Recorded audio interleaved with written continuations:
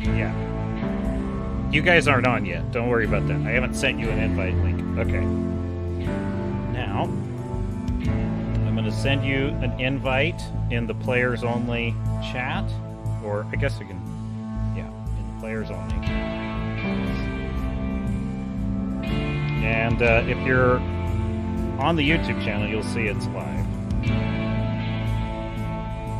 It's going to take me a minute to get a couple things up and running here.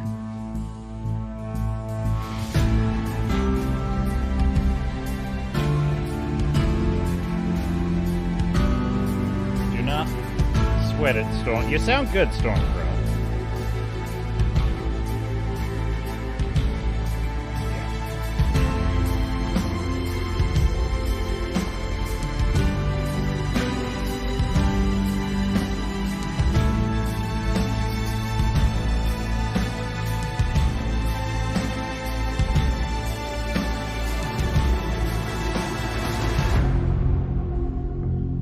So you guys all should be popping into the StreamYards, which will launch through your browser, if you don't know.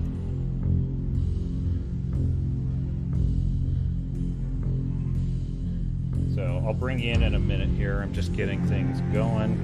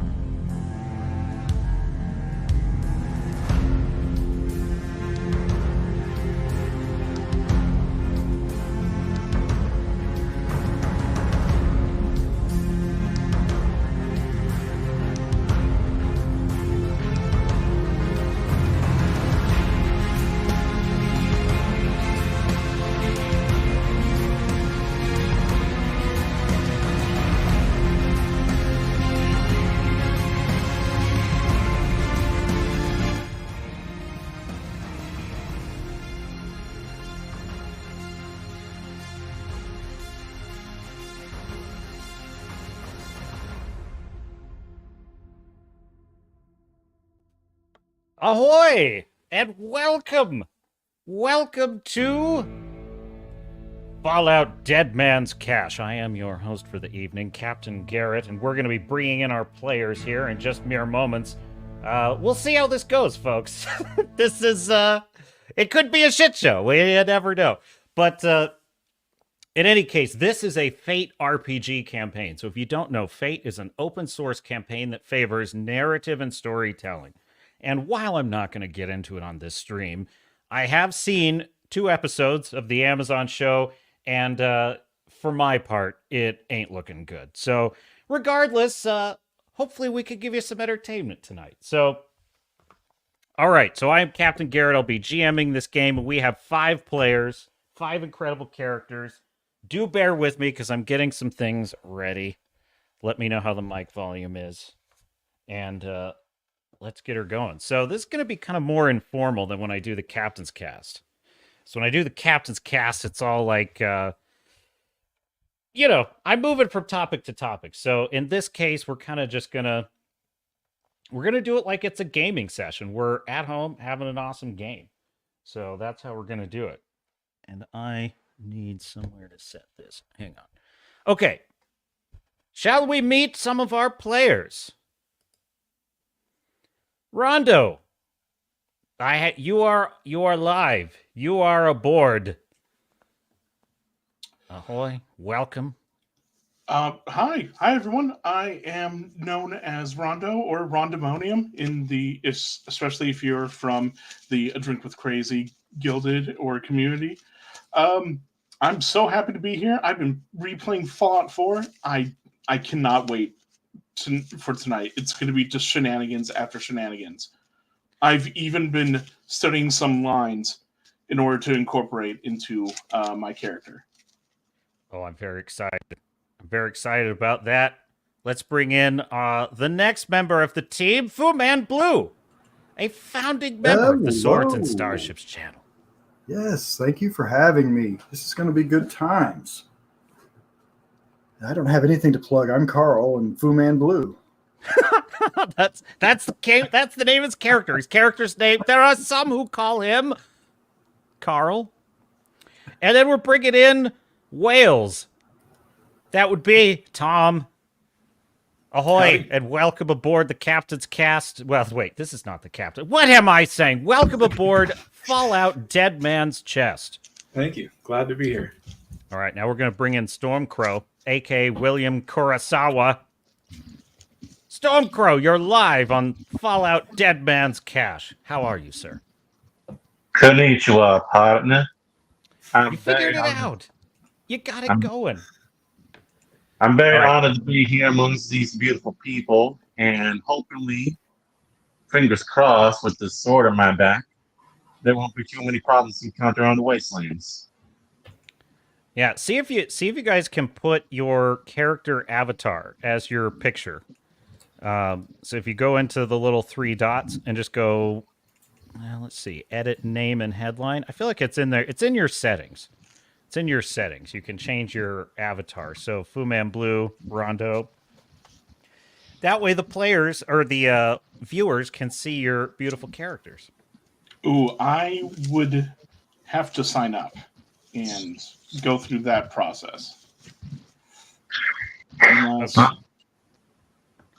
All right. Well, as I said, this one has been kind of a shotgun campaign we've been setting up. So let's see if we can get Sunny Slaughter in here. Let's see. With a name like that, she's all sunshines and rainbows. Hopefully. I'm working on it.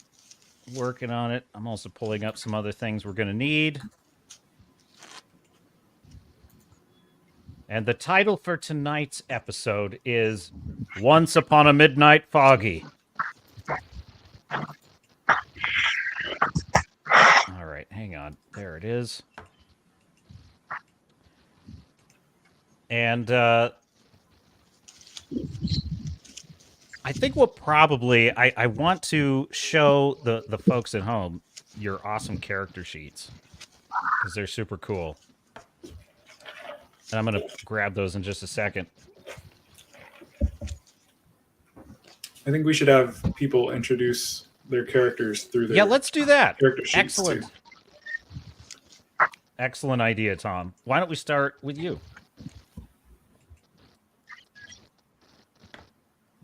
Are you going to pull up my character sheet? I am. It's coming up right now. Hang on. Present. Here we go. Get rid of that. We don't need that. All right, so you should be seeing it now. All right, so this is Wales, a human survivor. Take it away, Tom. All right, Oh, wait, so- hang on 1 second. I got Sunny Slaughter in the backstage. Hang on.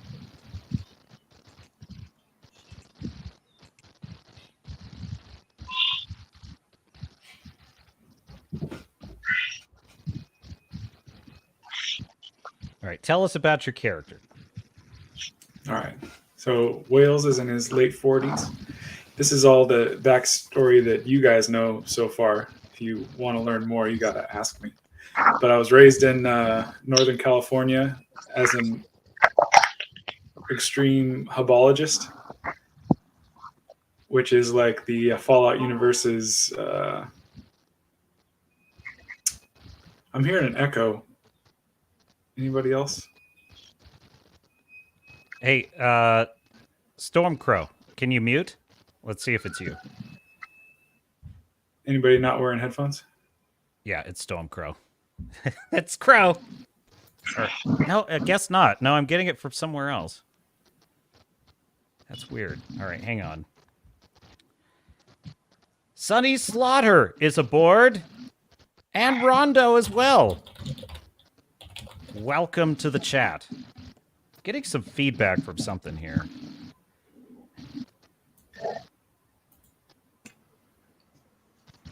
Let's see if...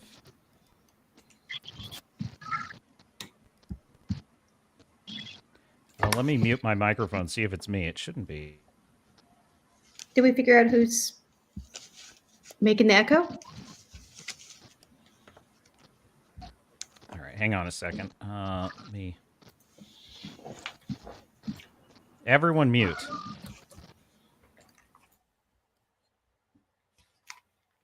All right, now Fu Man unmute. Yes, sir. Okay, Rondo unmute. Tom unmute. Unmuted. Yeah, I think it's you. Maybe. Well, I'm not hearing it now. William Kurosawa, unmute. Yes, It's sir. you, buddy. No, it's Yeah. not. You want? Here it is. Yeah, it's you, Crow. Do you have headphones? Yes, I do. Are they on? Yes. I'm kidding. I don't know what. I'm not hearing it so much now. All right, Tom, unmute. Unmuted. Okay. I think we'll just have to roll with it. So we'll work on those as we go forward in the campaign. We'll continue to work on those. All right, cool. So, Tom, you were talking about... So your guy, Wales, he's a hubologist. And the hubologists are like... they're basically the Scientologists, the Fallout universe.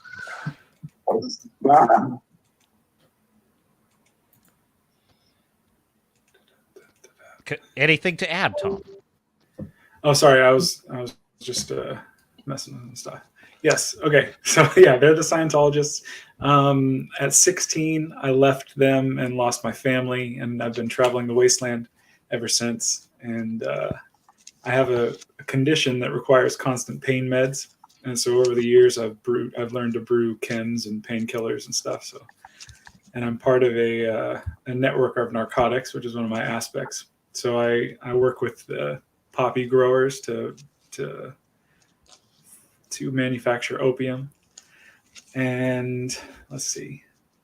I have a thing against fanatics and religious people because of my upbringing.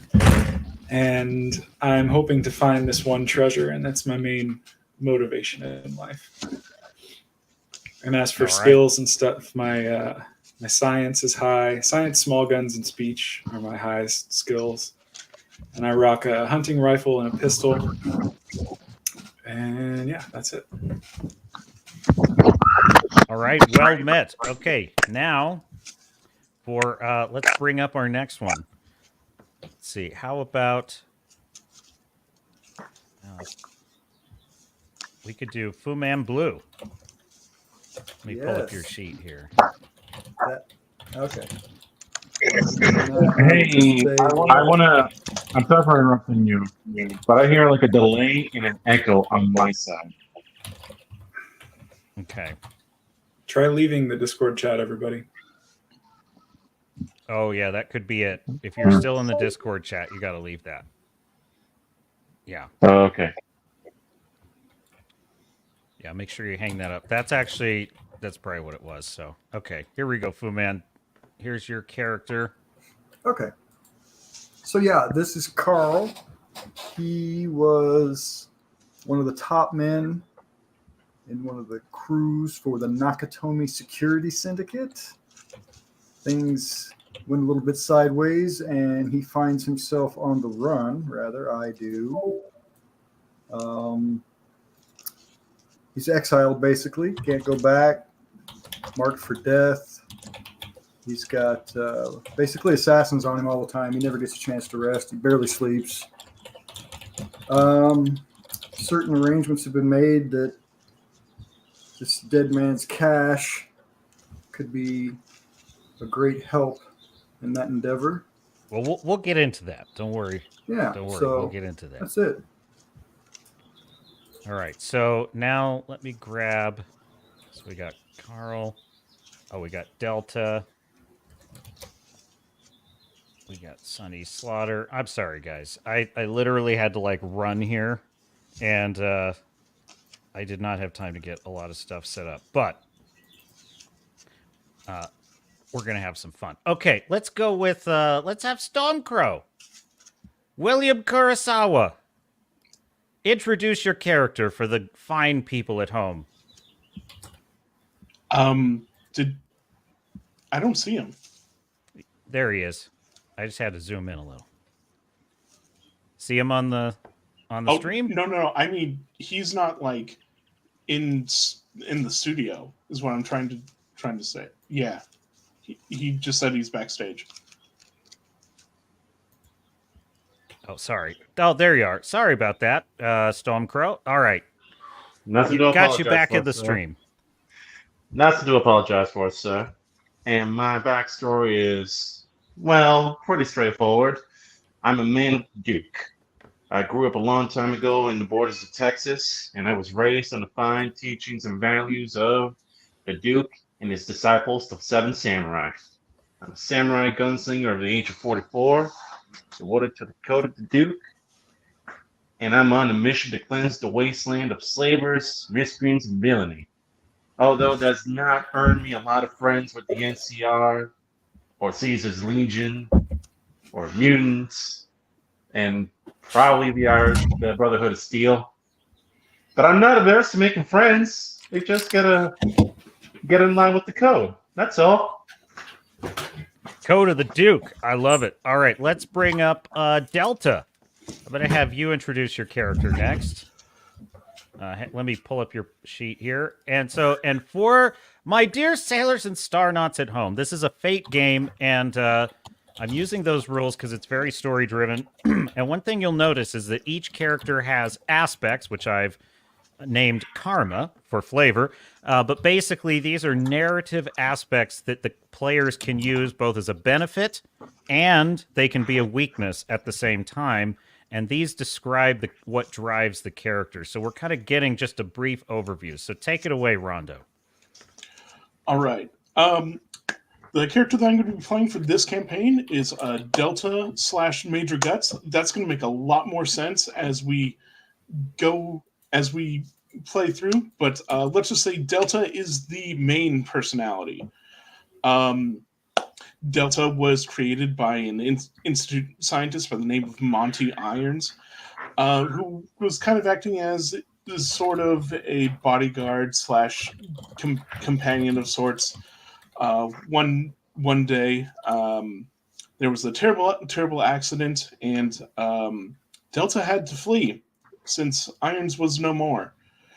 So for the past few years, Delta has been wandering the wastes, exploring what's out there, pondering the great questions of life, such as what is good, what is evil, how can I get this communist hating part of me out of my head, and other such deep questions. And that's basically what Delta is.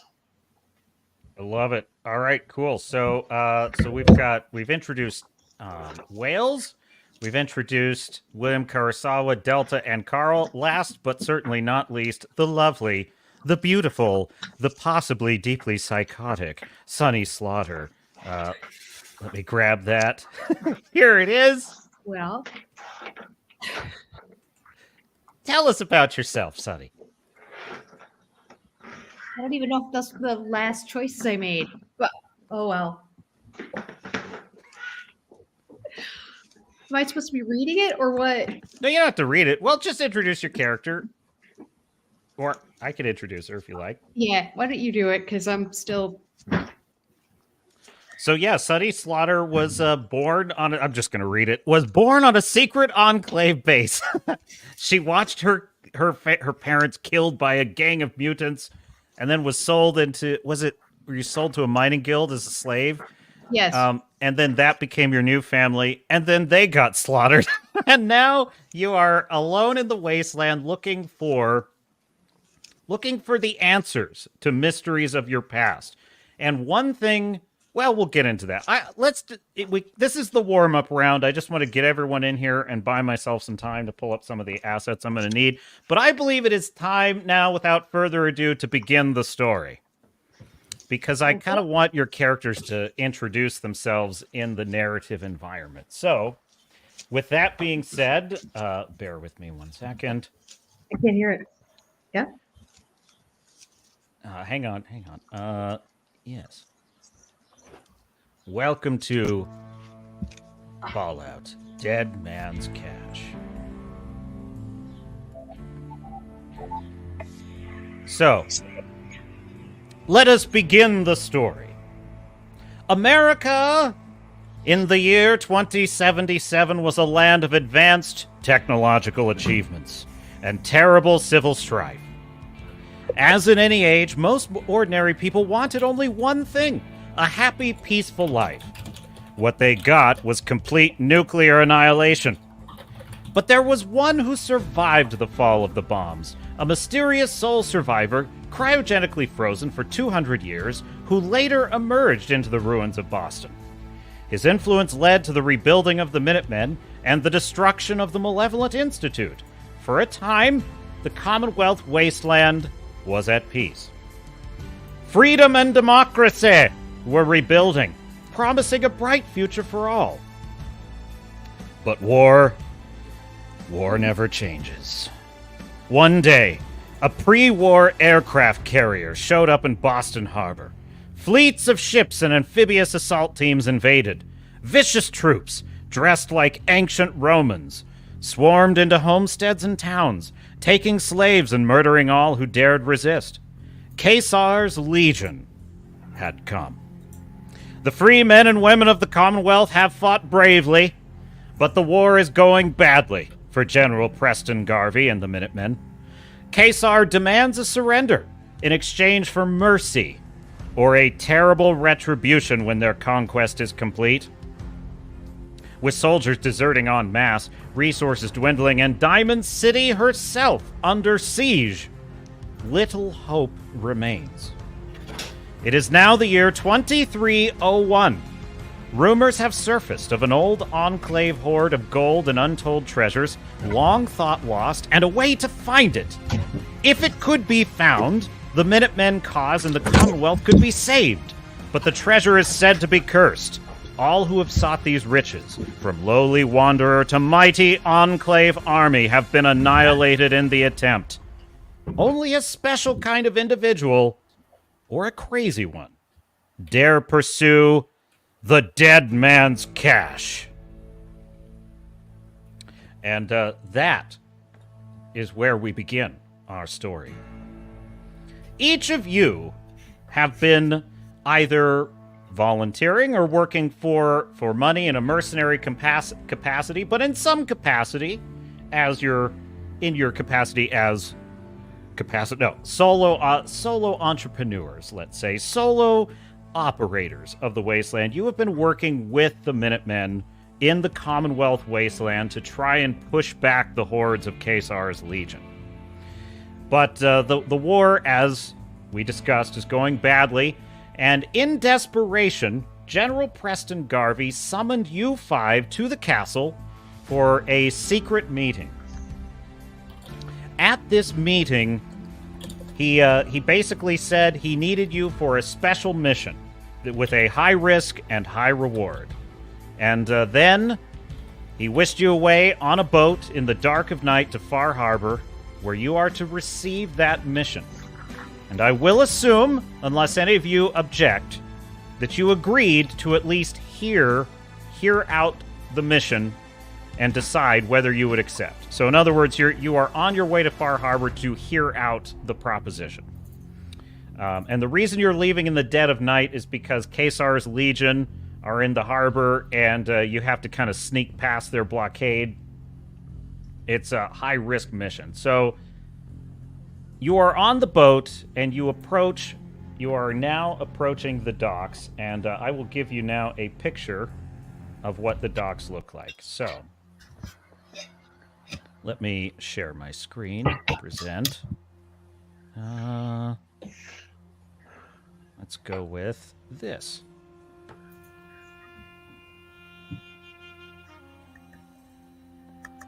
So it is night, so just imagine that this is a picture of the Far Harbor docks, which this is the ruins of old Bar Harbor in Maine, also known as the island. And in the dark of night, you approach. Well, you land on the docks and you see lots of people kind of going about their business. Hang on, let me switch to this.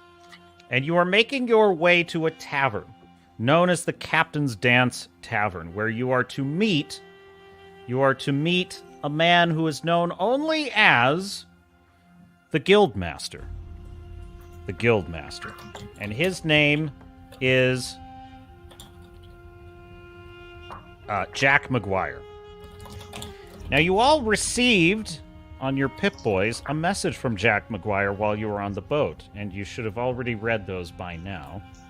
So whatever you choose to share with your companions, that will be up to you. But in any event, as you're walking along the docks, you get a lot of odd looks. I'm just going to point out that immediately... oh, yes. Does everyone have tokens to represent fate points? I have 5 Coca-Cola bottle caps in real life. And since I only have 3 refresh points, I have 3 bottle caps. Perfect. So you should all have your starting refresh number of points, which is at the top of your Pip-Boy. So grab those. Because we're about to have the first compel of the evening. Ooh. I have lots of dice. Lots and lots of dice. Okay. So so yeah, put a little pile, get a little pile of fate points and put those next to you. And I'm gonna have my copy of your sheets, since we're doing this digitally, which I've never done before. So I will be entering your number of points in a. Where did I didn't even put like Captain for that. That was terrible. If it's possible, yes. Can I make the first roll and do a perception check? The captain will allow it. Go ahead and roll perception. What are you looking for? What are you looking for there, Will? I'm studying my companions in the bar. You're studying your companions in the bar? Yeah. All right, I'm going to ask you to hold back on that then, because something is happening before you get to the bar. Okay. So I'm going to issue a compel to Delta. All right, so I just let me share my screen so that the folks at home can see how this works. It's super cool. All right, present. And this, all right, Delta. So as you can see, your refresh is 3, so you got. And which aspect will we be compelling? I'm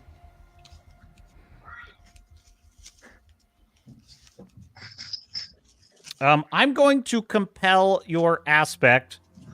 Don't worry, my combat AI is always under control. Okay. Because there's an old man, an old fisherman on the docks, and just a nasty patchwork slicker. And he's got like a grizzled, crispy appearance, as Sonny would say. And he basically looks at this creature, you know, this guy with he's basically got the head of a Mr. Gutsy and these 3 like swiveling eyeballs, and he's immediately disgusted. He's disgusted. He's like, "Hey, what is that they let on the docks? Is that a scent? A scent with a Mr. Gutsy head? I don't like you," he says. And so my compel, if you choose to accept it, is that your Mr. Guts AI programming immediately is nervous and starts to perceive this man as a threat. That does not mean he's going to kill him, okay? Does not mean that. But it does mean that he takes great insult at this affront. And you would role-play it accordingly. Just to let you know, depending on what Mr. Gutsy does, William is going to arch an eyebrow and see how his companion is going to react. Just at the ready. So, I'm not being compelled to attack. I'm being compelled to let the Major Gutsy AI take over this scene, as it were. Correct. Or this interaction with the old fisherman. Okay. And if I allow that, I get another refresh point. Well, refresh just means that's your starting number, so you can we're not going to use that term. It means you will get another fate point. Okay. So you'll have 4 total. I'm going to allow it. So okay, so give yourself another fate point. Okay. So in response, instead of Delta's usual facade of being calm and understanding and slow to speak,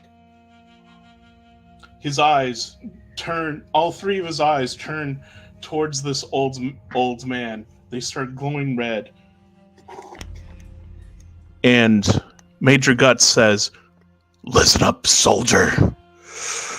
I'm the only thing standing between you and the commie scourge. Don't make me angry. This is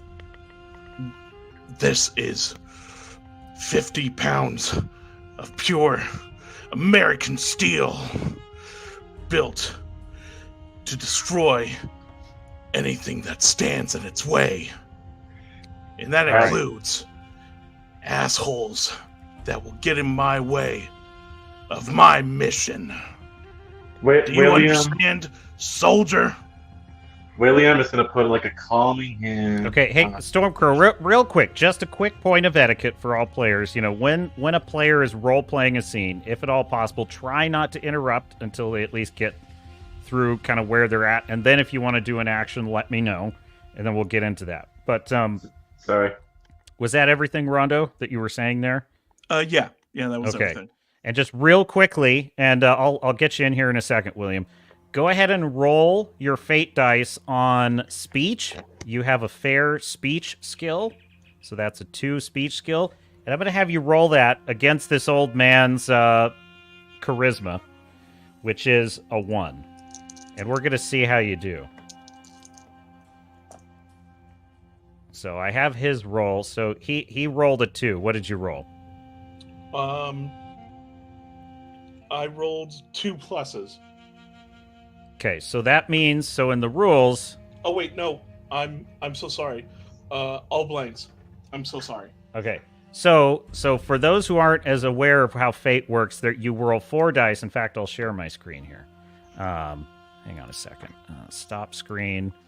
Because we'll get more into the rhythm of this as we go forward, and it'll move faster, but... Okay, so you can see here, this is fate dice, right? You have zeros, pluses, and minuses. We only ever roll 4. And in this case, the GM's roll was a +1. I'm going to add that to the skill of the old man, which is a 1, for a total of 2. So what we call that in Fate is 2 shifts, right? 2 shifts. So the old man got 2 shifts, and Delta, because he rolled 4 zeros, right? He's going to add that to his skill in speech, which is 2. So he has 2 shifts. So you actually tied. So you did not fully intimidate the old man, but ties favor... Correct me if I'm wrong, Tom, but ties favor the attacker, right? Or they favor the defender, don't they? The defender, I believe. Yeah, so it favors the defender. Hang on one second. I'm going to check this quickly. So yeah, I'm going to say that you did not fully intimidate him. And he's going to be like, how dare you speak to me that way? He should be kicked off the docks, he should be. So he's about to kind of lose his shit a little bit, but he's definitely not, like, ready to draw a weapon on you yet. So at this point, I'm going to say, William, you have the... If you're going to jump in here, this would be the time. All right, so William puts a calming hand on Delta's shoulder, and he's going to address the old man specifically and say, now, sir, I highly doubt that you're even capable of using that thing correctly. I know how to use both of these things correctly on my hips, and he knows how to use his flamethrowers and guns very efficiently. So I suggest, to not ruin the night, and for you not to lose your life, to please refrain from doing anything stupid. Otherwise, I'm more than happy to watch you be smeared across the wall. It does not violate my code. So, this is a little saying I have for you, sir, in case you forgot it in your old age. A little common courtesy won't have your head blown off. All right. Well, that is definitely an attempt to intimidate him. So go ahead and roll your speech skill there, William. Can I also add to that, just to back him up and move my coat to expose my pistol, yeah. So that makes this a team effort. So essentially, this is an overcome obstacle roll by William, and Tom is lending his speech skill to that as a team effort, which gives him a +1 to his roll. Man. So basically, I have a fair. With Tom, that gives me like a 3? So William, I'll explain it. So go ahead and roll your fudge dice. I'm going to roll for the old man. How many fudge dice do I need? Always 4. No Okay, more, no perfect. less. It's always 4. I'm rolling. Here we go. I got me... Ooh. You first, Garrett. No, I'm the GM. Bugger okay. that. Okay, sorry. I got me 2 pluses and 2 zeros. All right. 2 pluses and 2 zeros means you got a 2. A 2 on your roll. Add that to your speech skill, which is 2, I believe. Yep. Yes. So you have a 4, and then Tom adds +1 to that because it's a team effort. So you scored a 5, which means you actually just got success with style. Okay? Anytime you succeed on a roll by 3 shifts or more, that's called success with style, and you get a bonus. And in this game, that earns you AP, action points. So I'm going to go ahead and award. So Tom, go ahead and award yourself 1 action point since you were a team player in that. And I'm going to put an action point on you as well. William Kurosawa. So these action points can be used as a +1, and you can invoke those on any of your equipment or weapon aspects as the game progresses. Like a point pool, essentially, right? Yes. Okay. So kind of like a little boost. So you kind of want to build these up. They will expire as scenes, like if any kind of major scene transition goes by, like you travel for a day or something, they will go away. So these are a kind of spend them if you want to spend these before you spend fate points, is what I'm saying. And these are kind of smaller benefits, and these specifically apply to they apply to scene aspects, and they apply to the aspects on your weapons, armor, and equipment. They do not apply to your personal aspects, right? So you're not going to use these for your personal aspects. You're only going to use them for your equipment and weapons type stuff. Okay. All right, so you each have 1 AP. I'm putting one on Tom as well. And then, So, you gave him that whole speech, and the old man saw, and then he looked over and saw Wales over there putting his hand on his weapon, and that fixed him up good. He said, I wonder how I did just fine. I guess it's all peace. It's all peace with sense now. Go about your business. Town's going to hell. And he shuffles off. And I shout to him, you first, sir. You first. Oh, jeez. We are in for it with this. We are in for it with William Kurosawa. Okay, so right then, the harbor master approaches. And let's see. Hang on. Just digging through my notes real quick. Can I say one last thing? Can I say one thing as Delta? Delta turns to William and says, How did that old man notice I was a synth in all this radar armor? I look Delta up and down, and I just tell him, it's the mustache. You have a little mustache on your helmet, sir. Oh, pardon me. Yeah. He goes to wipe his non-existent mustache. All right, so as you guys are standing there sorting that out, a grizzled figure approaches you walking down the docks, and there's definitely a lot of eyeballs on the five of you now.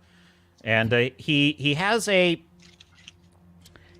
metallic glint in his eye. There's a cybernetic arm attached to his body, and he looks like a pretty grizzled type of guy. And he comes up and he says, "Good evening, gentlemen and lady. I am Ezekiel Cyberfin Grimes, as they call me around here, and I am the harbor master. I've been apprised of your arrival, and I have to say, that could have gone worse. Especially given that the peace with synths around here is tenuous at best."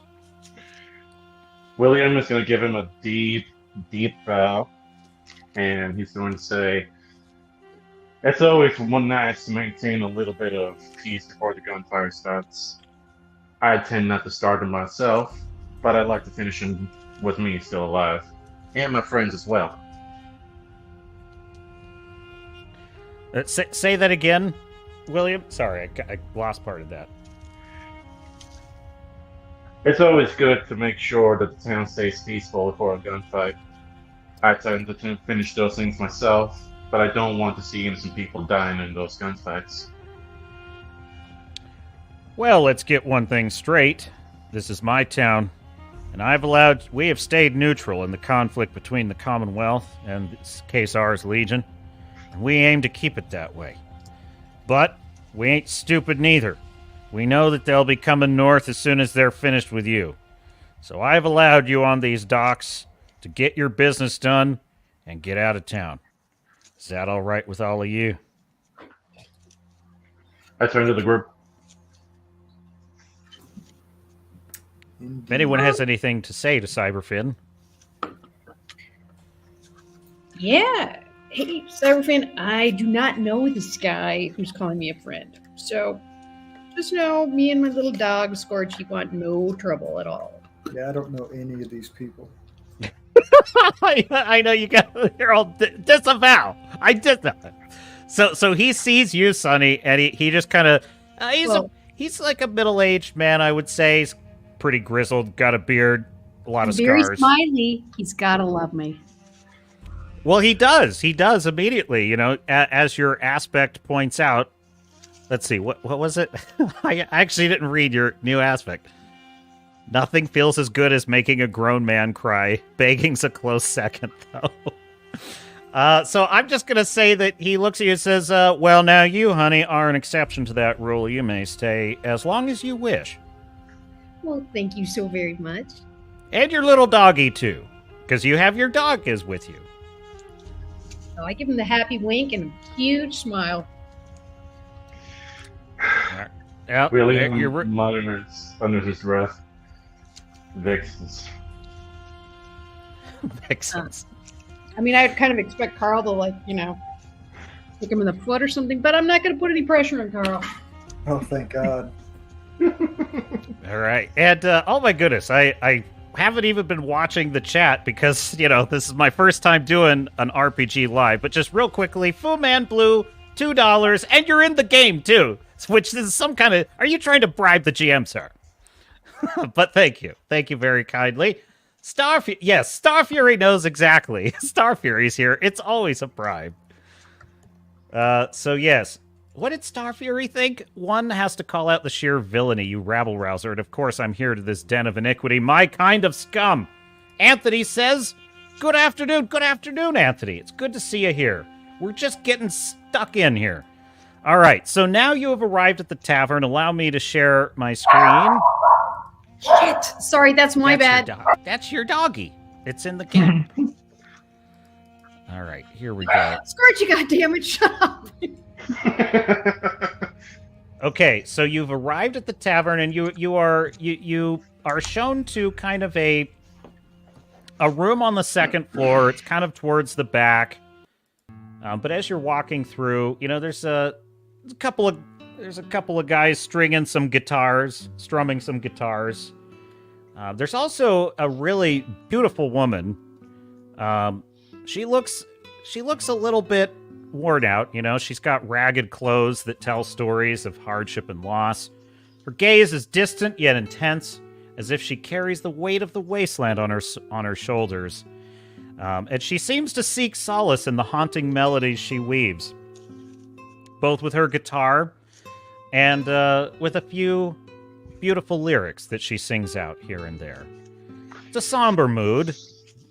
You see the fog in the distance hovering over the Atlantic Ocean. There's a chill in the air. Everyone here smells like wet dogs or, you know, Mirelurk's guts. And even though Far Harbor has expanded a bit in the years since it made a tenuous peace with some of the other denizens of the island, you notice that there is definitely a melancholy mood. You trudge up to the top of the stairs, and you find yourselves in the, basically, what you would call, I guess, the penthouse suite of a kind. And there is a attendant, a bodyguard. He's basically a mercenary-looking type, and he sort of knocks on the door, and then you hear a voice on the other side say, yes, come in. Show them in. And the door opens on a really beautifully furnished suite, which it's so nice it almost looks pre-war, but there's still just enough corrugated metal patching a hole here, or something rusted there to suggest that nothing escapes the radiation of the wasteland. Captain. The man that is sitting behind the desk has a kind of wide-brimmed hat, fairly nice clothes. He has like a kind of an old pre-war, an old pre-war suit with a nice waistcoat. He has a really thick, bushy beard and mustache that looks like it's been very meticulously cared for. He has dark eyes, and he appears to be intellectual, yet seems to have an air like he could handle himself in a fight. Captain, can I make Yes. a perception check now? You sure can, and I'll just real quickly tell you that rumors abound in the Commonwealth of where Preston Garvey gets such good spy intel. You know, because everyone's always wondering, like, how does he The only thing that's kept him in the fight this long against the Caesar's Legion is that he seems to have better spies. And the rumors are that this mysterious figure, the guild master, is the one that supplies him all this intel, but this is the first time you've ever had a face or a name to put to that title. Many didn't even believe he existed. So this is the first time you've ever met this character. All right. So yes, let me know, let me check your skills real quick though, because perception is good, but you may not always want to roll perception. But in your case, I would say yes, you do want to roll perception. So Or what are you dice. looking for, William? Well, I'm trying to get a feel for this man and what he has hidden under that desk. Do I notice anything dangerous to my person? So you want to know two things. You want to get a sense of, is he dangerous or does he have something dangerous? Pretty much. All right, hang on. I'm going to... Yeah, go ahead. All right. Ooh. Okay. Sir. I wish I could have a camera. I got 4 pluses. 4 pluses added to your perception, which is 1. One. So you scored a 5. Okay? And he scored a 6. Damn. So I'm going to say that you could spend a fate point here if you wanted to improve your roll by invoking one of your aspects, or you could succeed at a cost. Or you could simply not succeed. I'll let you succeed at a cost. Yes. Let's just see at the cost. I'll give you 3 details, and one of them is wildly wrong. Okay. So the first thing you notice is that he has a carefully concealed pistol, you believe, under his waistcoat. The second thing you notice about him is he has a ring. He has a ring with a symbol that's been scratched off of it, but the ring seems familiar to you. You believe that it is actually the ring that once belonged to a Brotherhood of Steel, like the leader, like an elder of the Brotherhood of Steel. There's that's what the ring appears to be to you. And then the third thing you notice about him is that he clearly is already sizing the 5 of you up, and you get the sense he knows he knows exactly who you all are. So there you go. So I'm gonna reveal an aspect of this character. Okay, so you guys can all, if you want, you can make a note of it. But you've discovered an aspect of this character, which is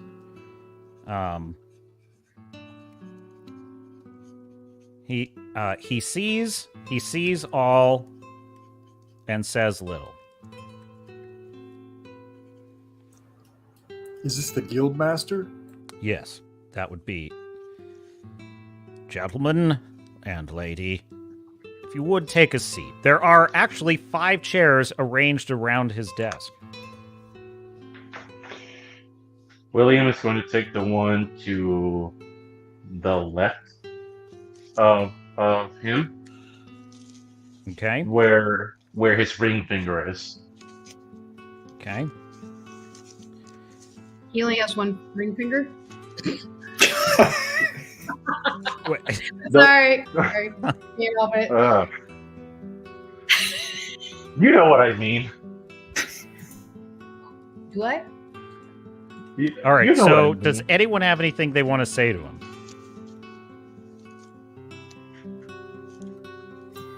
Very nice to meet you.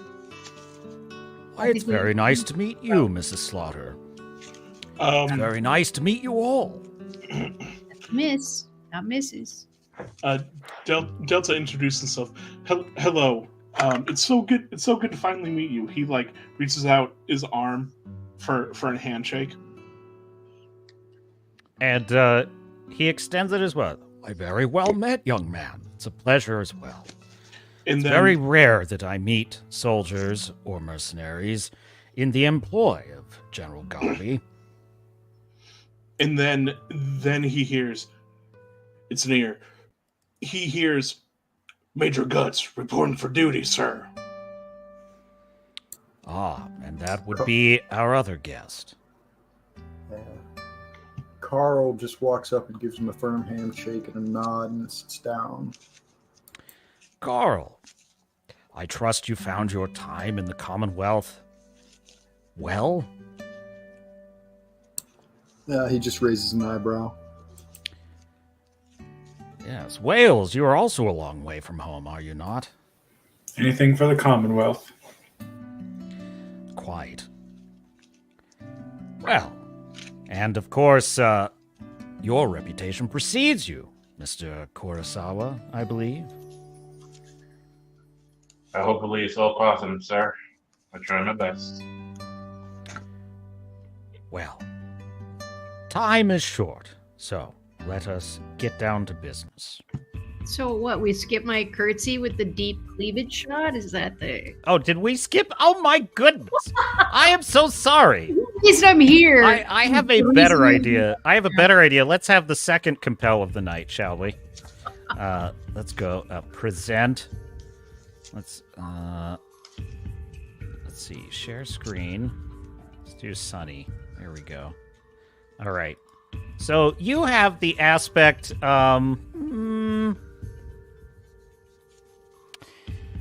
Nothing feels as good as making a grown man cry. Begging's a close second, though.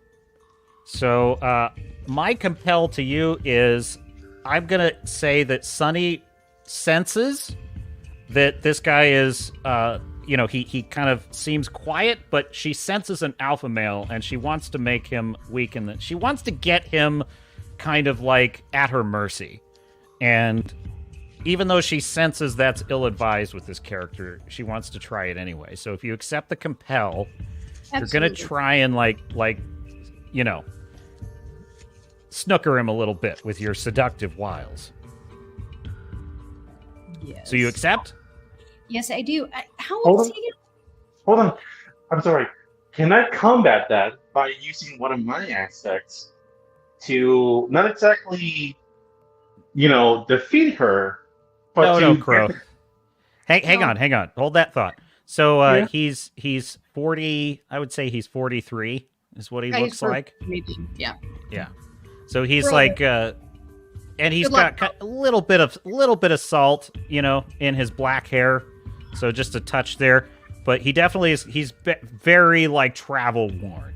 He's very travel worn. But so to answer your question, and just for all the players, okay, if we're doing like a skill check and you want to participate in some way, that is something you can do. But if someone's being compelled on an aspect, that's not really a skill situation or an action. That's a narrative thing.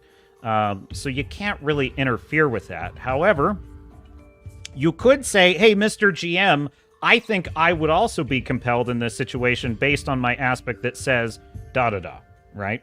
Or you could say, you actually can issue other players a direct compel if you want, but you can basically say to the GM, I think you should invoke or compel this aspect instead. So you can suggest ideas, but you can't really involve yourself in someone else's compel, if that makes sense.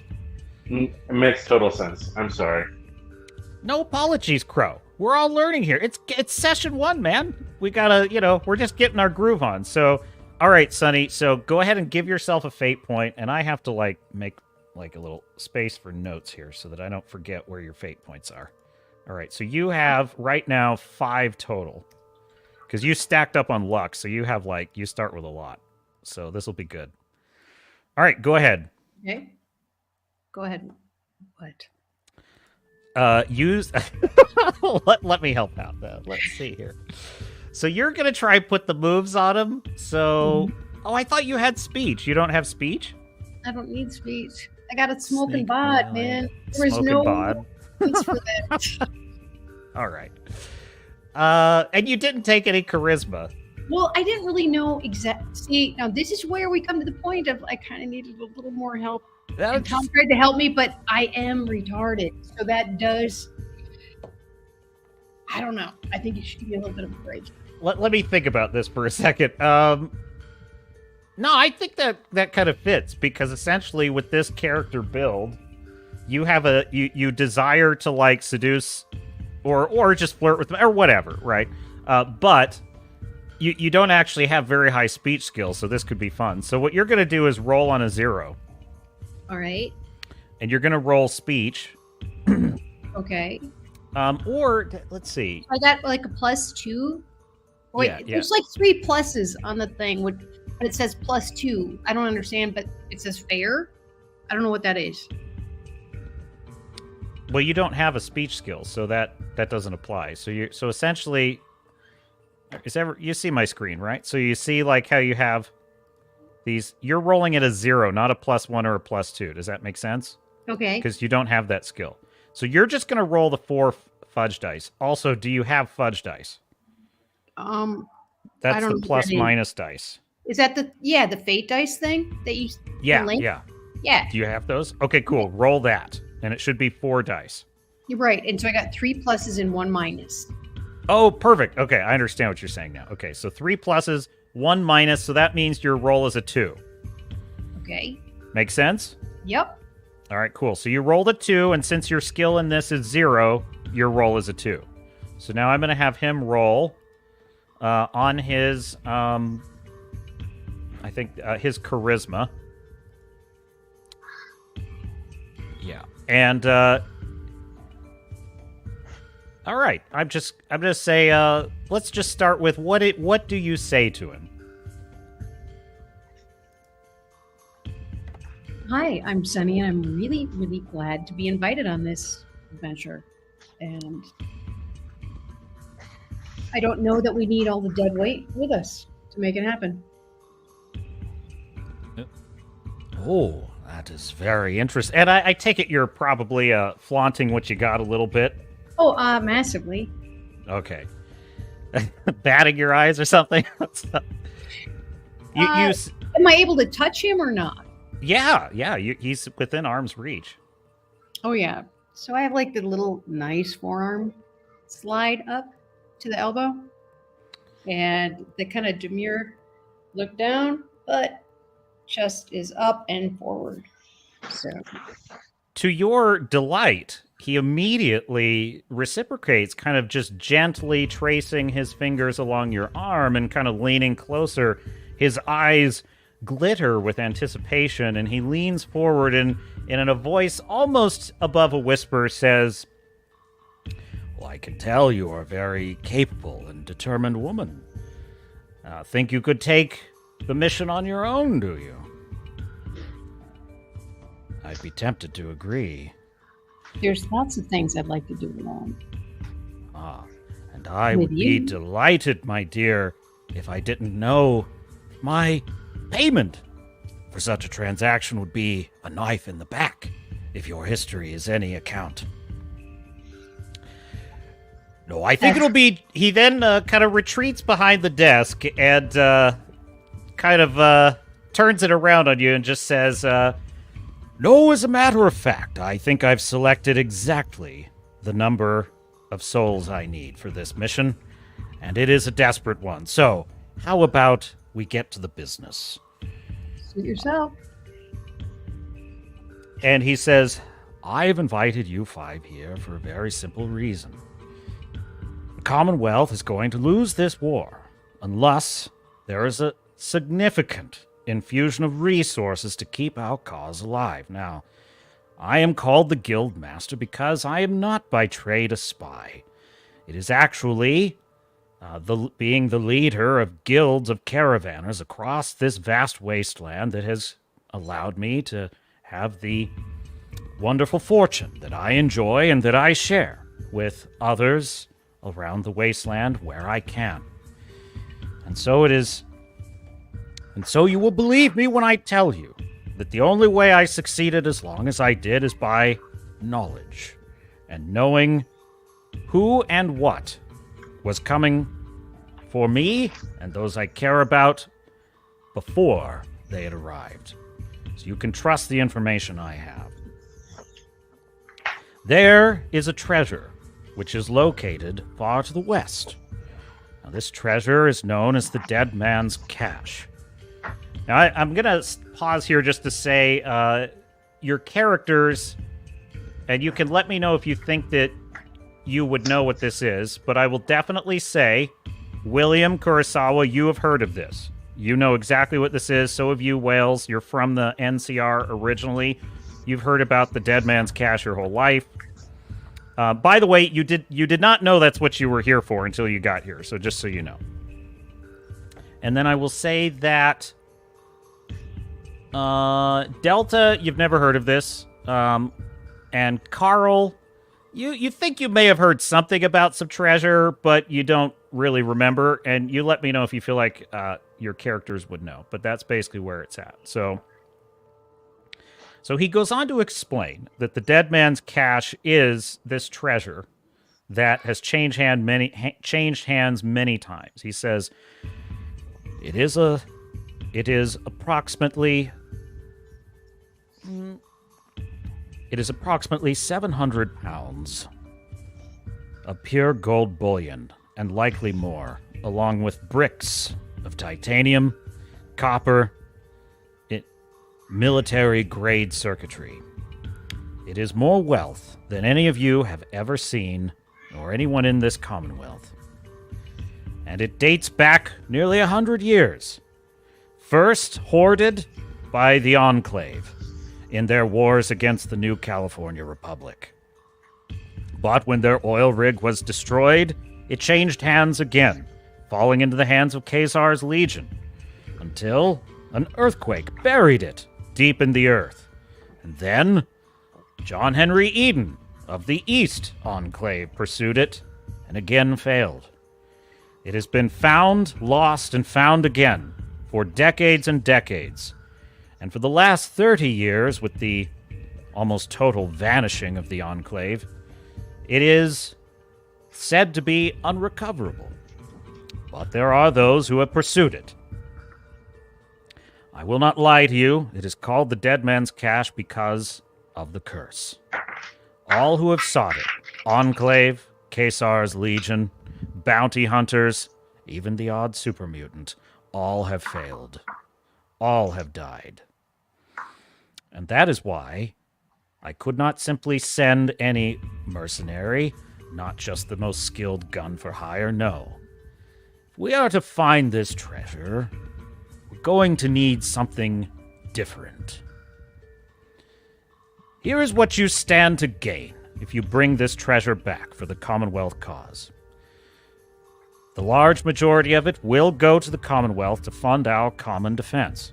However, each of you will receive 5% of the total haul. At 5%, you can expect a weight in caps which is more wealth than you could ever spend in your lifetime. In addition, each of you has received from me on your way here an additional offer privately, for your eyes only, an additional benefit to sweeten the deal. Now, I'm sure you may have questions, but before you ask, let me ask a question of you. It's a simple question, really, a question I ask of almost every traveler I encounter in the wasteland. It may seem irrelevant, but to me, it is the most pertinent. Why did the bombs fall? William raises his hand. It's not necessary to raise your hand, Mr. Kurosawa, but please. It's always courtesy to help, to educate. And from what my people tell me of the old world, back in the old days when America was the rightful dominant power of the world, there were those in the land of China that had nothing but cold, hard envy, because that's what communists are. Envy personified. And so, in wrath and rage, they nuked us back to oblivion But thankfully, like a dying bear, America got one last swipe at the Chinese, sending them back to the void where they belong. Thankfully, my people, the Japanese, were spared that and were brought over to my home. But that's just personal history. Ah, well, there you have it. The communists, of course. Did they start it, Mr. Kurosawa, or did we?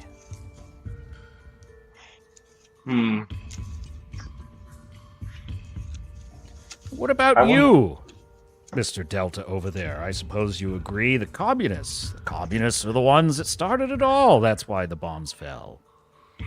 It's the reason why I was built. To burn them to ash. Oh, yes, the reason why we were built. I'm so sorry. Please don't say that word in front of me. I'm so sorry. He just it's one of my trigger words. I'm so sorry. I personally believe that the bombs fell in 2077. Well, factually, they fell due to the fact that of the escalating war between the United States and China. I think it leads to a deeper issue of the human soul, the human heart. It's lust for greed, power, wealth. Who do you think communists started don't it? have a soul. This is true. This is why we are friends. What about you over there, Mr. Wales? Do you agree that's why it started? The commies? Commies sent the bombs. Well, I reckon no one's innocent on either side. Human stupidity and fear, that affects everyone. A very wise answer, if ever there was one. What about you over there, Mr. Carl?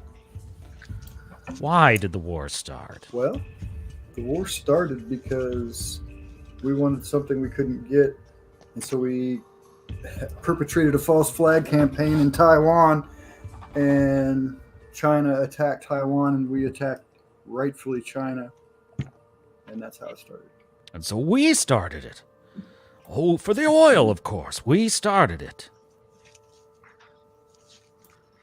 National security. And security. That's what we got, all right. What about you, Madam Slaughter? I see you over there just purring, Looking thinking irritated? of an answer. I'm not thinking of an answer. I know the answer.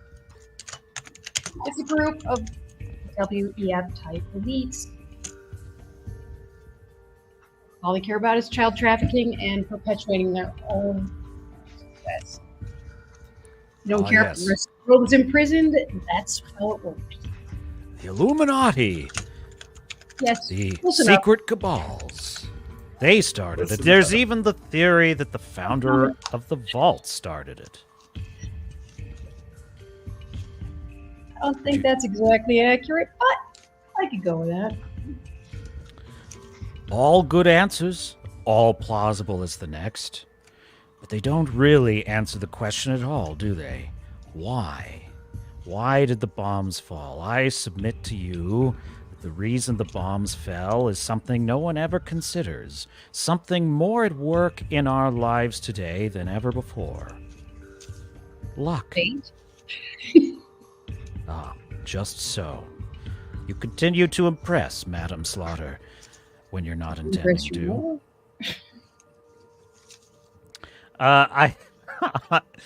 Never mind. So he says, luck is the great equalizer. Luck is the thing that none of us can ever avoid. And that is the real reason that you five are here. Because what is the one defense? The one thing that the dead man's cash can never be undone without? Luck. It is its shield. It is its very aura. You see, I have spent my years traveling the Commonwealth, earning fortunes, losing them, seeking answers, finding few, finding questions, And what I have learned is that there is one common factor in every poor sod who tried to take the dead man's cash and failed, and that is luck. Same thing that caused the bombs to fall. The same thing that brings us together. The same thing that results in odd reports of strange happenings, aliens, strangers intervening without any warning, only to vanish. You five are here because you have luck on your side. And that is why you will break the curse of the dead man's cash. You see, it could not be anyone else. I've studied all your histories, and I've chosen you carefully.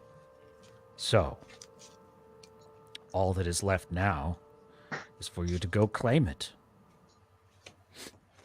Any thoughts that you want to share before he continues? Yes, I would like to invoke my aspect. A great conversation in tea is what's best in life. Because Delta would absolutely be interested in digging deeper on his philosophy of luck. I would say I would call that more of a role play than an invoke. An invoke is when you're trying to get a benefit. A compel is when there's a complication that you're creating. So what I will say is, I love though that but role playing aspects is also good. So the aspect I would say you're role playing there, Delta. Yeah, you said it right. A great conversation in tea is what's best in life. So yeah, go ahead. What do you got for him? So, luck. Do you think it's a force of the universe? Do you consider it a deity? And what has made you so sure that luck has chosen the five of us? In fact, it ponders me even more. I'm basically liability incarnate with my condition. Why are you so confident that we are the chosen ones? Luck. I don't know about you, but I feel lucky. And indeed you must be, madam. Indeed you must be. Is luck God? Is luck a force of nature? Is it the cause, or is it the result? One cannot exactly say. All I know is the pattern is there, and he who masters the pattern can predict the future. So I'm gonna pause there to say, let me take a look. We have, who's got the most perception on the team? Who's got high perception?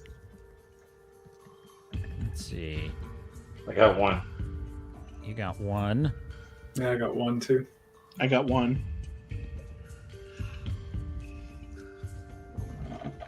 Do we all just roll for it? Not yet. I'm just kind of looking at your sheets real quick here. Sonny, you took intelligence. I'm gonna say. It's close.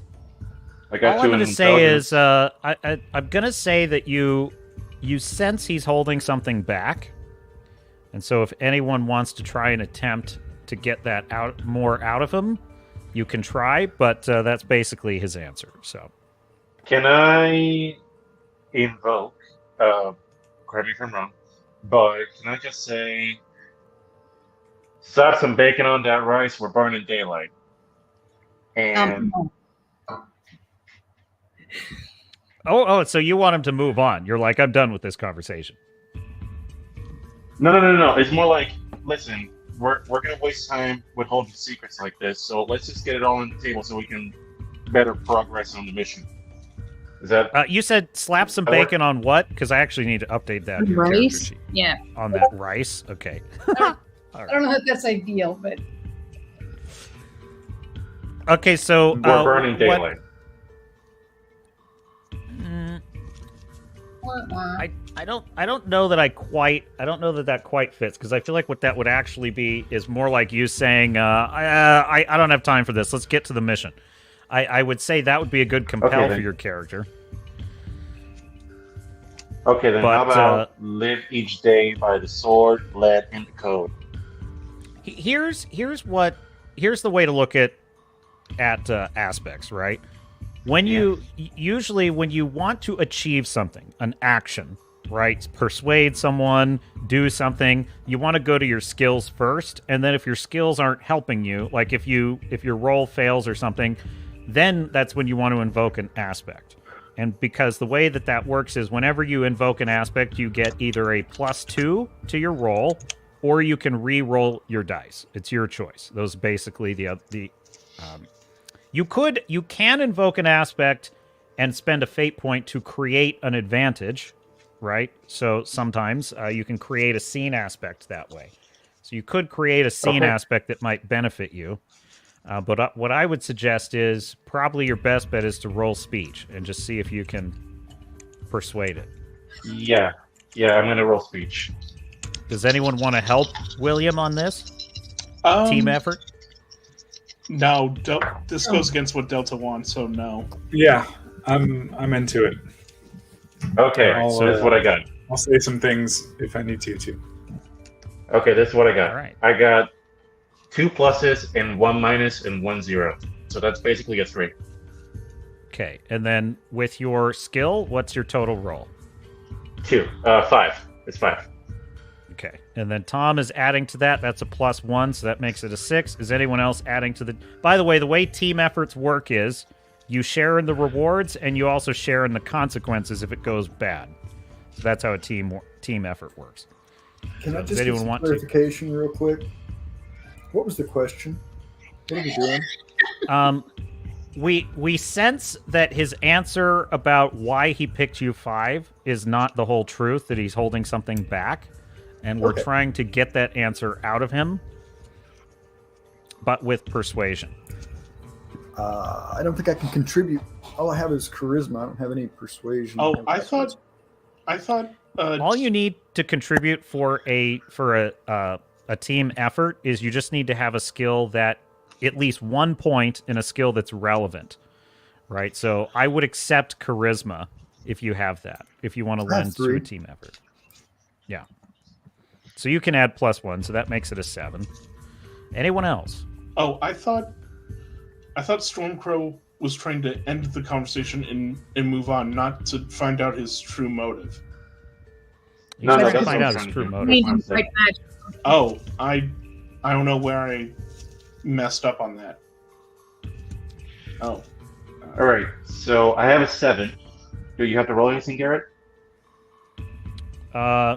I just rolled, and he is going to invoke a fate point to resist your attempt to get the answer out of him. So he's now at a 9, and he's invoking the aspect. Hang on a second. He sees all and says little. So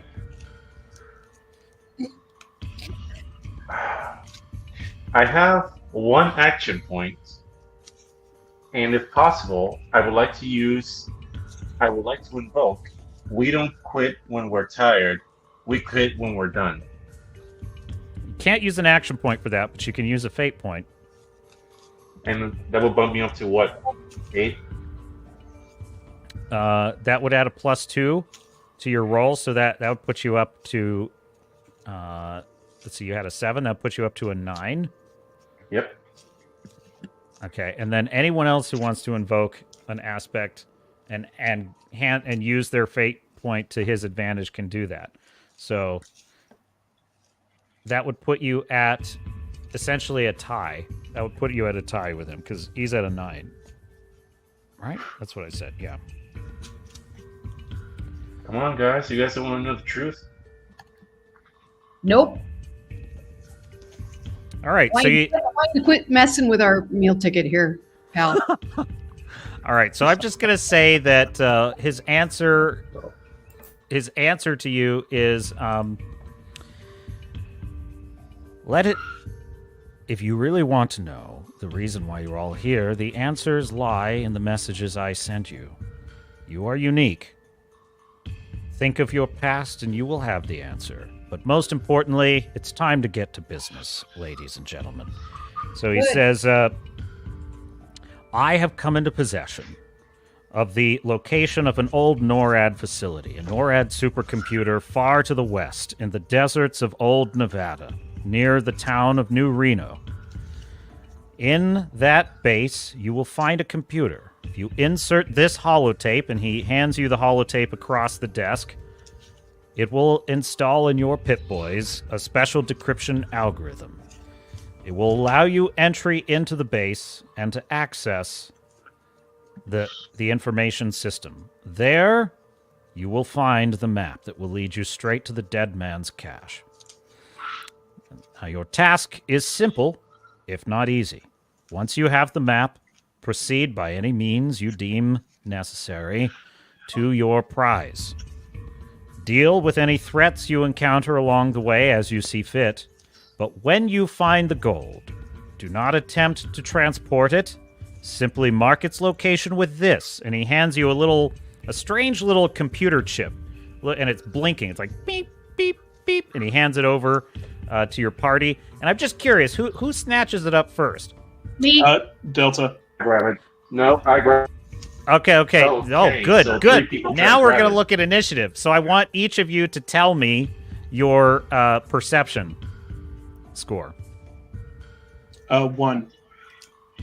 William. Sonny. 1. Well, I don't have, so we don't have to be mean about it. You know, Do you all have one? I need to rework the special I system. a do little. think there is something about answering first that makes me a little bit more perceptive. More or not, my score is high in perception. I'm going to grant it to Sunny. Because she spoke first, and you all have the same perception. So I'm gonna establish. And she's kind of wanting to. She wants to get a little bit of payback. So she snatches it up, and he says, "Now that there chip, place it on the treasure, and it will allow me to transport it back." Very simple. And then you will get your reward, your 5% of the bounty, and it will be your decision what you do with such riches. Now, do we have a bargain? Sure. All right then. I stand up and I ask him, "Sir, I've been noticing that I don't have exactly the kind of armor I need for this mission. Do you have any armor in town? And if possible, I know we're in a hard time. If possible, could we have a discount?" Mr. Kurosawa, while I sympathize with your situation, I am not a quartermaster. I've supplied you with the information you require. Now, it will be time for us to leave, to part ways. Is there no way for you to get us some additional munitions? You are all quite capable. I am sure you can see to your own needs down below in the docks and find a trader who can help you. Seriously, guys, you're embarrassing me and Carl. I love how Sonny's like, oh my god, these amateurs. I turn to Sunny and I say, Look at me. You know, I mean, come on. It's Wales, Carl, and I, and we're not crying for this. He picked us because we're able to do this stuff. So come on, man up. I'm getting up and standing near the door behind Sonny.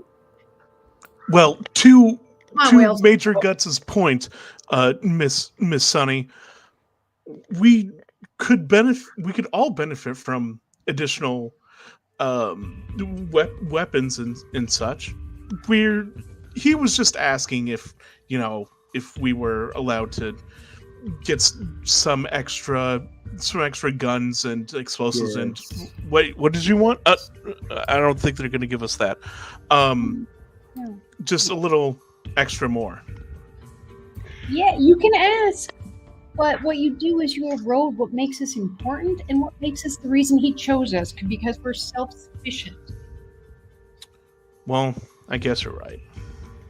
Of course you But are. we're also clever, and if we can get a little bit of money out of him before our mission starts, then our chances of success are going to be increased. Doubtful. You're not getting money out of that guy. He's If only anyone giving- has barter skill, I would let you try and roll a barter skill on him if you want. Anyone have it? Mm, Nope. Nope. Nobody took barter, huh? I got a 2 barter. All right there, Wales. Well, you can give it a shot if you want. All right, I'll give it a He's go. looking a little impatient though, so I'm gonna create temporary aspect. Is he's looking impatient and eager for you to leave his suite. So you're at a -1 on this. When I All pull my shirt down and maybe we could just go back to 0? Sold. I'm sorry, Garrett. I'll stop. No, by all means. All right, By I'm all gonna go. Okay. So I'll say, oh gosh, what is his name? Mr. McGuire. McGuire. Mr. McGuire. Yeah, some of us in this ragtag group aren't as well equipped as others, and I point to my motion to my group. It would behoove the success of our mission if we had 100 caps, and we'd be out of your hair momentarily. All right, and I'm actually going to give you a free. I'm going to give you a free aspect here, which is Sonny's response to all of this has impressed him. So I'm going to give you. So he's impressed with Sonny. So if she adds to this in a team effort using her speech skill, you get one free invoke of that aspect. Now's So the time Sonny- to show some skin, son. Yeah, are you going to help him with this? Wow. A girl never says no. Okay. Is that Okay. one of your aspects? That's like, is Is that a thing? fact check? Community notes on that, please. Community anyway. notes. Anyway, go ahead. So your speech will add +1 to this barter roll, and then Wales, you now get a free invoke of the aspect. He's impressed with Sonny. All right, so I rolled 0 plus my 2 barter skill, and plus the 1 invoke from Sunny makes it a 3. Makes it a 3. Okay. I'm gonna say. He says, 100 caps, eh? Well, now, if I gave you all the answers, it wouldn't be much of a test, now would it? So I shall only give you each 50. And he hands each of you 50 caps. He says, now, safe travels. And his bodyguard sort of shows you out. But you each add 50 caps to your stack. So we're going to do this on the honor system because I didn't have time before the stream to update all your cap counts. So, honor system on that. So go ahead and add 50 caps. Make a note of that. And Yeah, then just my total. so now so we're kind of heading into the mission here. So I'm going to give you guys a chance to shop briefly. So if there's something you feel that you need, we're going to take a look at that. Hang on 1 second. Let me just let's find something better for this scene. Yeah, we'll go back to that. Yeah, I like Okay. the scenes. All right, so we are back on the docks, and we are... Oh, I did have a great picture. I'm so... Jeez, here it is. Okay, let me show you where we're at. I totally spaced on this. Here we go. So this is kind of where we are. So you get kind of an idea of what it looks like out there. It's a dark, foggy night. There's one vendor who's still open, and he's a general shop trader, and he looks like he's about to close up shop. So if you want to head over there, you guys have a chance. And by the way, this is where barter skill comes in handy, because you can often negotiate deals for yourself. Garrett, okay. Can I roll contacts to see if I know this seller. You could roll contacts to try and create an advantage with the seller. Yes. So Okay. Okay. My contact see. is fair. okay, hang on. Before you roll, let's talk about the difficulty of the roll. So this is. I can't believe I don't remember this because Far Harbor is my favorite. Ooh. Download, but who's the shopkeeper in Far Harbor? Because he would still be there. I haven't gone that far yet. Dude, you got to play Far Harbor. It is the best. What level do you Brooks, start at? that's his name. Brooks. Okay, yeah. So you stop at you're at Brooks's shop. He's kind of a intellectual looking guy with glasses, and he's always open. So I'm gonna say that because this is the far north, your contacts you're more from the west, so it's gonna be a little tougher for you to have a good contact here. So I'm gonna say that the difficulty 2. All right. I'm rolling. Okay. 2 zeros and 2 pluses. And my fare is 2. So that's a 4. Your contacts is 2, you're saying? Yeah. Yeah. And I got okay, 2 pluses. So you succeeded by 2 shifts. And so you've created an aspect which is a mutual acquaintance of good reputation. A mutual acquaintance of good reputation. And you may have 1 free invoke of that aspect. Let me write it down. And so there you are with Brooks, and I'll say whoever wants to shop first, just let me know. I'm going I first. do. I can be quick. All right, well, let Stormcrow go first, because he's created this advantage, which may benefit you all. So go ahead, Stormcrow. All right. So after basically not going to admit it, being humiliated by Sunny, he's feeling a little bit bitter about that. But upon entering the shop and seeing Brooks, he immediately brightens up and says, "Well, I'll be damned. I never thought you'd see me alive again, would you?"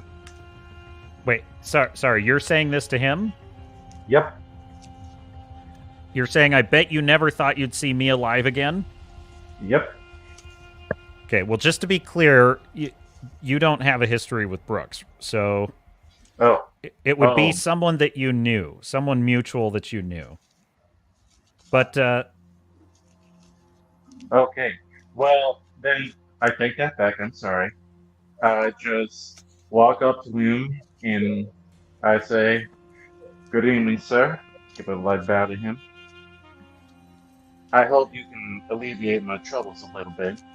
You can seem a bit naked under the collar here. well, if you've got caps, I have stuff for you to buy. So go ahead.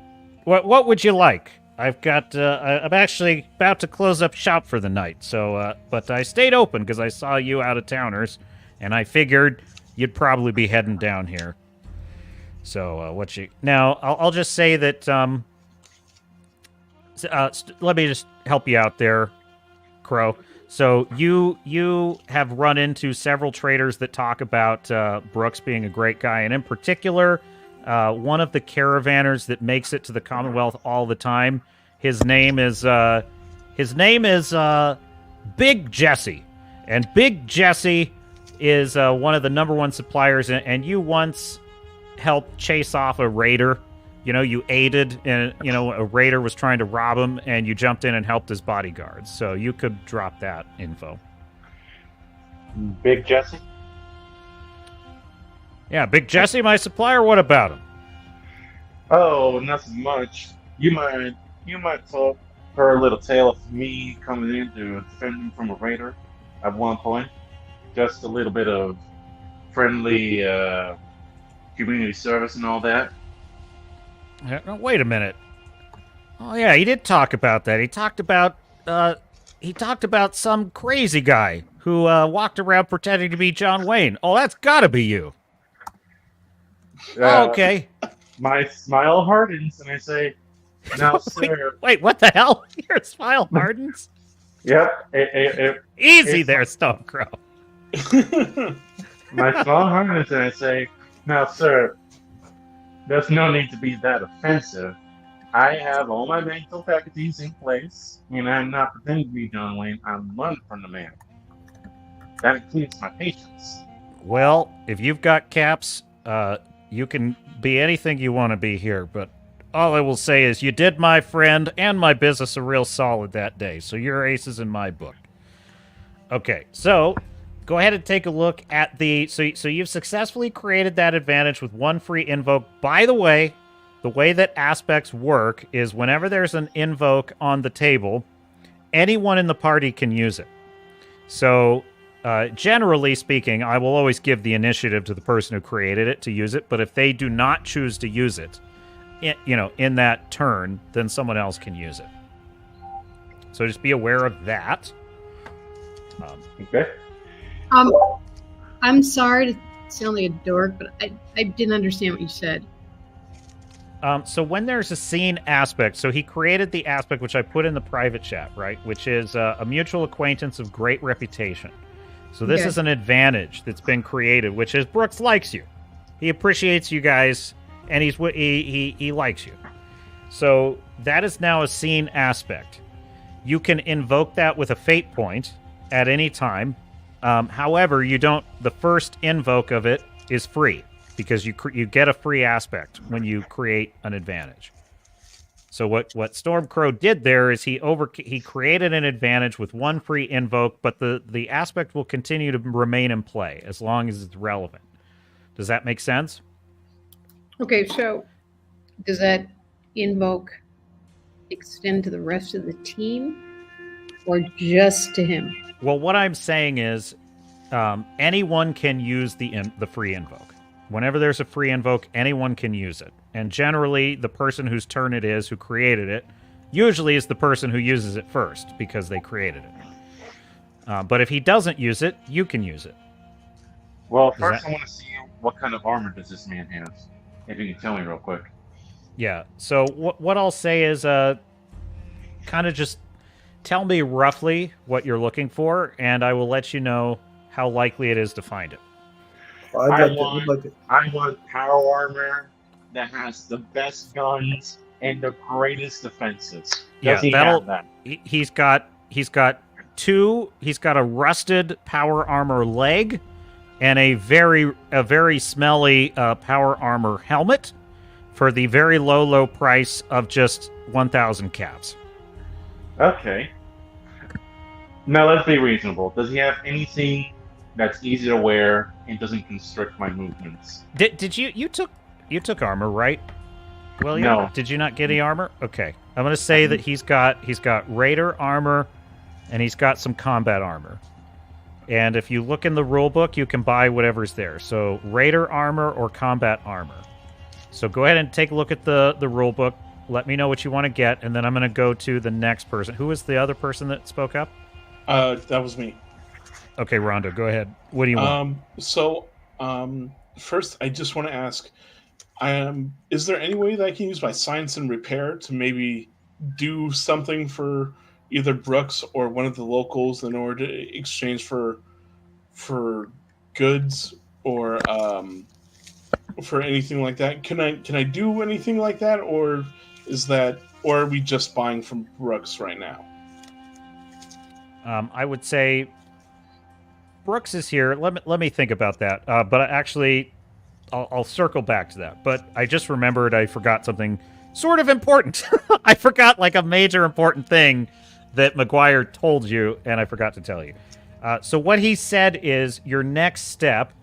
So he basically gave you a location that's outside of New Reno, okay, Nevada. I'm used to players grilling the shit out of me on stuff like this, so that's probably why I slipped on it. Because I'm used to people asking me for details for even things I was like, okay, why are you obsessing over that? But anyway,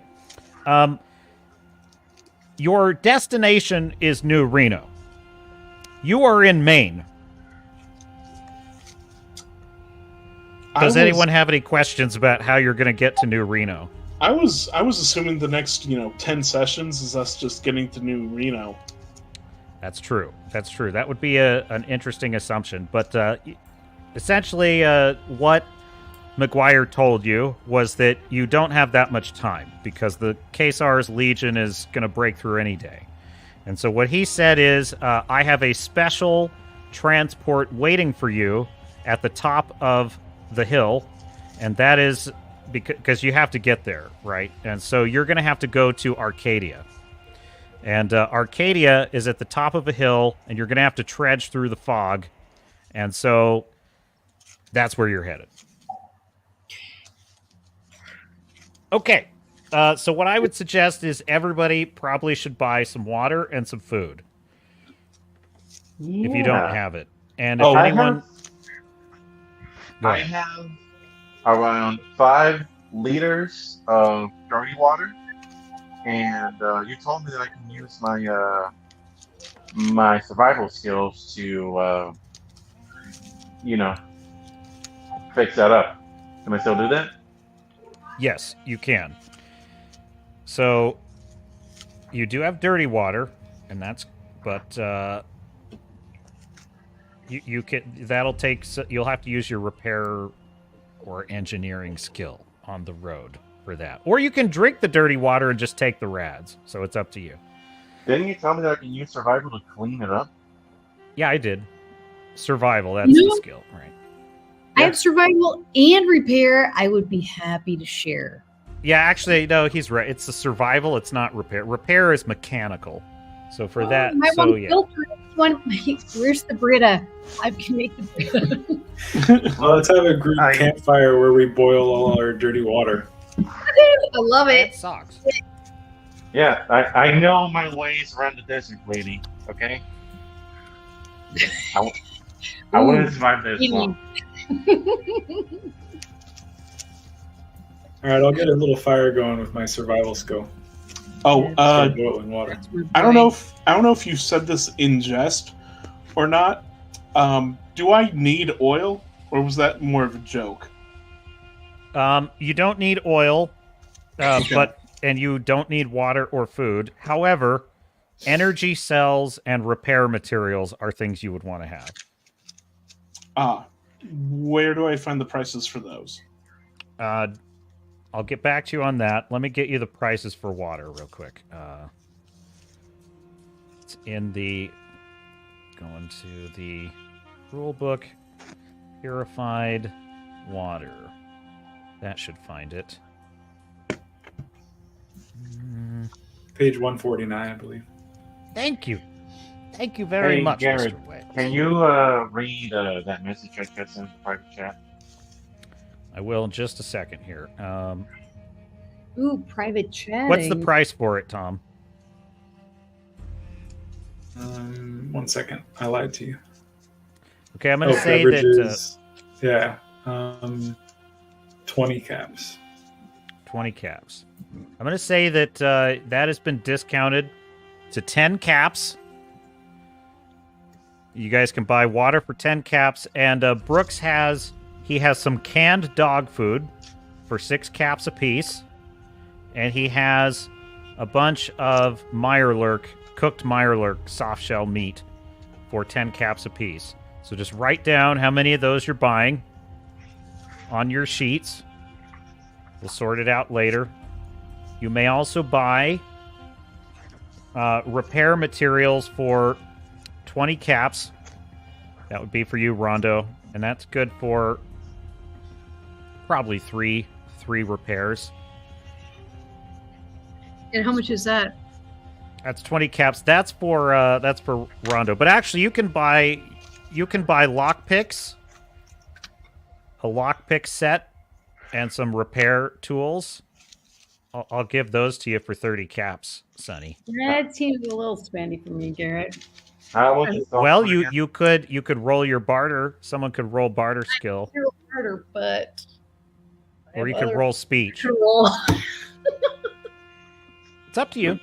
All right, there you go. So that's that. I'll give you one or the other for 15 caps. You can have the lockpick set, or you can have the repair set for 15 caps.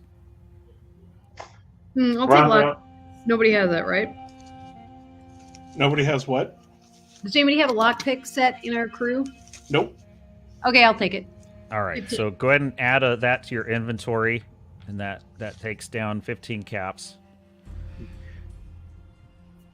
And in the interest of like kind of speeding the play along, I'm going to allow each of you to buy a general amount of survival materials, so that's stuff like food and water, general goods. I'm going to allow you to buy either a little, an okay amount, or a lot. And a little is going to cost you 20 caps. An okay amount is going to be like 35 caps. And a lot is going to be 50 caps. So you just write down how much you buy. And put that on your sheet. And that'll just kind of speed us along here. All right.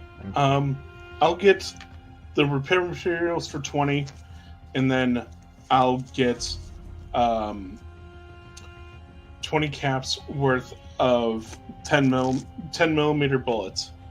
So that's an extra 10 ammunition.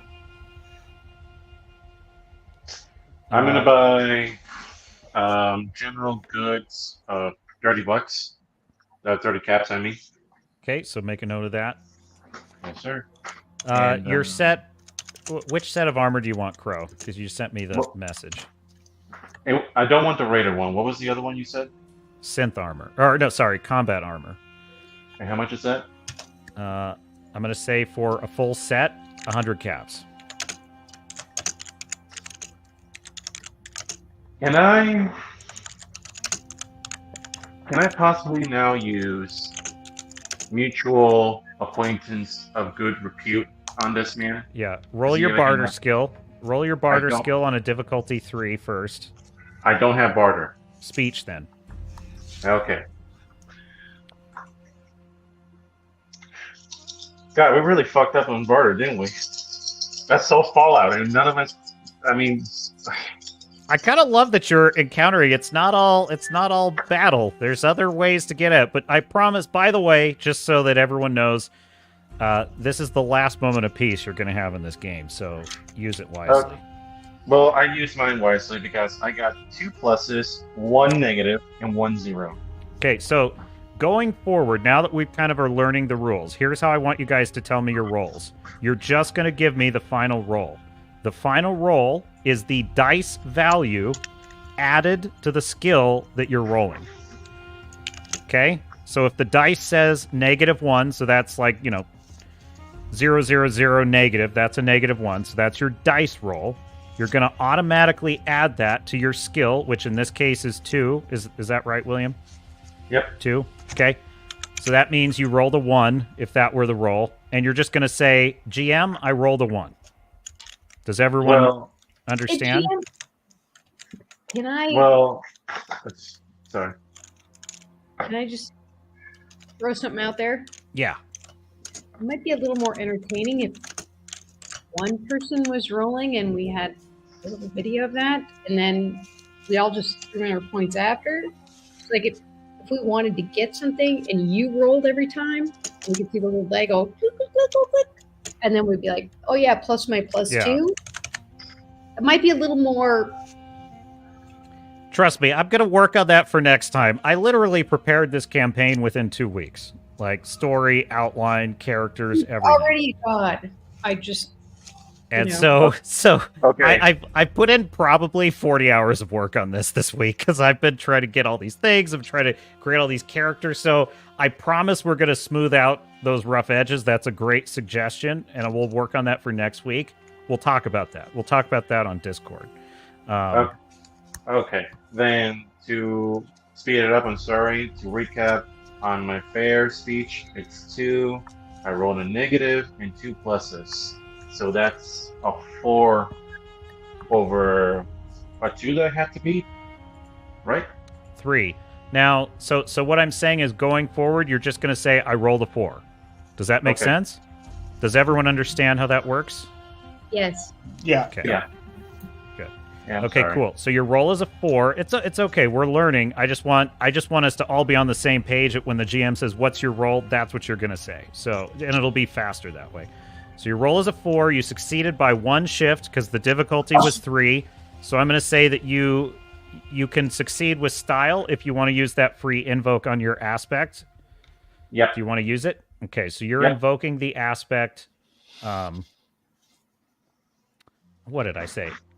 A mutual acquaintance of great reputation. So that gives you a total of, to add 2 to your roll. So that gives you a total of 3. So you've now succeeded with style.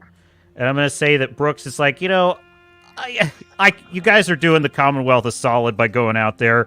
So I'm going to let you have this whole set of armor for 60. But don't you dare try and barter me down any lower than that. And I extend my hand and I say, sir, done deal. You're indeed. All right. And Anthony in the chat, just to answer your question, the party is in Far Harbor, which is in Maine, if that's what you're asking. But the prize is near Reno. So that's where they need to head. The biggest little city in the world. Okay. Everyone else got what you need here. Ammunition. Stim pack before we go.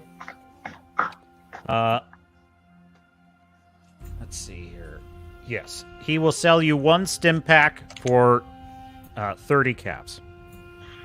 Deal. And does he have like a bandolier for like bullets, revolver bullets? I'm just going to file that under general clothing and stuff. If you want to just buy some general gear, I'll sell you that for 20 caps. So make a note of that, and we'll work that out later. Cool? Yep, general gear. I'm down to... I'm not going to tell you guys how much money I have. No. Well, make a note of it, Crow, because I'm going to hold you to that, because at the end of the session, I'm taking notes on all your caps and everything. No. I know, but I'm not telling these guys. I'm telling you.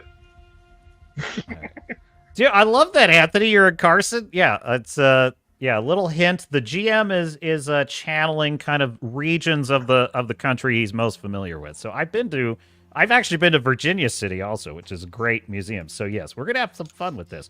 Okay, now as you're all sitting there working out kind of what you're gonna buy and working with Brooks, a woman approaches you, Sonny.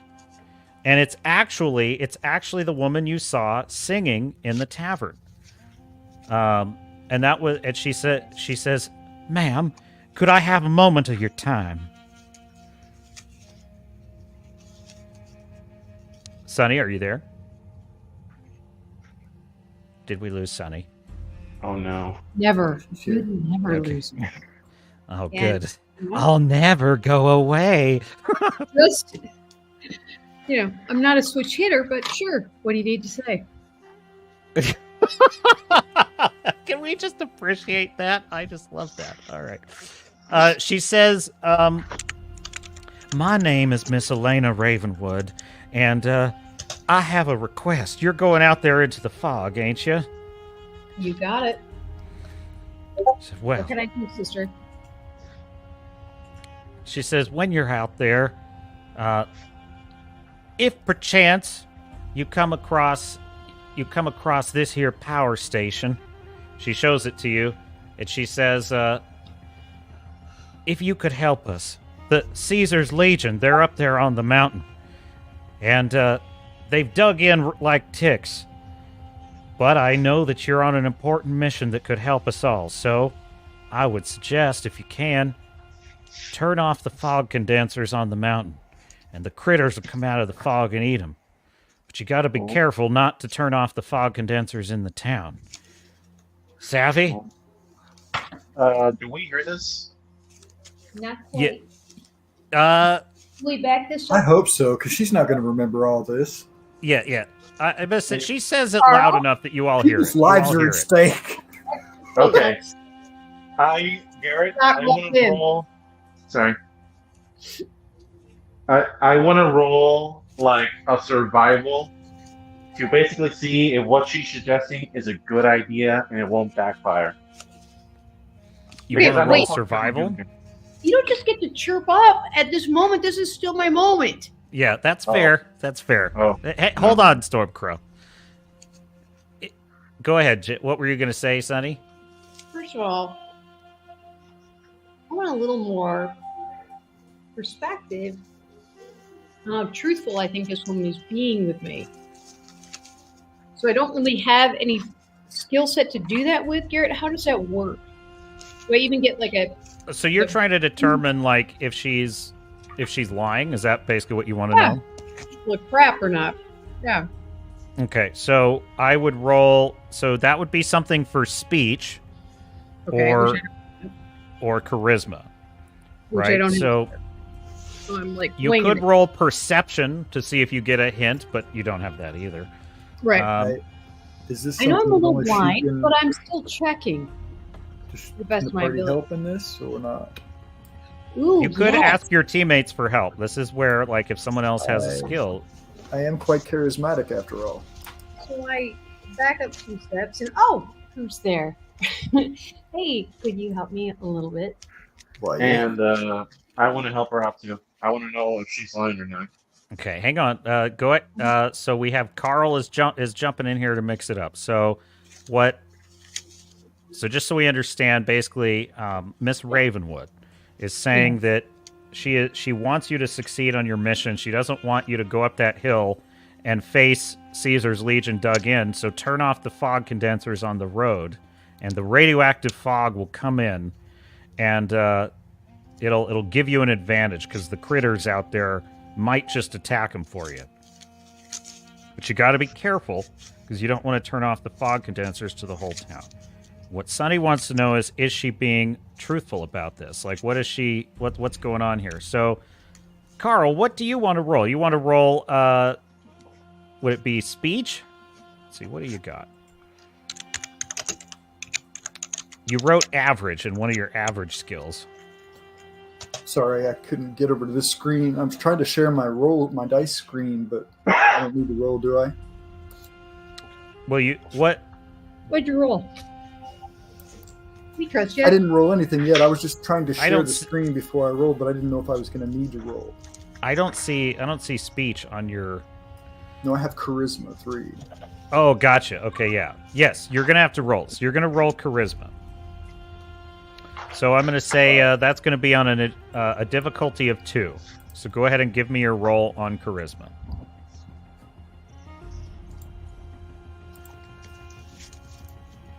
Okay, that's 2 pluses and 2 minuses. I didn't think there were minuses. I thought it was just blank and plus. No, there's pluses, minuses, and blanks. So minuses cancel out pluses. He's a 0. So I'm Okay. useless in this event. No. Sorry. No, let me show you. So what was your dice roll again? 2 minuses, 2 pluses. Okay. So 2 minuses, 2 pluses. That cancels out. So your dice roll is 0. So you are going to add that to your charisma, which is 3. So 3 plus 0, that's your roll, is 3. And the difficulty was a 2. Do you see how that works? Yeah. So you rolled a 3. So you actually succeeded by 1 shift. So I'm going to say that you actually did suss out that she seems to be telling you the truth. She seems pretty hateful towards the Caesar's Legion. She's got a scar on her face that her finger is sort of tracing along. You get the feeling that she hates Caesar's Legion and she wants him dead. So you believe her. And actually, that actually clues you in, Sonny, that you actually pick up on the fact that she just told you something no one else in the town would ever tell you, which is how to turn off the fog condensers, which could theoretically kill the town. So she'd rather Caesar's Legion die than than possibly... She's willing to risk the lives of the townspeople if it means killing Caesar's Legion. Or last resort. Yeah. So that's what you know. Now, right about that time, you hear the town bell ringing. And you hear people running, you hear people shouting, Caesar's Legion! They're coming! They're coming! And you see above you, or you hear somewhere out there in the fog, you hear the beating of rotor blades of vertibirds flying overhead. Whoops. Then William, you hear over the loud horn, you hear, attention, Attention all denizens of Far Harbor. We are Kesar's Legion. We know that you have 5 strangers among you. You either bring us their heads, or we'll come and get them. Surrender, or die. Well, William takes out both of his revolvers and says to Mr. Gutsy, "You ready to put those guns to work there, sir?" Major Guts pulls out his 10 millimeter pistol and pulls out his combat knife and says, "Better dead than red." Oh, God. Ravenwood says, "Hurry, you gotta get out of town. You've gotta get to the top of that mountain." Yeah. So I slip into the shadows and start heading that way. Yeah, let's make a break for it. yeah, so the town goes on high alert and starts arranging defenses, and you hear Ravenwood say, "The town will cover you. Your job is to get up to the top of that mountain. So you just better hurry. Remember what I told you about the fog condensers." Let's go, son. But I turned to them, "But we can't just leave him alone. This is Caesar's Legion."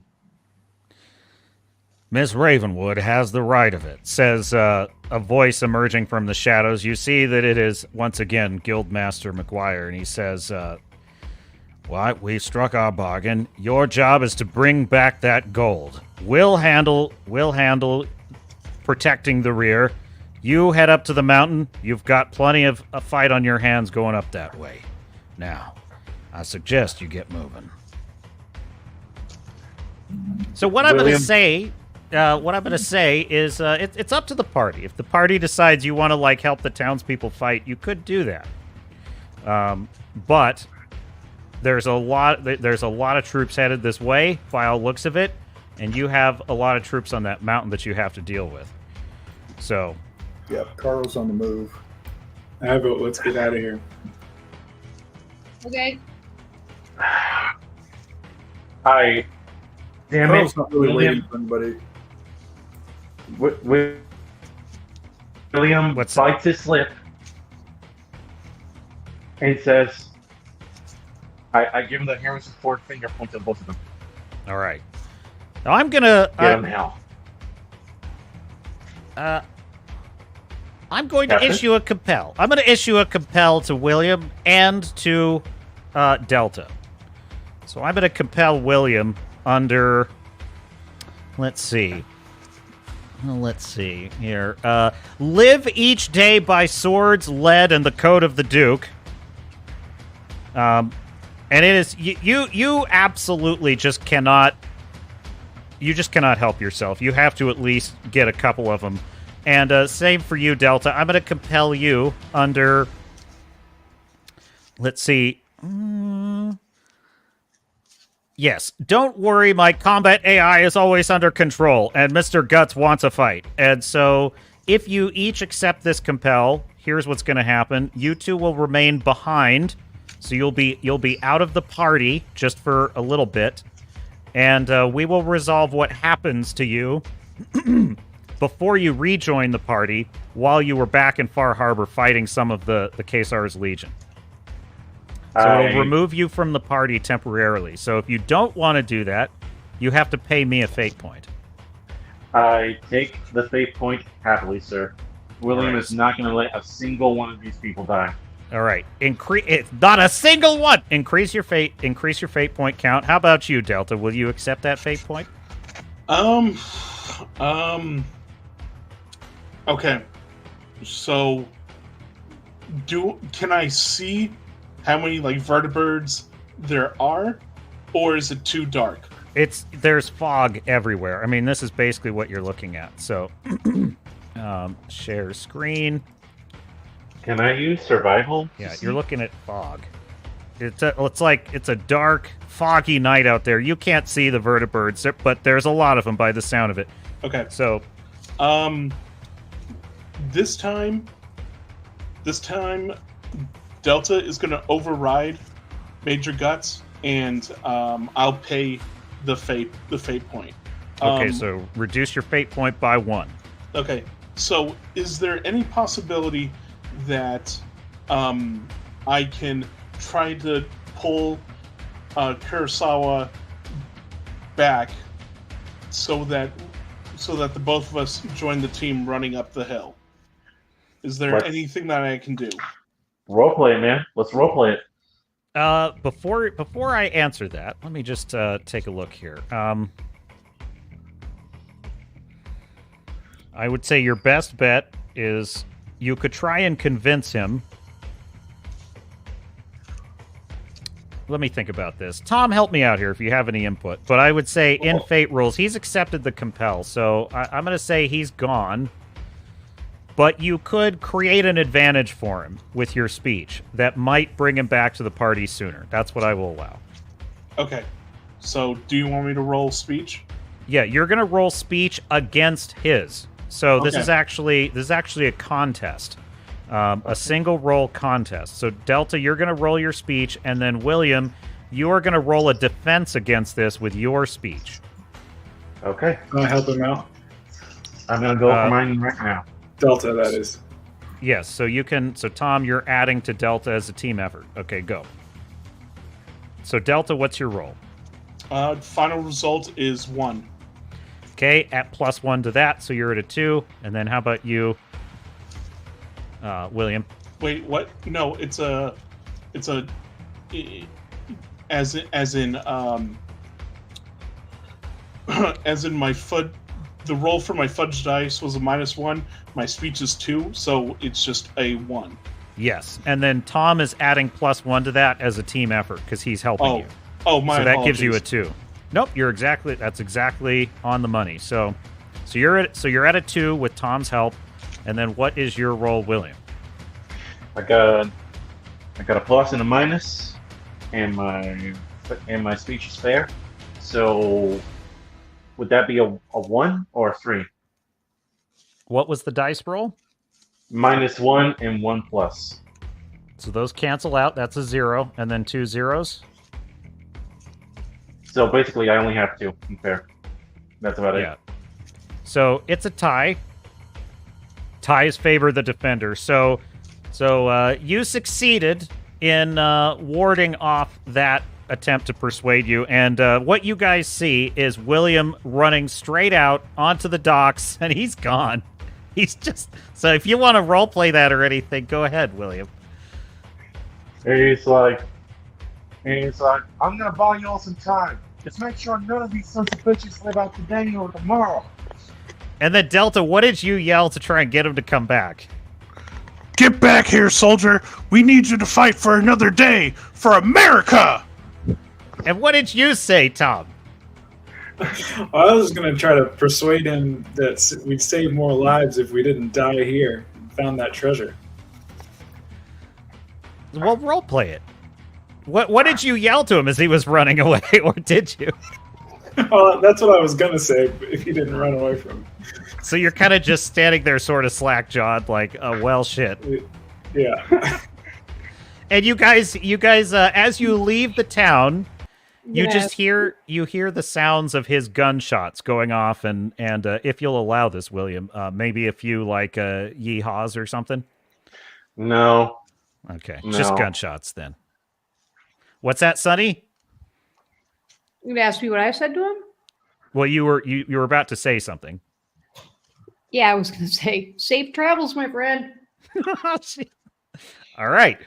So the rest of the you're temporarily out of the party there, William. So you're off doing your thing, and we'll resolve that soon.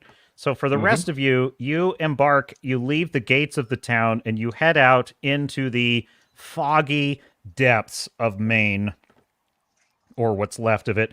Burnt out trees, long dead, just standing there in a gloomy fog. And so what you see is this kind of forest path stretching out before you. And you have a little bit of travel ahead of you. So basically what I'm going to say is you are on your way to the mountain that leads up to Arcadia. Arcadia is an old observatory where a bunch of synths live. And this is where this is apparently where you're going to be transported to the west, but that's all you know. And there are some Khazar's Legion's troops on the mountain path you're going to have to watch out for. So my question is, do you want to go straight to the mountain path, or do you want to try and find that power station that Ravenwood told you about? Power station. Power station. Power station. All right.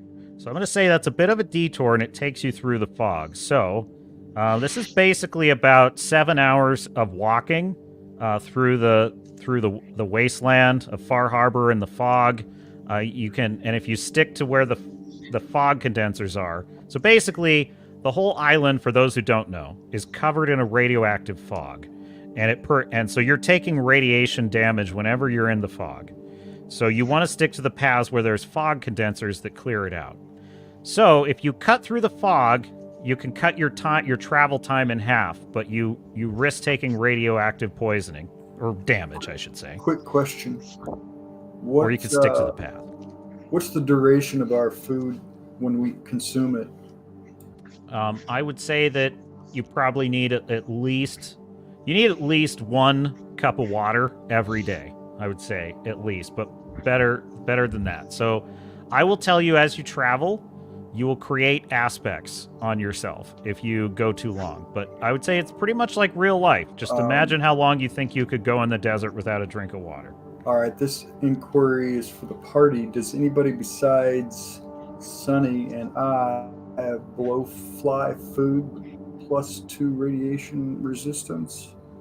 I mean, I'm a robot, so radiation doesn't really affect Obviously, you're excluded from this inquiry. Oh, I'm sorry. I didn't mean to. Well, that could be useful. Could be useful to have a robot with you that's a synth that's immune. Well, he's going to have more useful things than that, I'm sure. But for now, does anybody else have that? Because that could determine whether or not we go through there. What was it you're asking that we have? Blowfly food. It gives you some radiation resistance. Oh, no, I don't have any of that. Here's what I think, Okay. Carl. I think we send the robot, have him go shut everything off, and then, send off a flare or something to let That's us 7 hours away, right? We don't want to send him 7 hours Well, away. here's by what I would himself. say is it's 7 hours it's 6 hours travel to the mountain, and it's an extra hour out of your way to go find the power station. So if you send him, Yeah. No, let's just go for the power station, guys. No. Agreed. I mean, I could probably sprint to it and cut down some of that time. I wouldn't like. so scout ahead, you're saying? Yeah, Yeah. I don't know that. Give him a chance. You can do it. Also, I mean, there might be. Well, never mind. Oh, there might be Look out. creatures of the night. Look out for Death Claws, man. You never know. I just like the idea of having a scout that we can send out into the radiation if we have a reason. I just can't think of a good reason right now. That is a freaking good reason. 1 hour away is not that far, my friend. Well, You you go want to shut send this him by off? himself? This is a While we group hanging thing. out. We just keep Talking about, wait a minute. No. It's not a puppy. He's a robot. What Wait do a you minute, think maybe I'm about this, confused Delta? about- Well, I could go by my lonesome. If I sprint there, I could probably cut down some of that time, probably even by like 20 minutes. Is it 1 hour round trip or just one? You by yourself going through the fog, you could get there 40 minutes round trip, because you could sprint there in 20 and come back in 20. Oh, so he's going to Okay. go shut up. Yeah, and this is about at the halfway point of your journey to the mountain. So basically it'll cut time off of your trip for everyone. Delta just explains to everyone, look, I can do this. I have enough technical know-how, and the radiation isn't going to hurt me. All right. If everyone's good with that, then that's what we'll go with. I say you're Okay. a good teammate and a good friend. Well, I left Kurosawa, but I mean, I tried. We're okay with that. Well, plus, doesn't that give us time to kind of wait for him here? Yeah. And who knows what kind of mischief we'll get up to. I mean, not on purpose, but we will wait. Well, there is one thing I would like to ask before venturing out. Do you have any type of flare gun or anything, just in case I get attacked? You could send a distress call with the radio on your Pip-Boy, so everyone could just be listening for your distress then, call. Oh yeah, Then I'll just I have use a that. Pip-Boy. All I right. didn't know I had a Pip-Boy. You all have Pip-Boys. Everyone has Ooh. a Pip-Boy. Okay. So we can talk to each other on the radio. Yes, Then another- yes. If you're in radio range and there's no interference, you can reach each other over radio. Okay. Well, does the fog create interference? It might if there's enough radiation. Well then. All right. So Delta moves out. All right. So Delta, you can do it.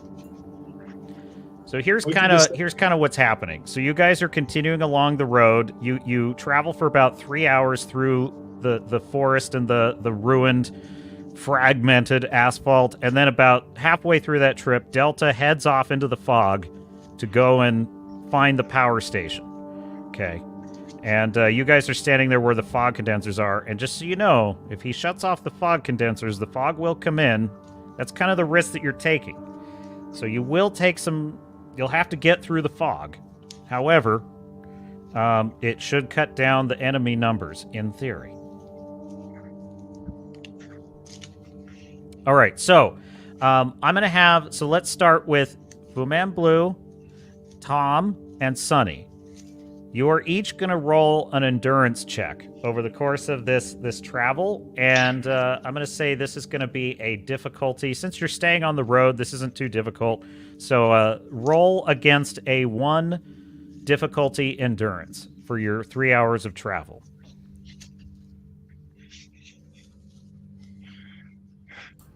Okay, I'll go. I got a blank and 3 minuses, and I have 4 endurance. Okay, so blank and 3 minuses equals what? I don't know. It's -3. So a blank and 3 minuses. That's 0, and then -1, -1, -1. So that's -3. Oh. So your roll, add that to your skill, that puts you at a 0. So your roll was a 0. Does that make sense? Well, he I said thought it his would be a endurance 1. was 4, right? Yeah. Oh, your endurance is a 4. I'm sorry. I thought you said thought it was a 3. 3's Never mind. charisma. Yeah. So you're correct. So you're at 1 shift. So I'm actually going to say that you barely endure the fog, but I'm going to add a temporary aspect on you, Fu Man Blue, which is you're feeling a little queasy, but you take no damage. So go ahead and write that down. So I'm going to put in the private chat. Feeling Fu Man. Actually, I'll just put it in the chat. Fu Man Blue aspect. What about? Little peek behind the curtain here. I'm literally imagining myself cutting people down and Trying to find my gunslinging while I wait my turn. So character, so I can find out if my aspects would be of any use here. So your aspects. So if you want to invoke an aspect for your role, I would suggest staying on your toes every minute takes a toll on a man. I'd say that's a good one to invoke because you're used to staying on your toes and really staying alert, which helps you avoid some danger. So if you want to invoke that, you have 2 options. You can add +2 to your roll, which would make it a success. So you probably just want to do that. But you can also re-roll. And usually if you get a lot of negatives, a re-roll can be good. But I would advise you to just add the +2 because that would make you succeed just barely. Okay, go ahead and do that. Okay, so reduce your fate points by 1, and you now you've succeeded. So you're doing good on the road. Okay, your roll, Wales. I rolled a 1, so I'm feeling a little queasy too. All right, so Tom feeling a little queasy. It's going around. How about you, Sonny?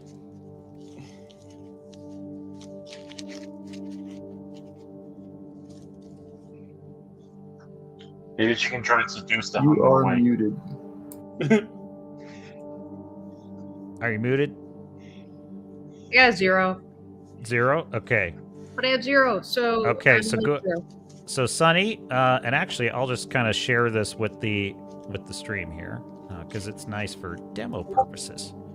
Share screen.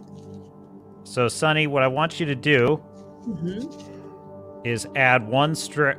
So you just took 1 radiation damage. Okay.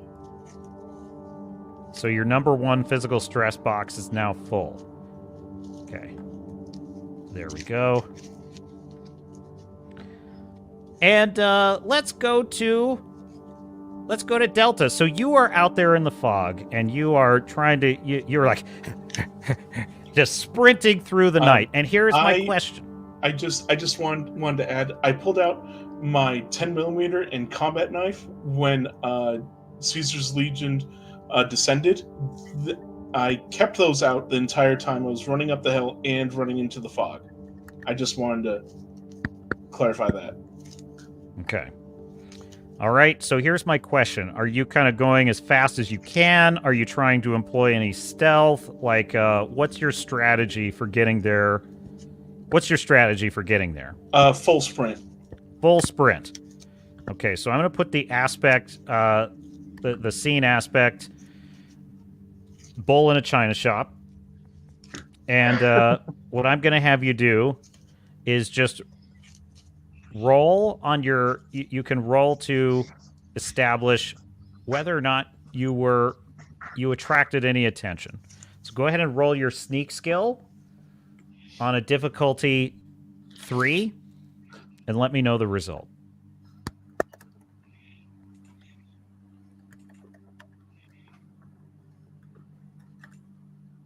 0. 0. Okay, so you failed by 3 shifts. And I am going to invoke that aspect against you like a bull in a china shop and increase that to 5 shifts.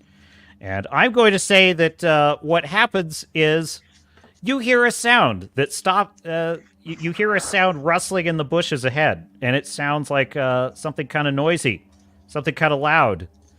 What do you want to do? Run past it. Okay. So you decide to run past it. And that's a really bad idea. Because bursting out of the bushes is a group of 3 angry mirelurks. And if you don't know, a mirelurk, let me show you what that looks like. Hang on. No. I gotta pull up my map here. I totally forgot to get this. Hang on. Mission Rondo, files. please don't die. This is gonna be fun. It's okay, Rondo. Take one for the team. Thanks. Die in the I can't- first episode for no That reason. was so shit bad. I can't help it. I Some can't believe it. survivor up in this bitch. Somebody's got to go. No, fuck. You know, Rondo, prove him wrong. Take care of these bitches. Okay. All right. I'm about to share my screen.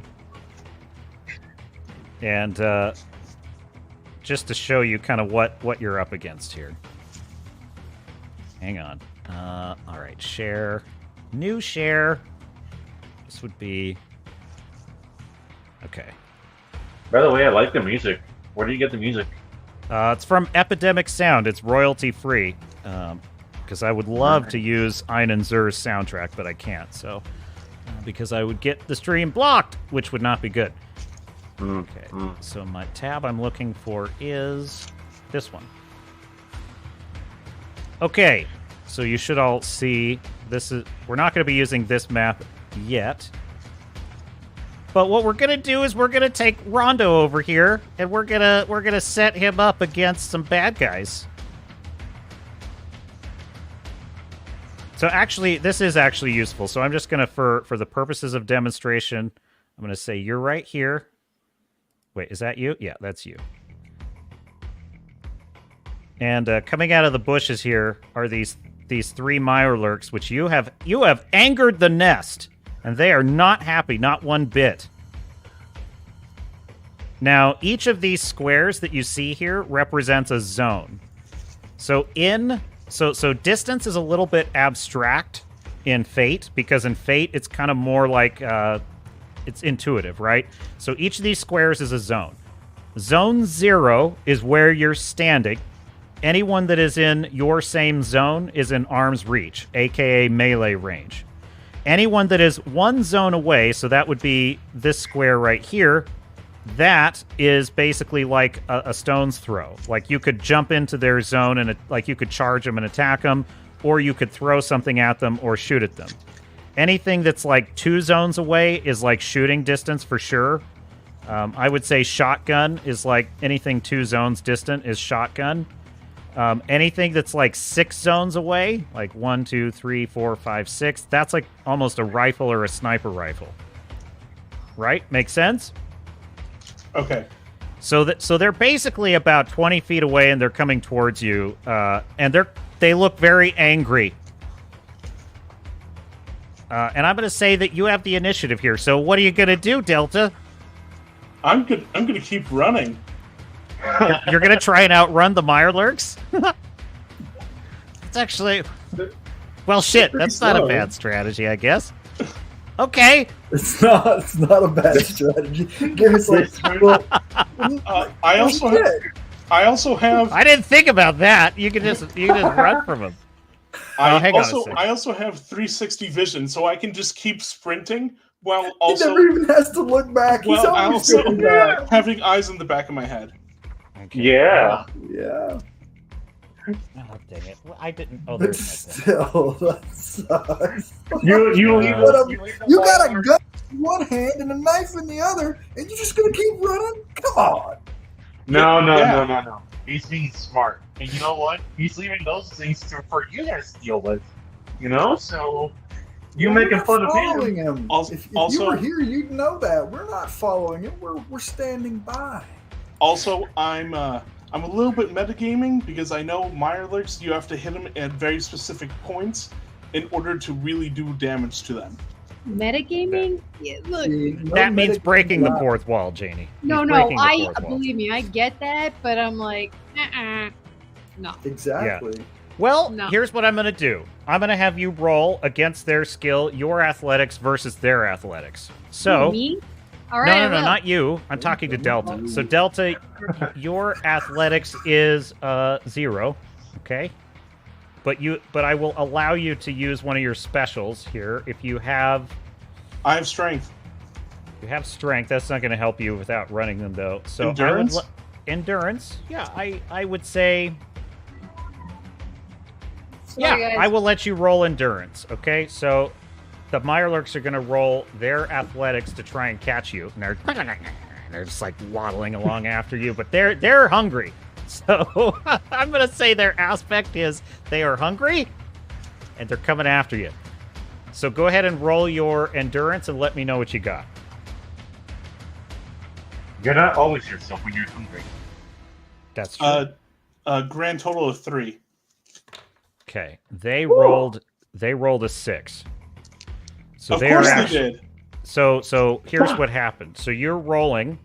I'm sorry, you're running as fat. You're running, but your servos are starting to get exhausted and tiring out, and they are slowly but surely gaining on you over the course of about 20 minutes.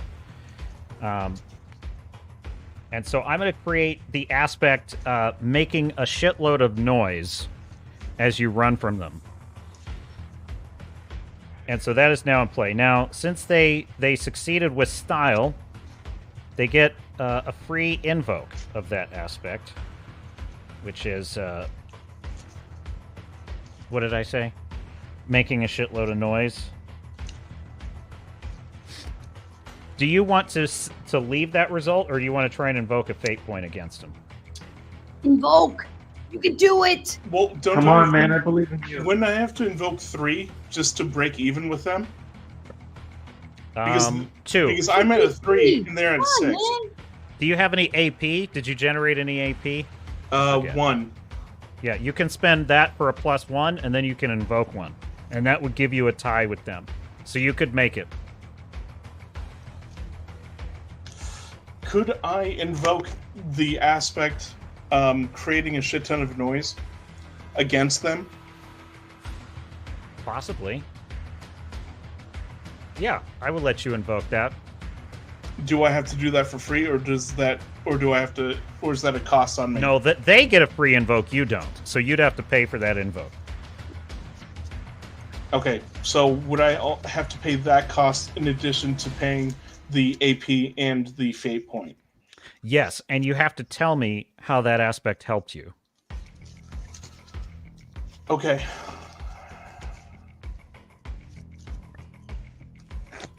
The GM is feeling generous, so I will give you a narrative reason for free. But going forward, if you can't tell me, then you won't be able to use the aspect. No. I got it. So I will use the two fate points and 1 AP to not only break even with them, but also invoke the making shit ton of noise aspect against them. They're making so much noise that it is also attracting additional wildlife in addition to Kaisar's Legion. I will agree that it has attracted the notice of another creature. And so bursting out of another bush is a gulper, which is a big toad-like creature, and it comes charging at them. And because you were kind of banking on this, you managed to sidestep the gulper, and it attacks the Mirelurks, and they start attacking each other. So you just barely made it. And you hear the sounds of like shearing, rending claws and all kinds of shit going down. And it's bad. It's very bad for the Mirelurks. But you're there. So you come upon, now that you are in, you've reached this little station. It's a little power station. Kind of, there's a bunch of destroyed houses near it, a bunch of junk and debris. And there's like this little concrete bunker, and you can see the faint glow that you get behind the fence and close it behind you. And you can see inside there's the glow of an old computer still running on a nuclear battery for all these hundreds of years. And you see that there is a power line connecting to the nearby fog condensers. So you know that this is what's powering the network on the island.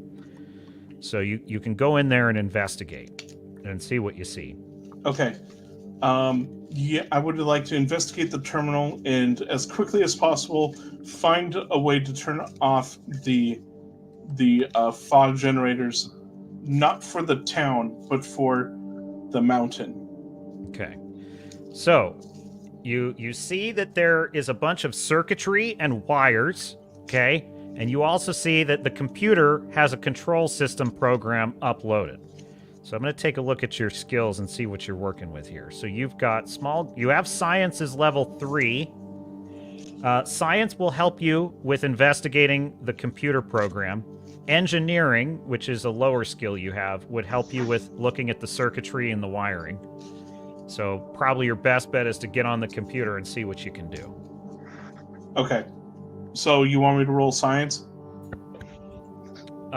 So just so I'm clear, your goal is to shut off the fog condensers for the mountain, but not the road that your companions are on and not the town of Far Harbor, correct? Oh, no, everything but Far Harbor. Everything but Far Harbor. Oh, so Okay. you're trying to kill us? Is that what you're saying? It won't kill you, but you may take some you may get a little sick. And you might get attacked. Just to clarify, and you might die. No, just the mountain. Just the mountain. I'm sorry. I'm sorry. What's your question, Tom? The fog condensers are making the fog, right? No, they're getting rid of the fog. So the minute they go offline, the fog comes back in. And the creatures are attracted to the fog, so that's why it's bad for anyone in the fog. Okay. And I wanted to say, like, when Delta was making all that noise, I wanted to radio him on my Pip-Boy and ask him if he was okay, if he needs backup.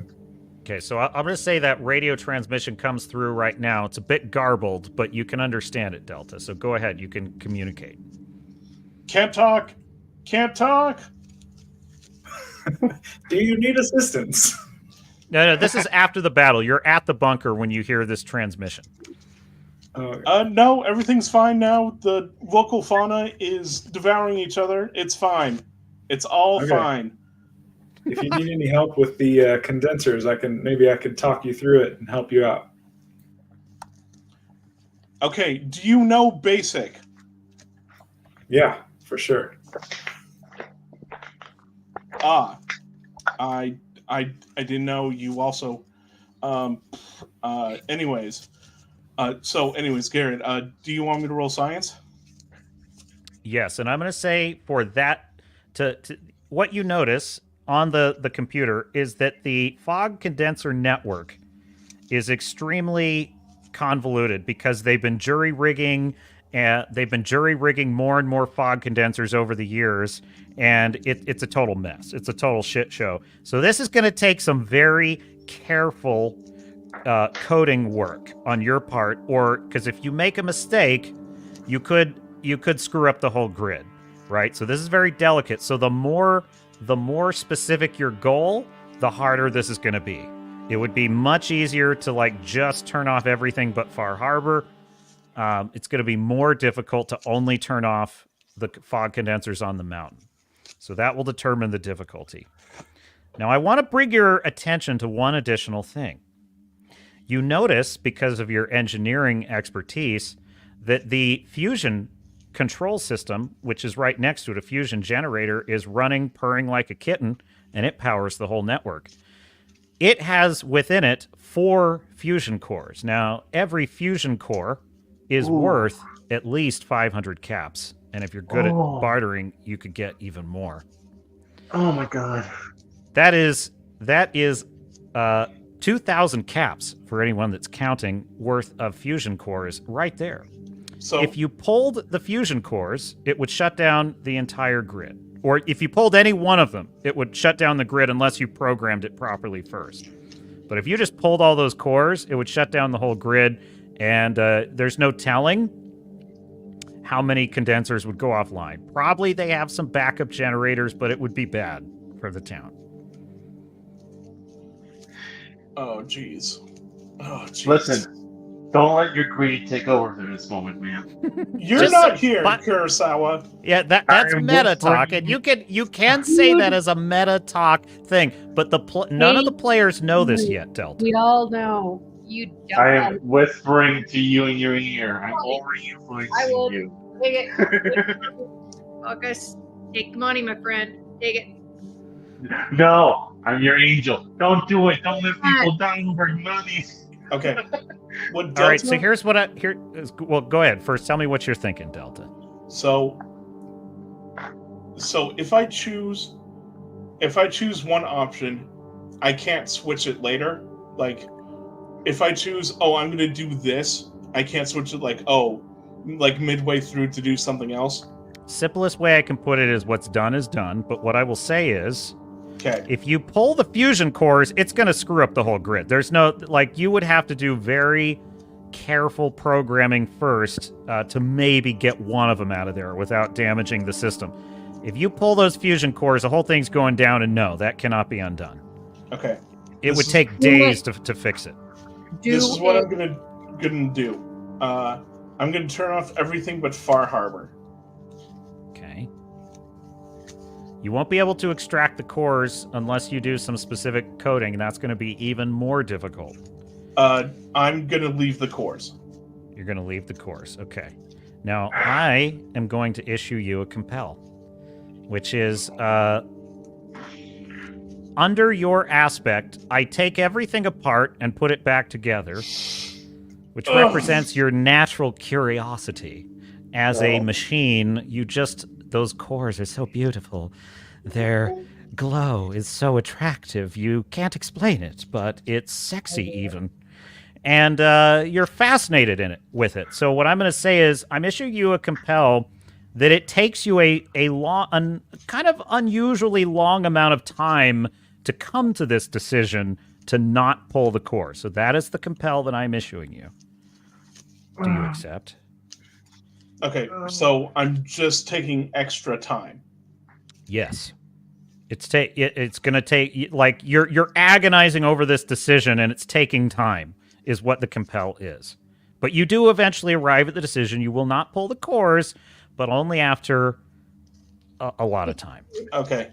I will accept the compel. Okay, add a fate point to your pile. Now, returning to the other party, I'm going to say that you guys are sitting out there on the road, and a lot of time is going by, and you're starting to get nervous. Like, what the hell is he doing? And so I'm going to put it to you about what you would like to do in this situation, Okay. or if anything. Well, so he's a 40-minute run from us, so we can't really do Yeah, anything and like that. it's actually been an hour and 40 minutes. Okay, yeah. I mean, what do you guys It think? took me an hour? Yes, you have no, but you don't know this, Delta. You have no concept of the time you've spent staring at those cores. Shit. Are there any places to scavenge while we're waiting? Yes, actually. So you could. I'm going to say that you're on a road. You're kind of in between what used to be the remains of like a little cluster of like gas stations and a little diner. There's probably not a lot of junk left in an area that's close to the road. If you want to journey farther from the road, but risk some radiation, you might find something better. So what I'm going to say is, unless you forage farther in this time, the difficulty of your scavenge will be a difficulty 4 Okay. to see what I'm you not get. going to do that because we just set out and I have plenty of food. So You can make it a team effort, by the way. You share in the rewards or the punishment. Did I say punishment? I meant results. well, We could do some close range scavenging. I think that would be okay. Yeah. So the skill that you would use for scavenging, Is that survival? yes, survival would be scavenging, but then also perception. I would allow perception. Investigate is also a skill you can use for scavenging.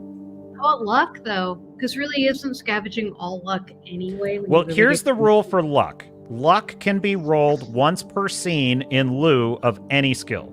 Any This skill. is a new scene, right? Yeah, so yeah, nobody's done that. So yeah, you could roll luck if you want. I think we should scavenge the hell out of this place, guys. What do you think? Yeah, give it a go. I have Right. 3 survivals, so I mean, we could. Yeah, All I right, got two so made it you sound can like there each was- roll separately, or you can do it as a team effort. I say It's up to you let's go team with Sunny's luck. Yeah, yeah. Okay, so Sonny, you're rolling luck, and then Wales and Carl, you're going to be adding each of you +1 to her roll. So go ahead, Okay. Sonny, and you're rolling on a difficult. How far are you going to scavenge? Close, medium distance, or far? What do you guys think? Medium or far? What are the time Close, requirements just for those 3? I'm just going to say all this happens within an hour and 40 minutes. The only question is how risky it was. Well, let's go Yeah, far. close. Copy. No, far will give us radiation. Like the farther we go, the longer we're out there, and the more radiation we get. So Yeah, let's but I go don't think close. Garrett's like totally on par with hitting us how much radiation we could get. Who, me? No, I would never. He's being a gentle soul this time. I think we should just like roll with it on the first thing. This might be a fast thing for us. No, let's go close. Not risk it. Oh my god, you're such a baby. So the farther you Well, go, the lower the difficulty on the test. That's Close the makes only. more Hard. sense. Close makes more Garrett's sense since been- we just left the Yeah. resupply No. store. Come on, guys, let her go. She's a grown woman. She can make her own decisions. And All right, that. Sonny, what's it? You're leading this team effort, so I will let you make the call. And you guys, if you don't want to help her, you Yeah, can it's gotta be duck her out. call. Okay, far, and I'm clicking. All right, so I'm going to say this is a difficulty 2. Oh, Okay. I got a -1. All right, but your luck is 6, right? If I recall. Yes, Yeah. that's correct. So your roll is a 5, and you're going to add 2 points to that, so you're at a 7. Difficulty was 2, Oh, we're and you succeeded with style. So you're going to create the aspect.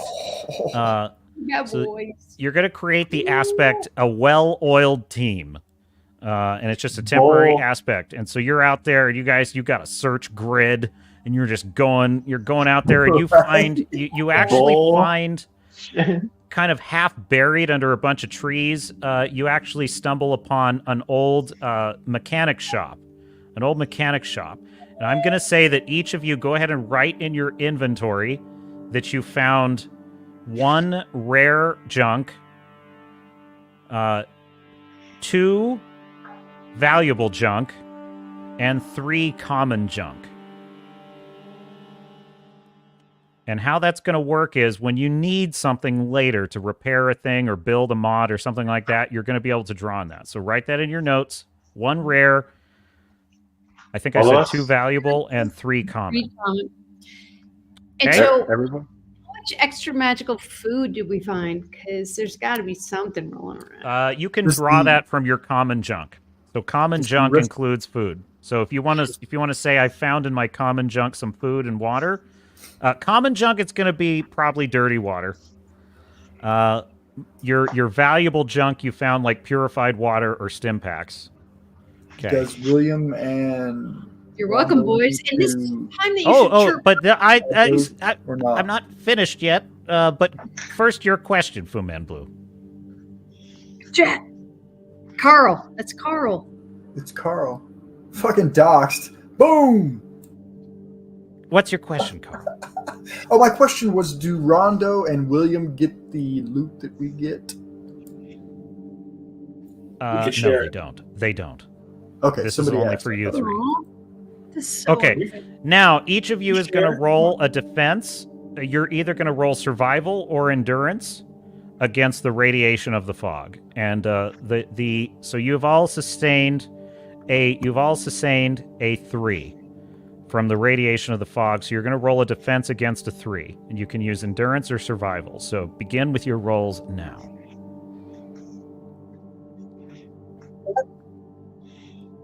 I got a +1. And I'm Okay. using survival, which I'm at a 2. So remember, if you can, I know it's okay, it'll take time, but just get used to giving me just the final result, right? So add the dice Right, with I your want to, skill. but I kind of think I changed these the last time before I submitted this. So I think the one I have is not the most current. I could be wrong though. So I'm a little confused. That's why I've just been throwing the. All right, the Sonny, rolls what at you rolled on survival, correct? I rolled a survival, I got a +1. Okay, you have your skill level is 2 in survival. Is that what you have? Because that's what I have. Yeah, I'm Okay, not and sure you. the latest submission though. Okay, but yes. No, this is the latest I have because we worked this out. So you Okay. have you rolled a 1 on the dice. You said. Yep. Okay, so you're at a 3. So you just barely succeeded. So you take no damage. All right. Okay. Now you, Carl, what'd you roll? All right, guys, give me a minute. Take your time with this. I need to handle a call. Okay. Okay. Be right back. Yep. Carl? Oh, I'm confused about what a minus and a blank is. Okay, so yeah, let me share my screen real quick. Hang on 1 second. I had a grasp on that, and now I've forgotten. No, it's Oh, cool. Lord. Believe me, like once you get this, like if we were playing Dungeons and Dragons, I'd be explaining D20s and D8s and all kinds of different dice. There's only one dice we use in this, so once you get it, you'll be chill. So this is fate dice. There's only 3 possible faces that you have: a plus, a minus, or a blank. Okay? A blank is 0. A plus is +1. A minus is -1. And it's basically just addition, right? So you're just going to add the sum of these results. So in Then this example, it's 1 + 1 - 1, 0. So it's a +1. Make sense? Yeah, I got the exact same thing except a -1. I got 2 Yeah. minuses and a plus and a blank, so it's Gotcha. a -1. And I have 4 endurance. Yeah, so if I roll this, like, yeah, so that's a minus and a plus. That cancels out. And then 2 Yep, zeros, I've so I got it rolled now. a 0. I just Cool. needed a refresher. Perfect. So what's your final roll? It is a -1 with 4 endurance. Okay, so the final roll is actually a 3.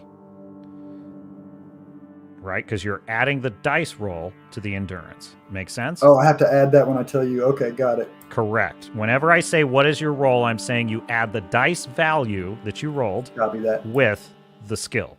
Okay? So your final roll is a 3, which means you succeeded and you did not take damage. And what is your roll, Wales?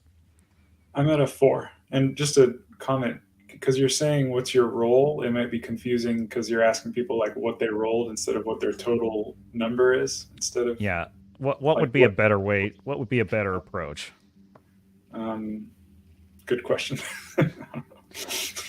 Believe me, I understand. I'm trying not to confuse it because I know that can be. I'm Well, just we trying know to he get us doesn't in the want to know habit. the role. We can use role. We know you don't want to know the actual role. What's the outcome? That's what you mean when you say enough. role. That's sufficient.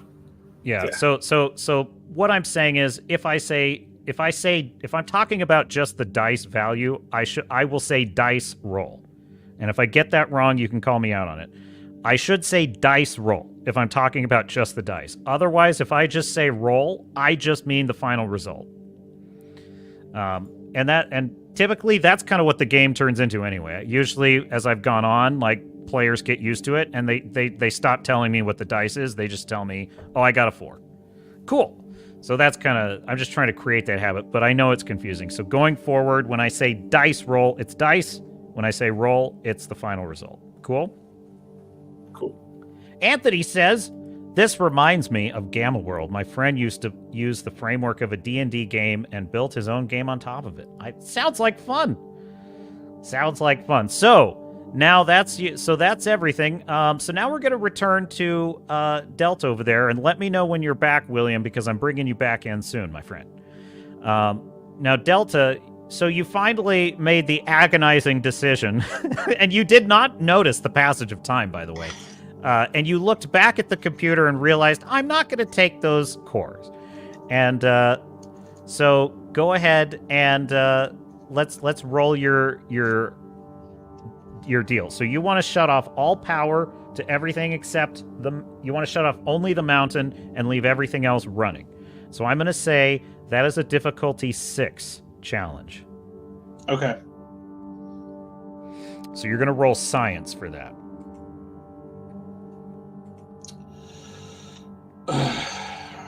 I think I'm going to start using regular dice.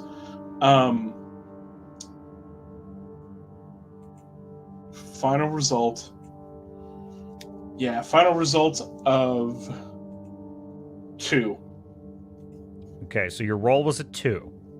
All right, so you failed by 4 shifts. Now, if your dice roll was a lot of negatives, you might consider invoking an aspect to re-roll it. So I will leave it up to you. You can invoke some aspects if you want, or you can accept that result. And I'm going to say that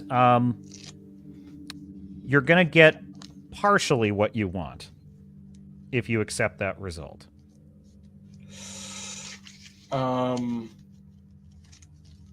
So what aspect would I invoke to re-roll it? Good question. So what you're always looking for with that I put everything back together? Yeah, I would say that I take everything apart and put it back together. That describes your character's like natural curiosity about machines and stuff like that. And then I would also say you might consider invoking humans. What perfect creatures, if only culled of commies, warlords, brigands, and other such vile malefactors, because that aspect, I would argue, describes your character's desire not to imperil the humans in Far Harbor. So you could invoke those two at the cost of 2 fate points. But that would get you at a tie, so you would just kind of barely succeed. I'll do it because I don't want to kill Far Harbor. I don't know if I can live with that on my conscience. Yeah, I'm going to say you succeed at a small cost, which is that you managed to shut down the fog condensers on the mountain. You managed to keep the fog condensers running at Far Harbor.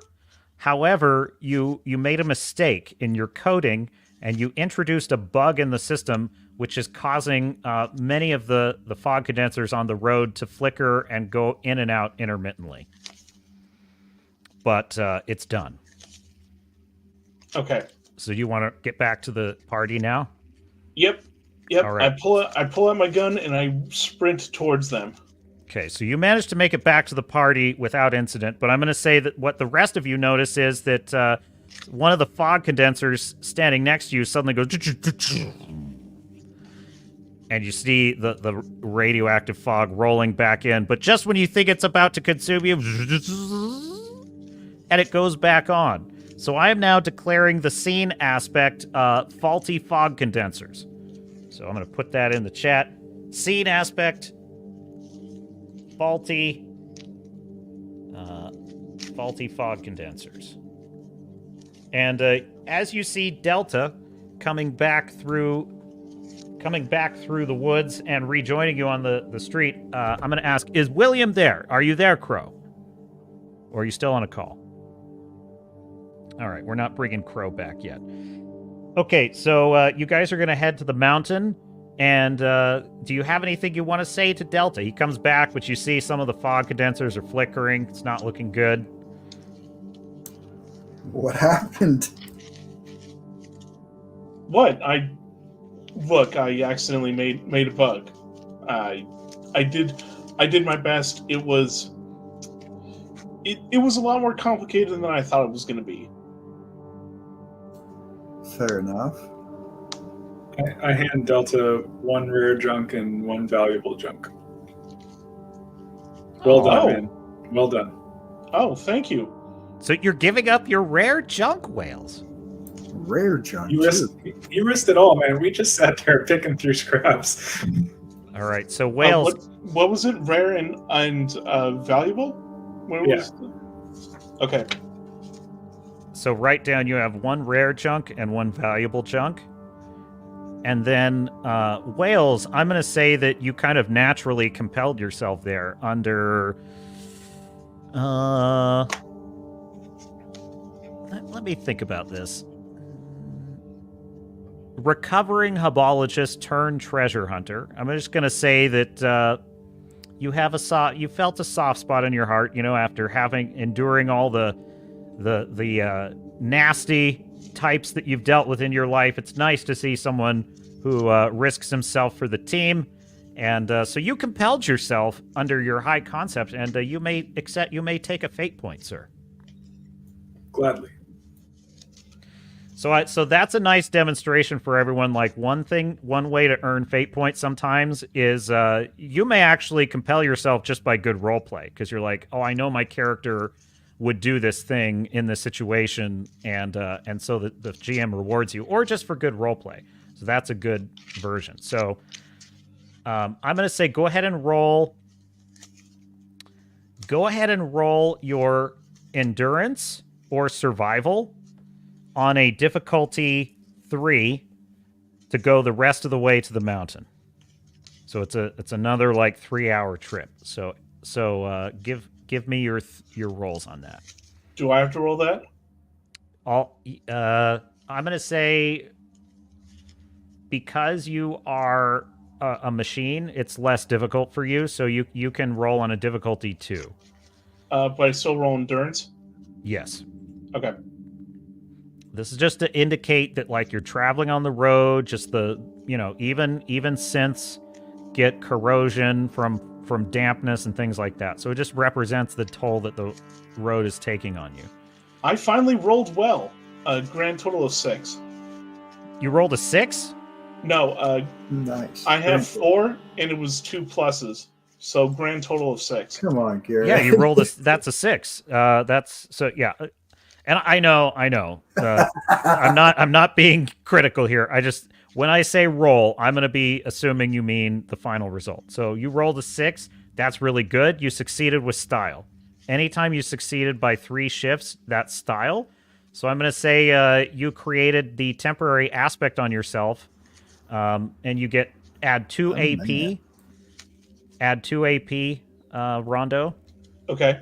And you created the temporary aspect on yourself, which is, I feel great, fellas. Nice. AP is different from fate points, correct? Yes, those are action points. Action points, yeah. And those are just kind of those... they're temporary. They go away quickly, and they're mostly for like in the moment kind of stuff. Okay. Haven't you guys ever played any turn-based video games? No, I just wanted clarification there. Yeah. All right. Fu Man Blue, what was your roll? Oh, just a second. I didn't know I was rolling. I was distracted Okay. by somebody. Go ahead and roll. Sonny, Hang on, here you go. I'll go ahead and get her. Sonny, what was your roll on either endurance or survival? We lost Sonny. Or she's muted. Mic that up. Sonny. She's gone. She's muted. I got. What was the? I'm sorry. What was the difficulty 3? Sorry, my dudes. What skill am I supposed to be using? I got distracted there. I'm 2. You're gonna roll either survival or endurance. +2. My final is 4. Okay, so you succeeded. You're good, Sonny. +2. Okay, so you. 4, shit, that's 5, right? No, 4. I'm 4. Yeah, there you go. So your final result was a 4. Yes, sir. Okay, you succeeded. Wales, what was your roll? 1.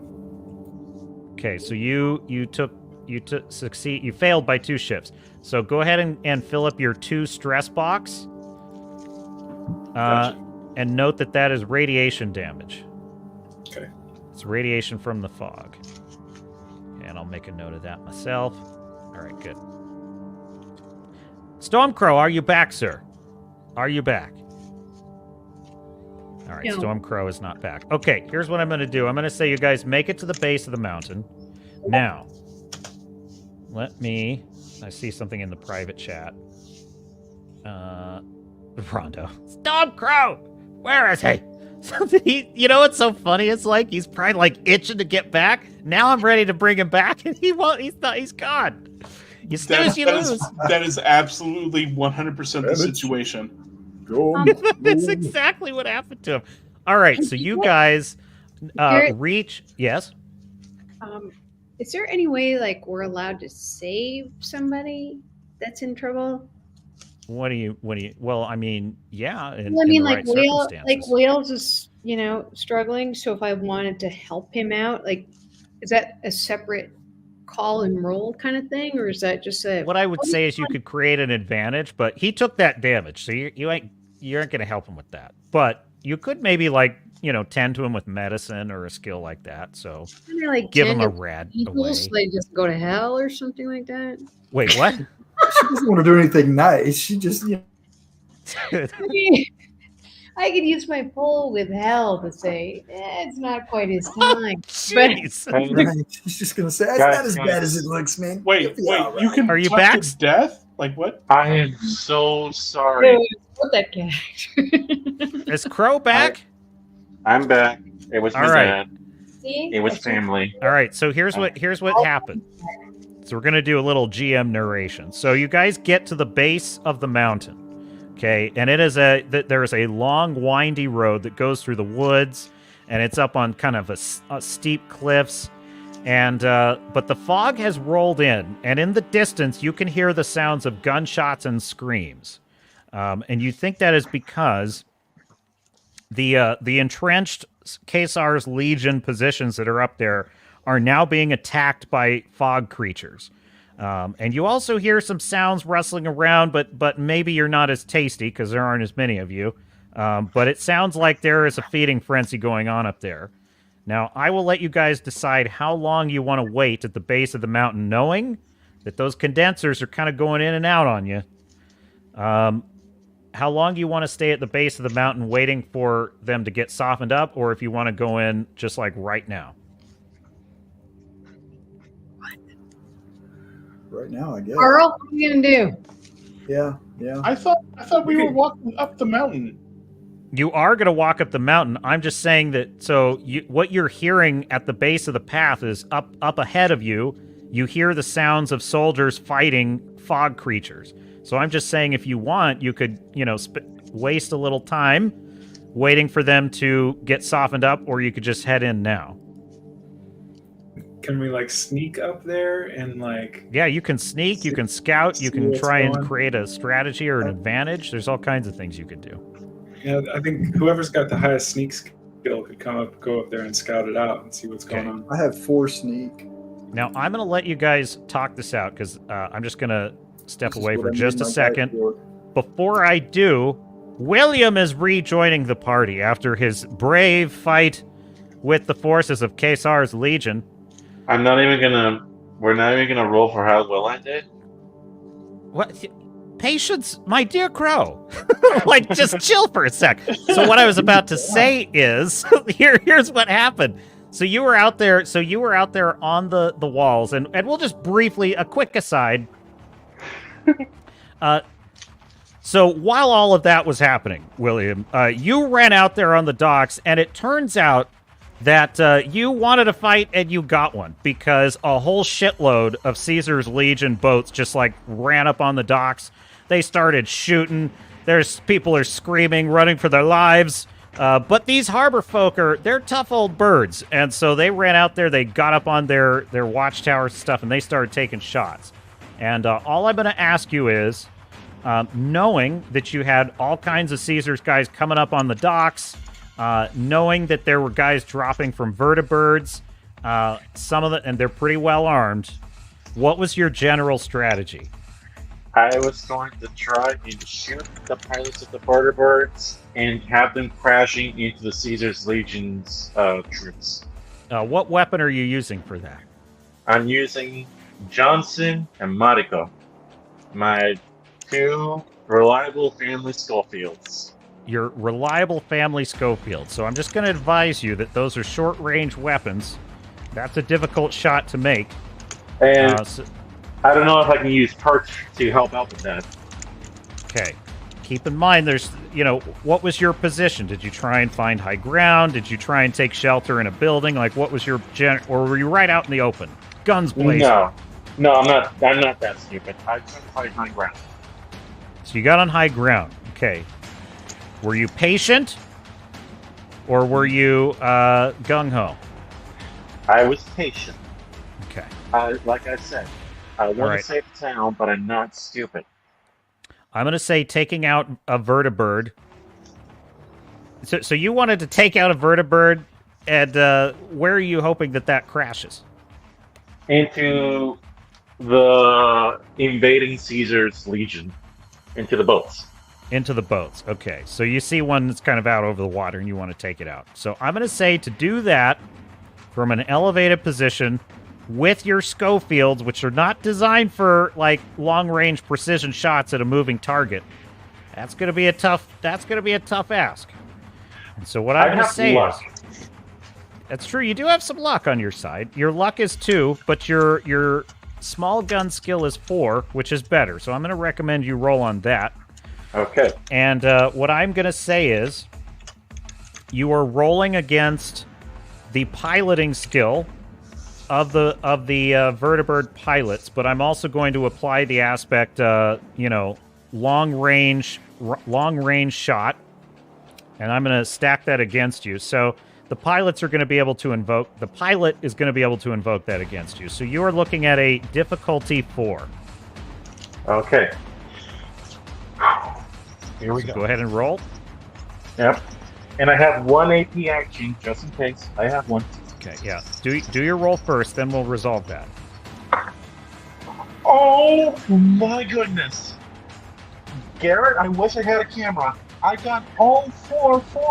I got all pluses. All right. I wish I had a camera too, but I believe you, Crow. That means you just rolled an 8. Okay, so I'm gonna invoke. So they're gonna invoke the aspect moving target or long range shot. So that's gonna add +2. So they're at a -2 shifts, and I am going to compel one of your aspects, which is let's see. Live each day by swords, lead, and the code of the Duke, which is you just your head is swimming with these old videos you see on like old TVs that are still running reruns of John Wayne, and you just imagine how he made those amazing and you're just caught up in the moment, and it causes you to be just a little more reckless. So that's going to reduce your roll by 2 if you accept this compel. Do you accept, or will you pay me a fate point to resist? Oh God. Like, what is the consequence if I do this? You're going to succeed, but at a small cost. And you will earn a fate point. And fate points are really important, aren't they? They're valuable. God. Unvaluable. Hang on. You know what? While you're making that decision, hurry, Crow. What will you do? Okay. Damn it. No. Just give me that fate point. Yeah, no. I wouldn't. I leave for the code. I do it. I get the fate point. Give me the fate point. All right. So increase your fate point by 1, and so you roll a 6, and they roll a 6, which means you actually succeed at a small cost, which is that vertibird. She goes down, but she goes down right into like one of the houses. It looks like fortunately no one was there, but it starts a big fire. But it does kill a bunch of the Khazar's guys. And then you hear the constable yell up at you, "What the hell are you doing? Get down from there! You're gonna burn the whole town down!"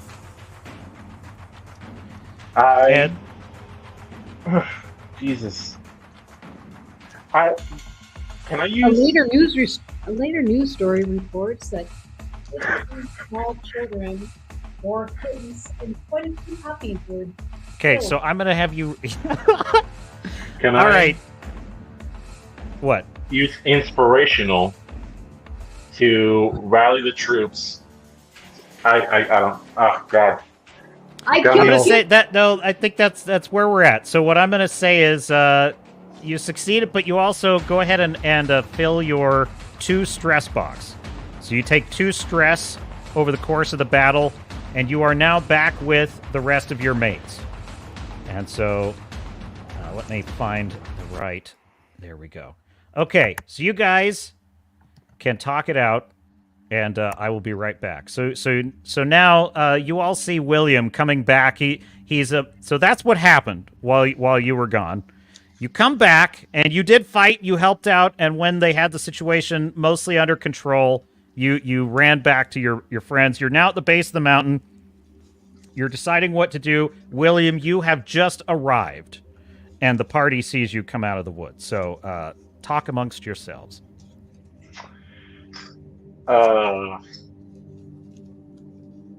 Howdy, partners. 20 What's going on? I'm not. I knew you'd fight to see. I knew you would survive, soldier.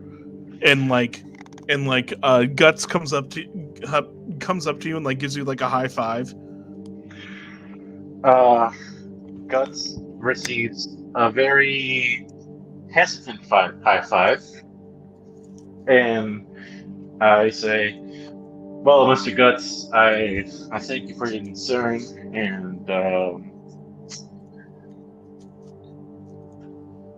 well, I'm a bit shaken at the moment, but what about y'all? What do y'all find? Are y'all all right? You need any help? Medicine? I have water." It seems to me that you're pretty shaken up because you're not happy about what you did. No, I got to kill Caesar's Legion. And I got to defend people. And puppies and kittens. Children couldn't have been great. I checked. No Somebody- children were harmed. Somebody's got nowhere to sleep tonight. Own it. Just own it. Grow up and own Own it. one. Own one. I didn't do nothing that wasn't within my code, lady. So, William, are you hungry? Did you buy food? Are you set? I have water, and I have general goods at a medium. Well, first off, You know, guys, we also were scavenging for food, and we only found junk. Yeah, How did you find? junk? It was. If you guys, you can Okay. trade a common junk for food. if you want. You can say that part of that common junk was food. I see. Garrett, I believe we were asking for any input at this junction. Can Yes. I roll a survival to finally clean the water? No, you don't. You don't have time for that. You guys are unless you're going to sit down there and wait. You can't build a fire because then you'd give away your position. So. And the cockroaches would eat us, apparently, according to Prime last night. Yeah. So here's where we're at. You guys are at the base of the mountain, and you were going to decide what your strategy is for going in. What's the plan? I asked him, well, I'm a newcomer to this whole little business y'all started. So any details you might have, maybe I can help to help, but what do you got? We've realized that Right now, there's a battle going on at the top of the hill with some creatures and Caesar's Legion, and we're thinking about sending up a stealth party to scout it out. Really? Huh. We can I kind just of thought I'd point out that someone in the Rumble chat said, once I sniffed my bottom, then I licked yours. So, thank you. Thank you in the Rumble chat. We're getting some engagement. That's so helpful. Sure. Isn't that sweet? By a higher degree, Garrett. No one will ever. Wait. I attracts the finest audience. Wait. on the- Is he I need to saying? go out there. matter. Mine is. I need to go class that thing up, man. I haven't been on Rumble in a while. Bring it, baby. Is Yeah, I he know. saying he's biting my shiny metal ass? Yeah, he said, yeah, exactly. Okay, so you guys Okay, are so where are we at? Hard. at the base of the mountain. Oh yeah, let me get rid of these. Carl's ready to fuck some shit up. I don't know what's going on at 3 hours and 20 minutes and 59 seconds, but Carl hasn't killed anything. This is unacceptable. All right, It is here. so sexy to not kill anything. Just saying. Who's If any players were to hook up, Rebellion. who's sneaking? Are you? Sneak. Just give me your I'm a decision sneak. as a party. What you want to do? Send a scout. Okay, send a scout. Who else gonna scout? I can. Carl Who's has to scouting? sneak. Sneak. This is what I made him for. Well, sir, All right, my good. main concern for you is how are you going to sneak by a battle? No, there's no battle yet. The Caesar's Legion doesn't know you're there yet. Oh, So what am I sneaking in to find out? You're doing reconnaissance. You're going up the Okay. mountain. You see? Yes. Am I sharing my screen? Oh yeah. Okay, It's good. just a bunch of squares, but yeah. Yeah, that's because that's the fog of war. You gotta find out what's Copy. beneath the fog. I of understand. How about this? How about I go up? Say what, Sonny? How about I go up with a girl? How about you talking to the mic? My friend, what? There she is. War. There, now we can hear you. okay. I just have to yell in my own. Yeah. I go up wearing less than my normal amount of clothing. Carl, whales, follow behind. I can't hear what she's saying. I Dad. can't. really hear you, Janie. Sweetie, you got to talk into your mic. I am at my stupid mic. How can it be different if it's on a headset? You might But have a setting in there about noise cancellation or something. That could be. How about this? Yes, no, Can you speak louder, or sure. I mean, are you in the van in the garage, or what's? Oh, talk about doxing. That hurt. Oh, Okay, so Okay, I think I heard you say you want to go up there and like in less than your normal amount of clothing as a distraction. correct. And Wales and Carl behind me. we don't really need a distraction. I mean, you could do anything to distract him, and we're actually trying to sneak unawares. Like, Is that the best strategy then? Carl, I don't know, really? we were supposed to come to a consensus on that, but I got distracted. Carl, maybe you should just go up by yourself while You we argue with Sonny. choose what's happening. All right, guys. Sonny. I'll tell you what. You go over there and sit by that tree. I'm gonna sneak up there, and when I get back, we'll go do stuff. Okay. So I have a way to settle this as a GM, but Janie, you were saying something. Just finish your thought. I Yes. lost it when I tried to deal with the mic thing, and I've been drinking, so. Okay. See, yeah. It's an occupational hazard. It is, because it's a long game. What? It's so long, this game. Well, we're in the home stretch here, so Saying the quiet parts out loud. That's why I'm here. I don't know. You know what, Garrett? I'm There's having no fun. point rankage for that, but we all appreciate it. So 4 sneak is what Carl has. And he's going up the mountain, and I'm going to roll for something because I'm sure you're going to ask me to. okay. So here's what I'm gonna say. Is anyone going with Carl to sneak, or is it just him alone? Come on, Wales, go with him. Yeah, your sneak's pretty good, Sonny. Mine's shit. I don't have sneak.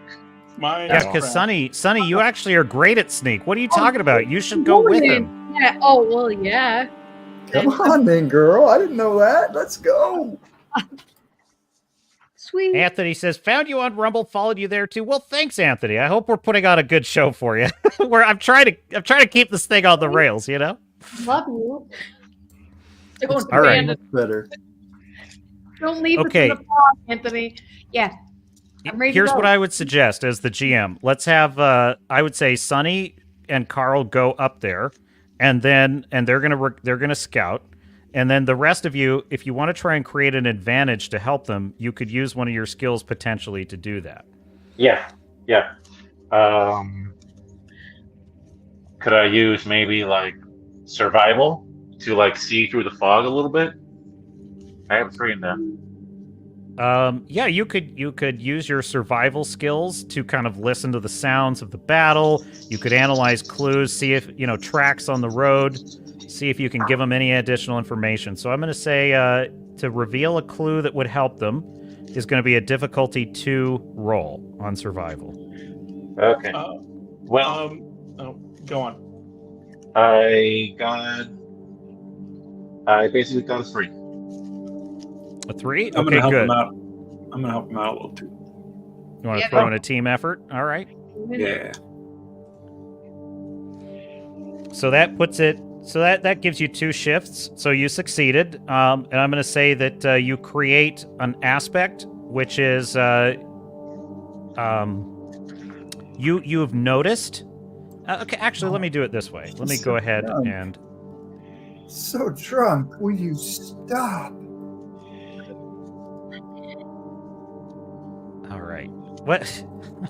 Jenny I'm not gets a even gonna penalty to her sneak skill because she's drunk. Getting up behind the enemy is no time to talk about how bored you are. Okay, so you've noticed that there's a couple of choke points up ahead, and so now I'm going to say aware of entrenched positions, and you noticed a way that they can sneak up around behind those choke points. So that is now an aspect in play. So choke points revealed, and secret path revealed.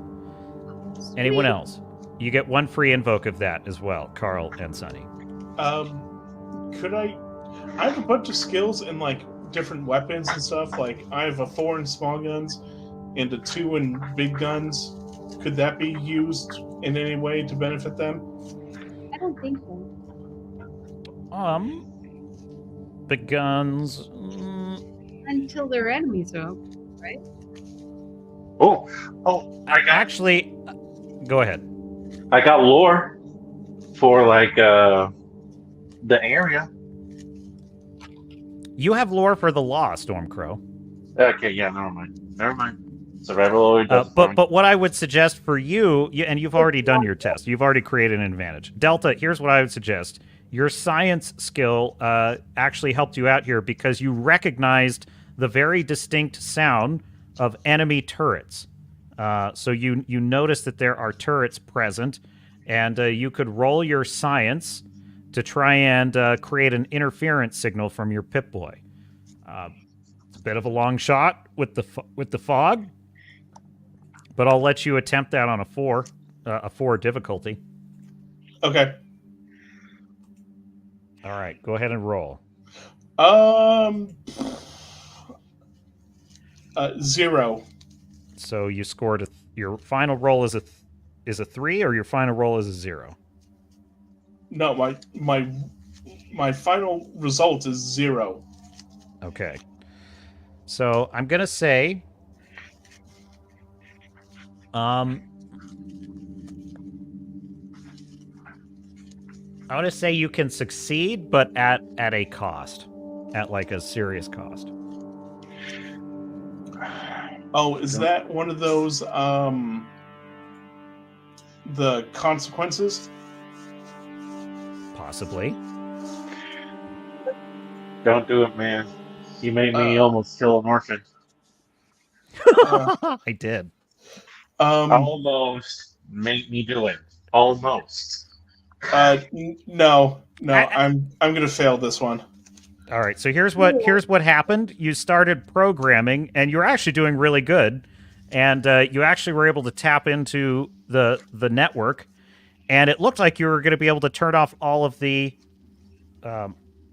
machine guns, but instead you accidentally reprogrammed them and enhanced them against the targets, and it took out some of the creatures, and it just didn't work. So you basically had some of your distraction from earlier. You were distracted from your earlier exertion staring at the fusion cores. So Wait, did I kill people or did I kill creatures? no, you killed some of the monsters attacking Kesar's Legion because you hear a bunch of. Oh. So you kind of just helped Kesar's Legion a little bit there. Oh. Okay. Now, let's have you start scouting. So let's zoom in. All right. So I'm gonna say it is a difficulty sneak of. You guys can roll as a team, and you decide who wants to be run point. Carl and Sunny. Carl, please. Whoa. All right, so you're going to roll against their perception, but they're distracted.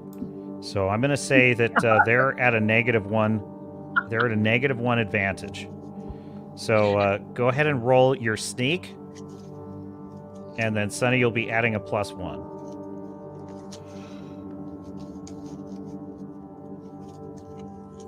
Okay, that's a total of 3. Okay, and then with Sunny's +1, that takes you to 4. Okie dokie. Thank you, Sunny.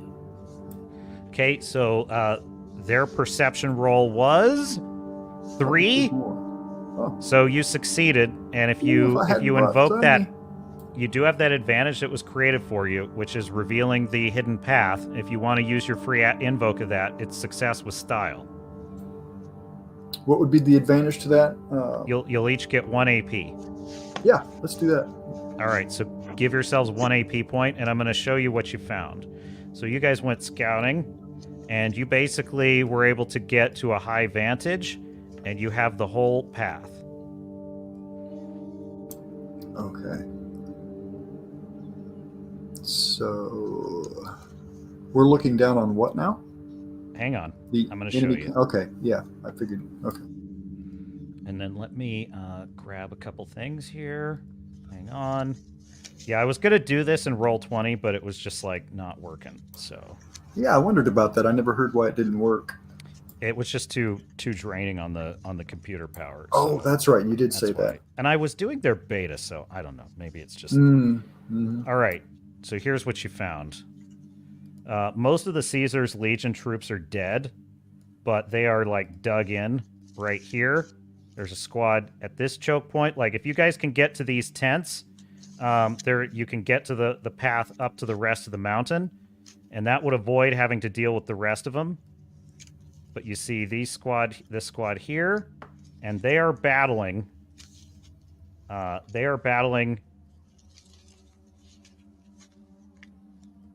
Just a whole mess of Mirelurks. Hang on. Let me put those in there. Okay. All right. So they are battling these Now, Mirelurks. this is getting interesting. Yes.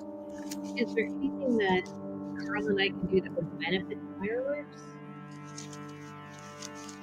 Yes.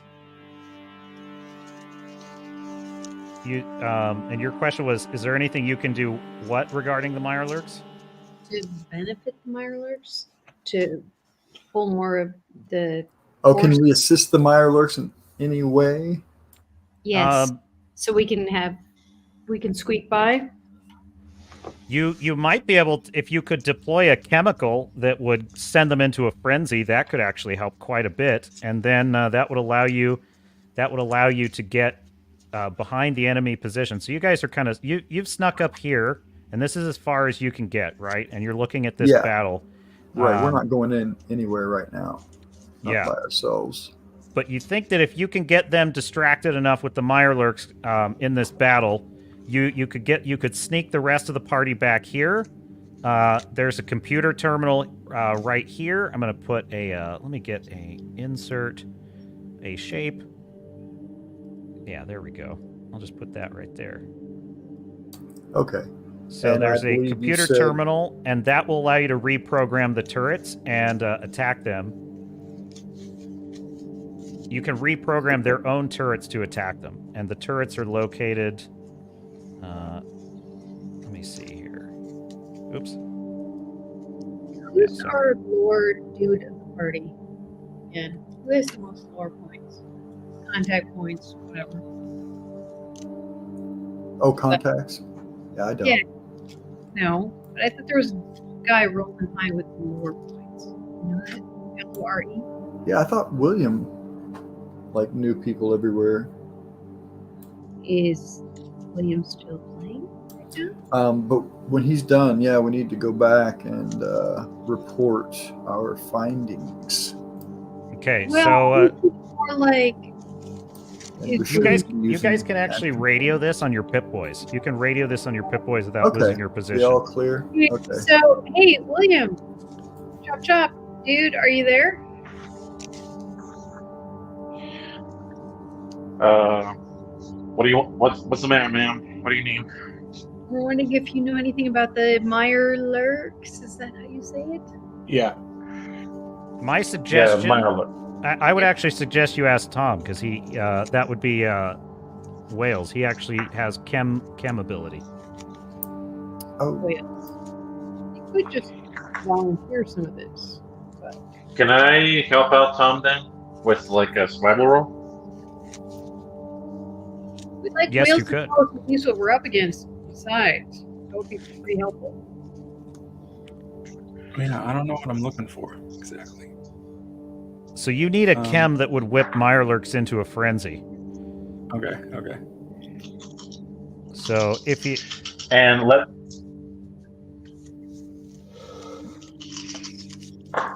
I could make like a psycho grenade. Anybody? I got the, maybe if you guys could check what you found in the scavenging hunt. Maybe somebody found a psycho. If anybody has a grenade. I would say a psycho is going to be a valuable. That's going to be a valuable junk. I got a 4. What Just did you saying. roll? What are you rolling? I don't For even know what survival. you're. For For survival. You To got- help. Well, wait. Well, hang on, Crow. I didn't give you a difficulty yet, so you don't. We Sure. don't even know what we're rolling yet. So here's what I'm going to say. Survival is good. You're going to roll that to sneak up on the Mirelurks. Okay, so save that roll, and then Okay. Tom, go ahead and roll on a difficulty 3 science, and it's gonna if you can. I'm gonna say it's a difficulty 3, and if you use 2 valuable junk instead of 1, you can reduce that to a 1 difficulty. I have a valuable junk. Can I just give him that? Yeah, it's up to That you guys. Don't do that though. Not so early. Let's work for some of this first, and then when it fails, then we get. You know? Come on. Up here and I'm at a 5, so I don't think we'll need your valuable junk, Delta. All right, cool. So Aw. you've built the Mirelurk bomb, and now you just need someone to deploy it. All right. You want one of Carl or Sonny? You want to come back and get it from us and toss it over? You guys can join them up there because Yeah, like we need at to come up. the coast is clear because you've been radioed ahead. There's no danger between you and them. So We've already Yeah, let's given you. go back to them. So how does it have to be deployed? Like a grenade, I guess. The robot's tossing it from a yeah, safe it's a distance. grenade. It's a grenade. So Oh, you can okay. use. Oh my god, But and I have a throwing skill, but never mind. Let's just go to the group over there. I mean, yeah, if its throwing skill would matter, maybe we need to consider that, not whether Dude, I'm it's just role playing messing. a robot. I can do everything else except for throwing. See, Sonny, there you go, darling. All right, Unless I use strength. that's a very. Sonny's gonna have to get close, so you're gonna have to roll your sneak to Who, get me? close. And I'm just gonna have you roll your sneak skill, and I'll tell you how close you get. Me, right? Yeah. Just in case something goes wrong. On 4, so my sneak would be a 3 instead of 4. Okay. So you got about halfway there. Now you're gonna roll your throw. You do have a perk that's gonna help you here because your perk is heave ho. You may spend 1 AP to extend your throw range to 2 zones instead of 1. And So I you will. have to throw that. Let's see, 1, 2, 3, 4, 5. So I'm gonna say you automatically get 2. So it's a difficulty 4 throw. And I'm plus 3 on that. So my throw would be 8. 8. You succeeded with style. You landed it right in the middle of them. You created the aspect absolute bloodbath. So hang on 1 second. Blood. So, Again, there we go. All right, so these Mirelurks go. You witness the Mirelurks go into an absolute blood frenzy. That you see, that gets all of the Caesar's Legion engaged in one hell of a melee, and it even brings in a few more Mirelurks. And so you see them all fighting. Now's your chance to make a Alright. break for it. go. In there. All right, so I'm going to say you guys you're pretty much you can easily climb up the mountain path. So you get up there, and you see that the computer terminal with the turrets is right there. Does anyone want to attempt to reprogram the computer before the turrets can lock onto you? That's going to be difficult. You could try, or you can make a break for it. You know we got nerds in our group. It's I'll do good. it. I suggest that whoever is working at the terminal, we put William between them and the turrets. Oh. Well, My sir, science is I mean, My Rondo, science is because he's a 3. robot, right? my suggestion to that is go fuck yourself, sir. Very kindly. the robot, know. not I William. vote number 2 for yes. It's metal. You can take it. I think But Delta, you can help me out with the terminal, right? yeah, I have a science of 3. What is All right, let's go. My science is 4. Let's do it. okay?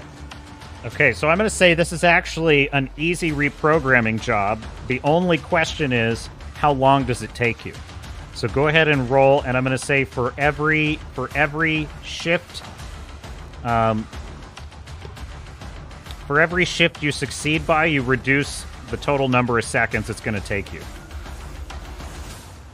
So All right, go ahead and roll. I'm at a 3 plus the 1 from Delta is a 4. At a 4. So I'm going to say it went from taking you 30 seconds down to 10 seconds, which gives them just enough time to turn around and take one shot at you with a gun skill of 3. So I'm going to go ahead and roll for both turrets. So that is a 2 at you, Wales, and a 3 at you, William.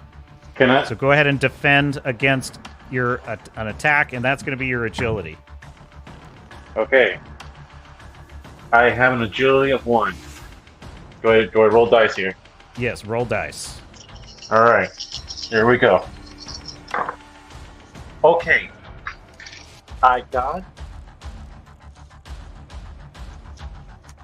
I have 4.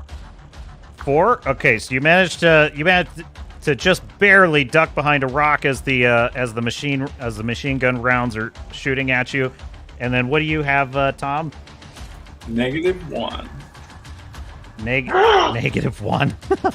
All right, and they did 2 so that's 3 shifts of damage.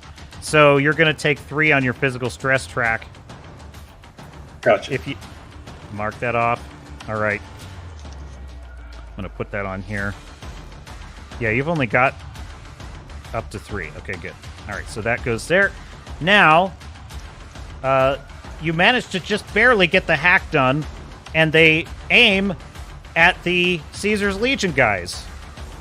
And so what you hear is a hideous blender of gunfire, and you hear the hideous screams of the Caesar's Legion troops being gunned down by their own turrets as you climb up the rest of the way to the cliff, and you see the beautiful dome of Acadia standing there before you, and it looks like you're in the clear, and everyone's in good shape. Well, first off, William's gonna check on Wales, and he's like, "Partner, you all right? Where are you hurt? Where's the bullet holes?" I'll be okay. I'll be okay, Will. Thanks. Are you... Hey, I want Sonny to roll. Actually, no. I want Carl to roll perception.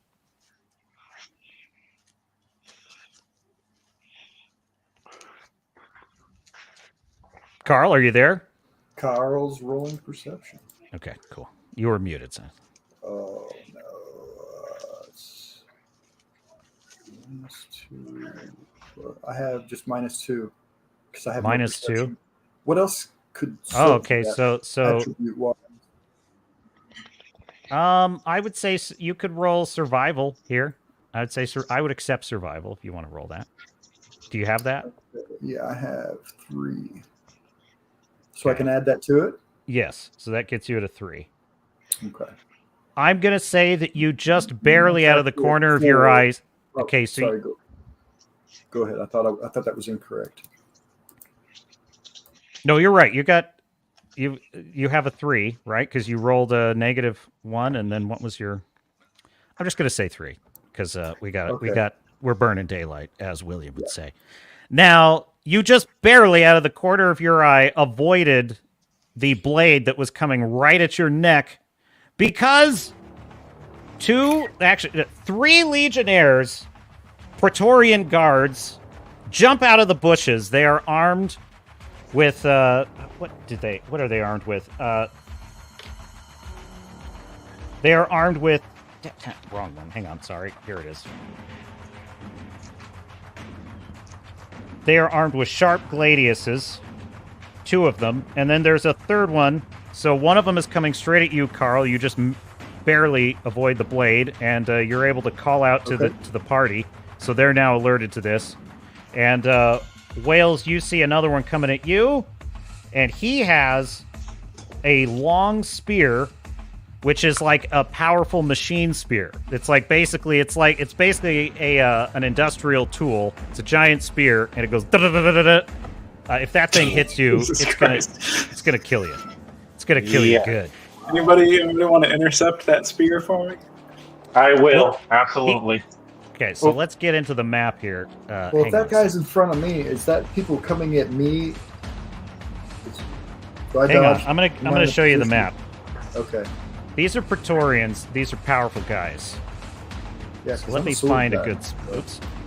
I am sweating, sir. I am sweating. Crack a window. It's because of the excitement, man. I don't want none of you to die. That's the thing, son. Just being kind of not ladylike. No, but hey. Jeez. It was a joke. It was a joke. Except maybe 7. All right, so you're up against the cliffs. You're up against the cliffs, and let me get my guys in here. I really hope to have a better way of doing this for the next one. But for now, we roll with what we got. That's the growing pains, Sam. We all got them. Okay, so the red one is the leader of the Centurions, and the other 2 are his additional guards. And you guys are up here. Oh, jeez. Hang on. This is where having roll 20 would have been much better. Get out of there. Oh, no. Oh, no. Delay of game. Oh no, blue screen! No! Oh, God, that would be the worst. Get rid of that.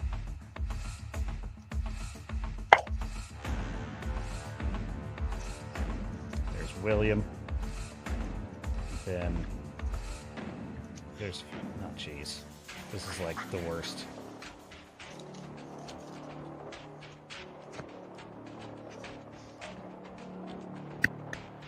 Alright, that should work. Alright, here we go. Okay, so these are the guys that you're up against. The red one is the most dangerous, just so you know. I don't see the map. You see my screen? I see you. Oh, I'm sorry. Sorry about that. I thought I was sharing my screen. My bad.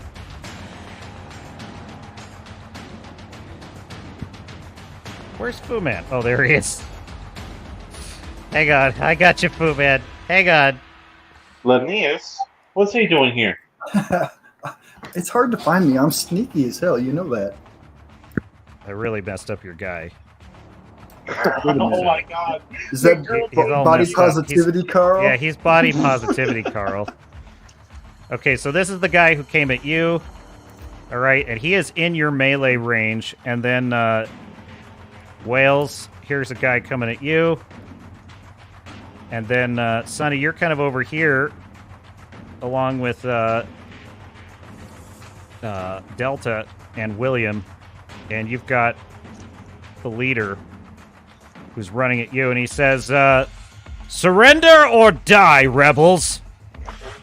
What is your reply? I shoot him.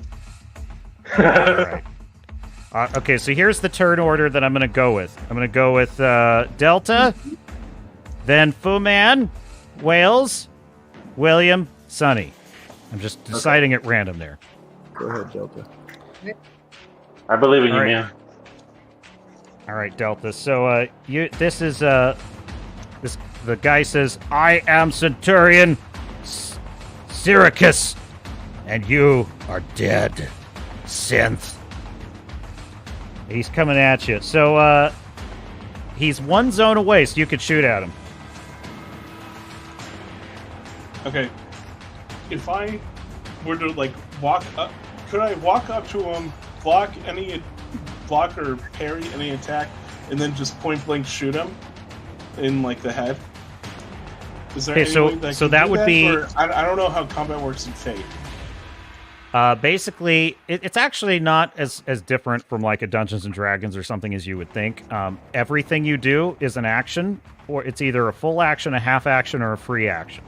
Anything that can easily be done instantly, such as yelling something at another player, that's like a free action.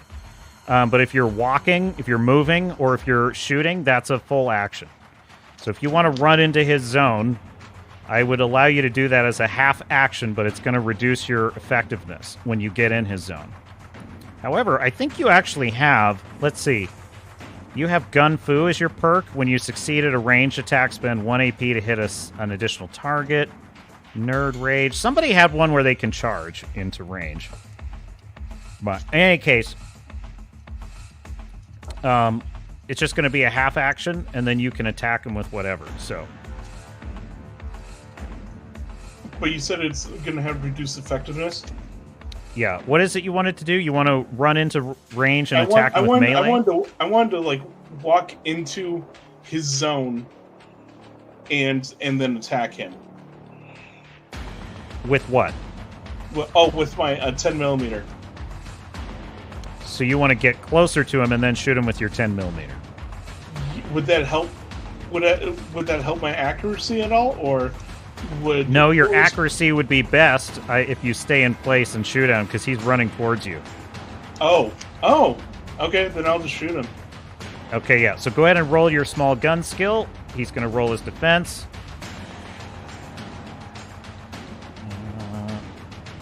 Okay. Hang on. So that is a... So he rolled a 6 defense. What is with this? 5. You rolled a 5? Okay, so you can spend an AP. I would say if you'd spend 2 AP, you might be able to invoke something here. How many AP do you have? I have 2. I'm gonna spend it. Okay, so I would say you have the aspect close quarters on your 10mm pistol. Yeah. You could spend your AP on that to get a +2 to your roll. Okay. Both my AP.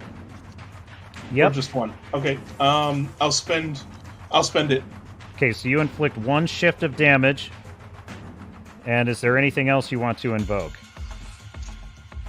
What can I do as a half action?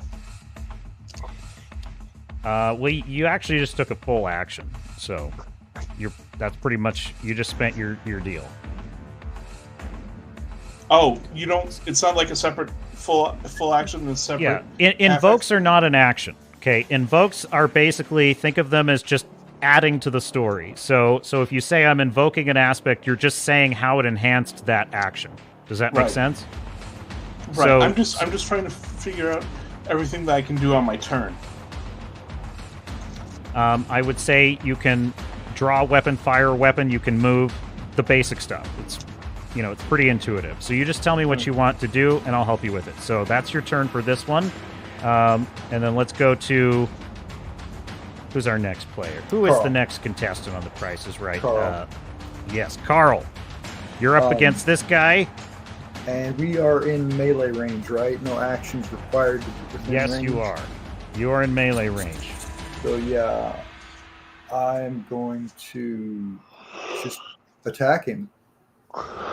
He's off balance. He's open. Okay, what are you using? Your sword? Yes, the sword. Yeah, and I need to get some style points, so let's make this good. Okay, so roll your sword skill. He's going to roll his defense.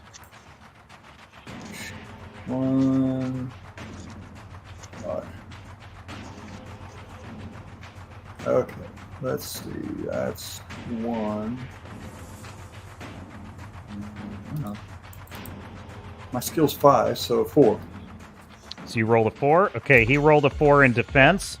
So you actually didn't inflict any damage, but you did get a boost. So add +1 AP unless you want to invoke something to improve your roll. 4 is not style, right? No, so you would have to Would have be 3 succeeded scared, by yeah. 3. So in other words, you 3, crushed yeah. it. You got way more than you needed, is what that means. So what I'm saying is you tied him, and in ties, that favors the attacker.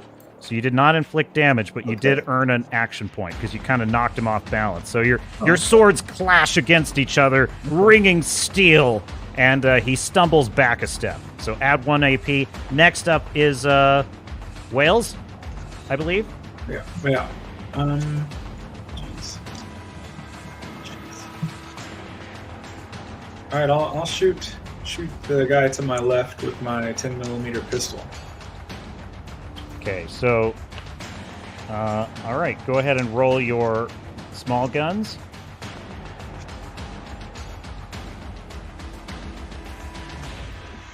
I'm at a 1, but I'm gonna use one of my action points. Or do you use action points on weapon aspects, or can I use a fate point on a weapon aspect? You can use both, actually. You can. A fate point could be spent on literally any aspect whatsoever. Action points, though, specifically are your equipment aspects. So, Okay. yeah. I'll use 1 action point and 1 fate point. Okay, and what are you I'm gonna- invoking with your AP? Which aspect? The close quarters reliable. Good. And then for your fate point, also same thing? Yeah. All right, so that gives you +3. And you needed it because he rolled a 4. So what does that make your total roll? Hold on. 4. All right, so add +1 AP, but you inflict no damage. Okay. Now, William, what do you want to do? I see a man coming after Wales, and I see him having that dangerous weapon to kill this man. He's injured. I'm gonna draw I'm gonna draw the ducal blade. I'm gonna take this man's head off. All right, so you're going to attack with melee from behind. So I'm actually going to say flanking is the aspect here, and you can actually you can spend your AP on. You get one free invoke of that aspect, I will say. All right, so go ahead and roll your melee. Yes, sir. Okay. I have a 4. Okay, he rolled a 3, so you actually inflicted 1 shift of damage, and then I recommend you invoke that aspect. Sure. Yeah, so that means you succeed with style, so give yourself +1 AP, and you just inflicted 3 shifts of damage. So he is maxed out on stress. So like you literally come in with your Duke's sword. He just barely deflects it, but it actually you managed to slice his side, and he's now kind of like recoiling in pain. Okay, so next up is Sunny. What do you do?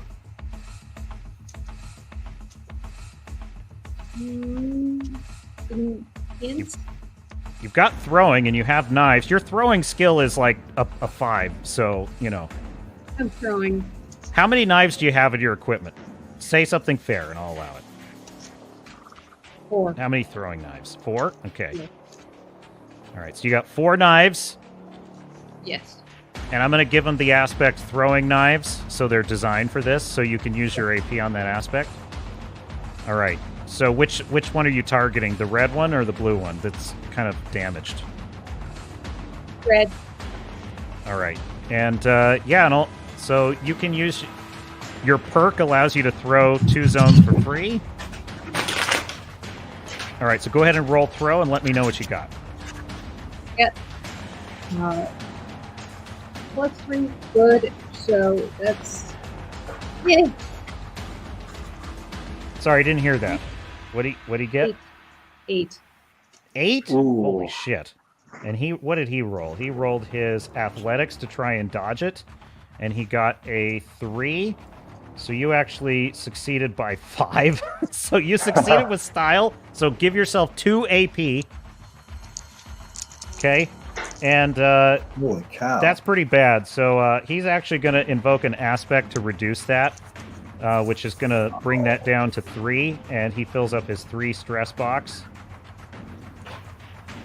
So your blade went like right between 2 of his plate armor and just sank right into the meat. Ah! It's like, you bitch! He cries out in rage. Love me more. Get him, Sonny! All right. Now it's their Can't turn. throw So them. he closes the distance with you. Yeah, he's pissed at you, Sonny. So he comes at you with this sword, and I'm gonna roll. Front. Is she still naked? I forgot about that. Is she still naked? Still? What? Never No, Oh, she's we not didn't do naked, that. Crow. So Chill much out, man. Found out she had sneak. Okay, so he's gonna roll his melee. Oh, Janie. Oh no. Bring it. Who's He got Janie?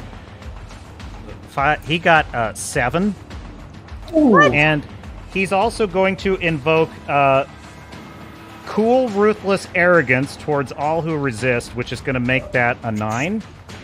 Oh no. And then he's going to spend 1 AP on his big ass thermic lance, which is going to make that a 10. But I will allow you to invoke your dog here if you want to help you. Fuck that. That's what Scorchy is there for. Okay, so dang it, I had your stats. I'm gonna let you roll a 3 for your dog, a 3 melee. All right. Okay, just roll. Dog is -2, so I'm 1. So you got a 1. So I'm gonna reduce that to a 9 because your dog goes running in and distracts him, and he's like swatting at the dog. But then he turns around and aims that blow at you. So that is going to be 9 damage. I would recommend invoking an aspect here. can't I rolling it? What's that? I'm not quite sure. I'm sorry. Should I just roll to roll again, or No. Your roll is over. At this point, invoking an aspect will only help you modify your roll. So if you invoke an aspect, it can add +2 and reduce the damage incoming. Oh yeah, let's do that. Whatever. Okay, so what aspect do you wish to invoke?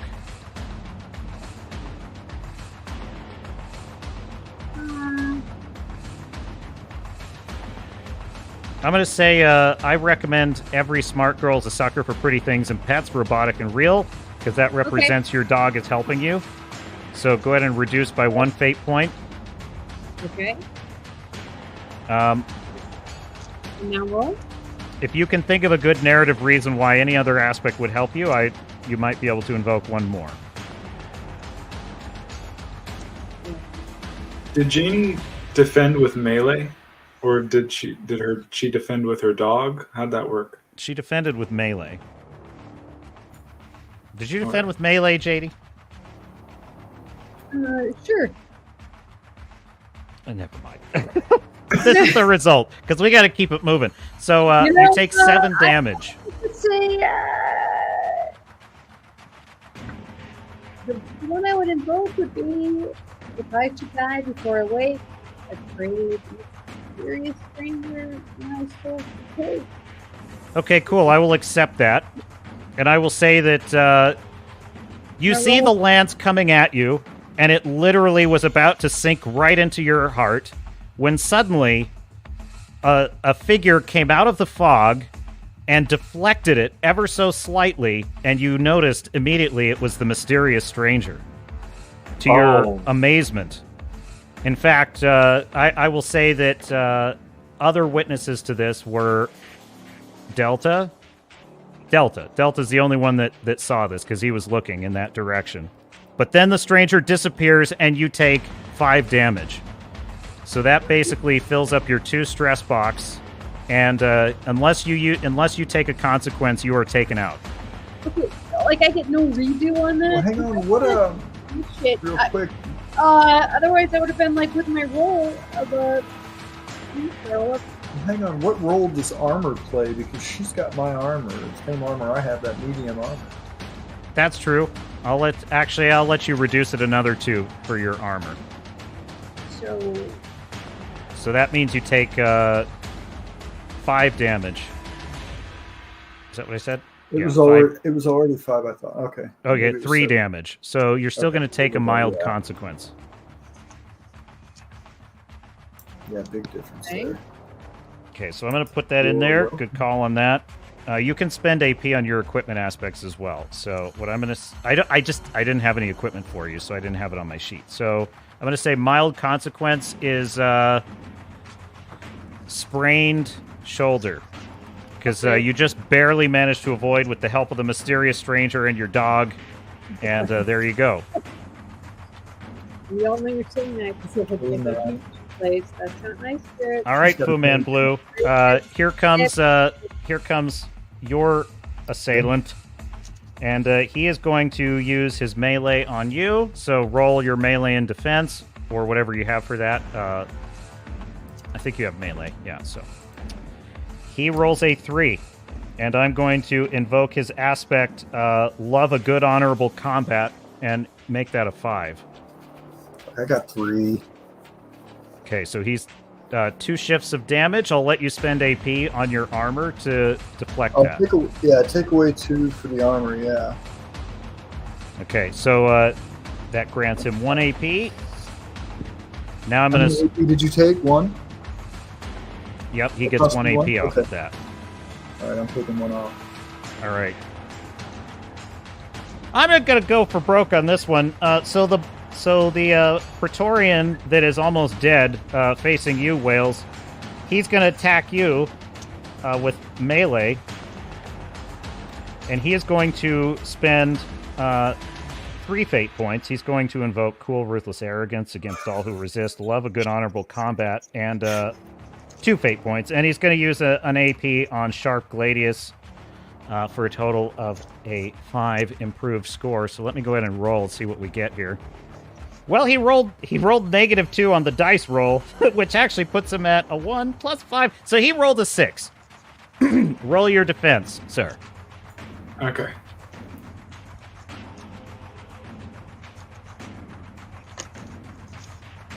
My dice rolls are shit today. I know. I've had nothing but shit all day.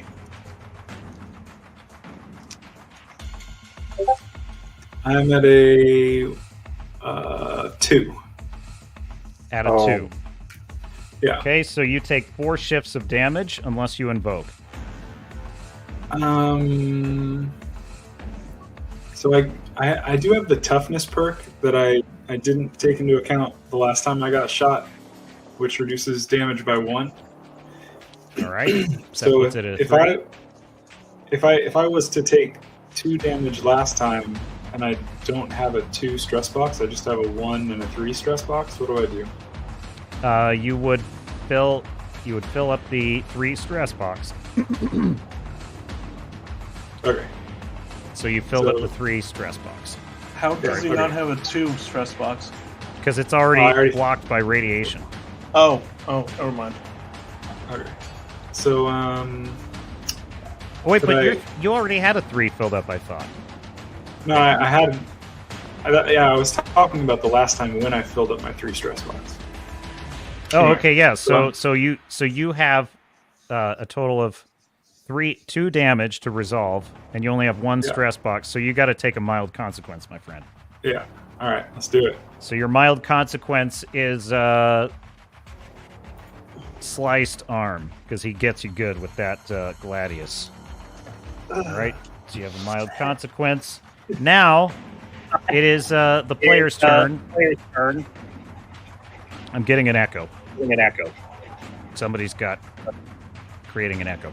All right, so let's start with you, Delta. Your turn to attack. Well, I'm going to attack the one in front of Sunny. Okay. All right. So, and what are Really? you attacking with? Really? Small guns, 2. Okay, and he's in close range, so he's actually going to use melee to try and disarm you. So or defend against that. So he tries to kind of slap the gun away, and he rolls a 5. Of course he does.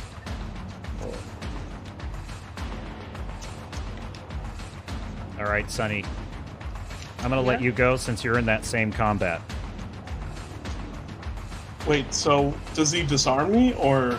No, he doesn't disarm you, but he kind of slaps the gun out of the way, and he gains an AP point.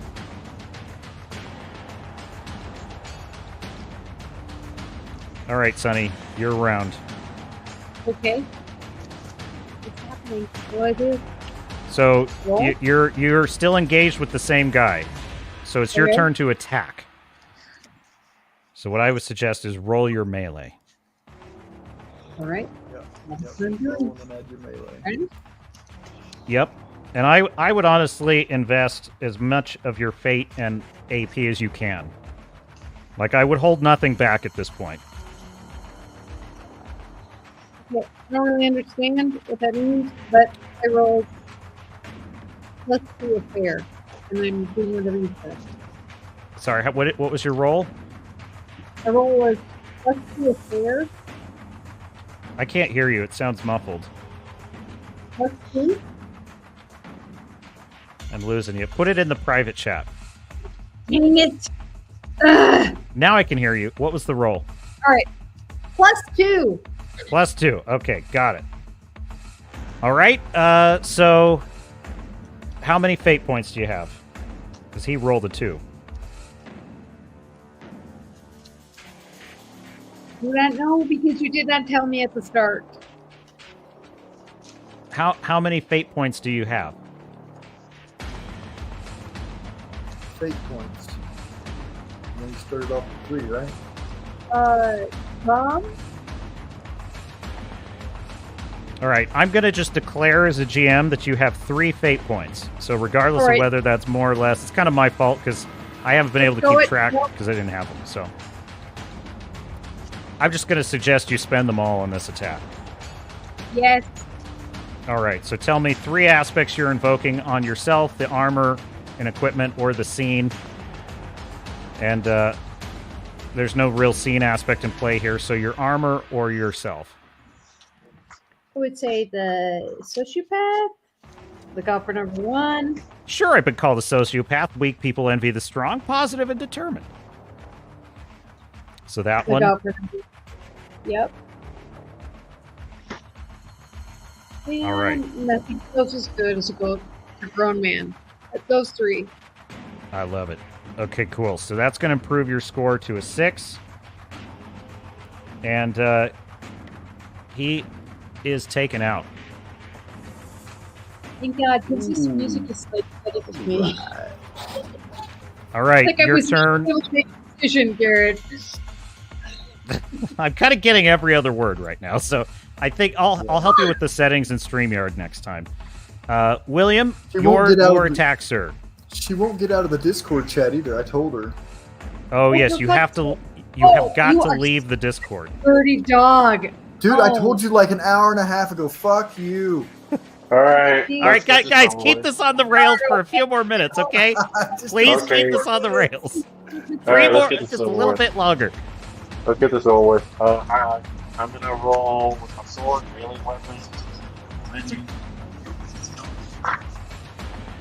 Holy shit!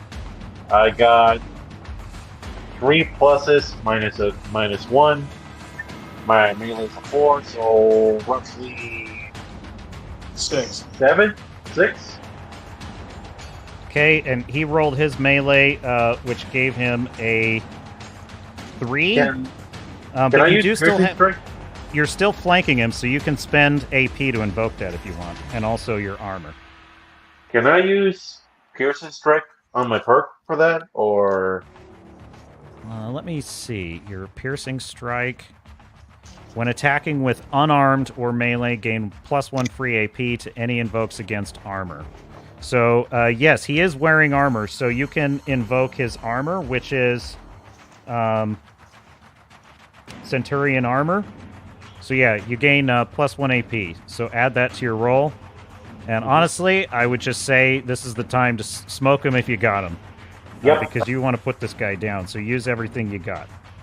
Yep, I'm smoking him. I'm gonna stab him right through the mouth. Okay, but how much did you add to your roll? Oh, 8. 8? All right. Yeah, that's good enough. He's dead. Now, let's roleplay a little bit. Yep. So as he's attacking Wales there, what does he say before I kill him? He says, for Kazar! And then I stab him through the leg first, right? And then as he falls down, I just go for the Duke. And you're using your sword, right? Yep. Yeah, and you feel the pleasant feeling of samurai steel going right through him. He's dead.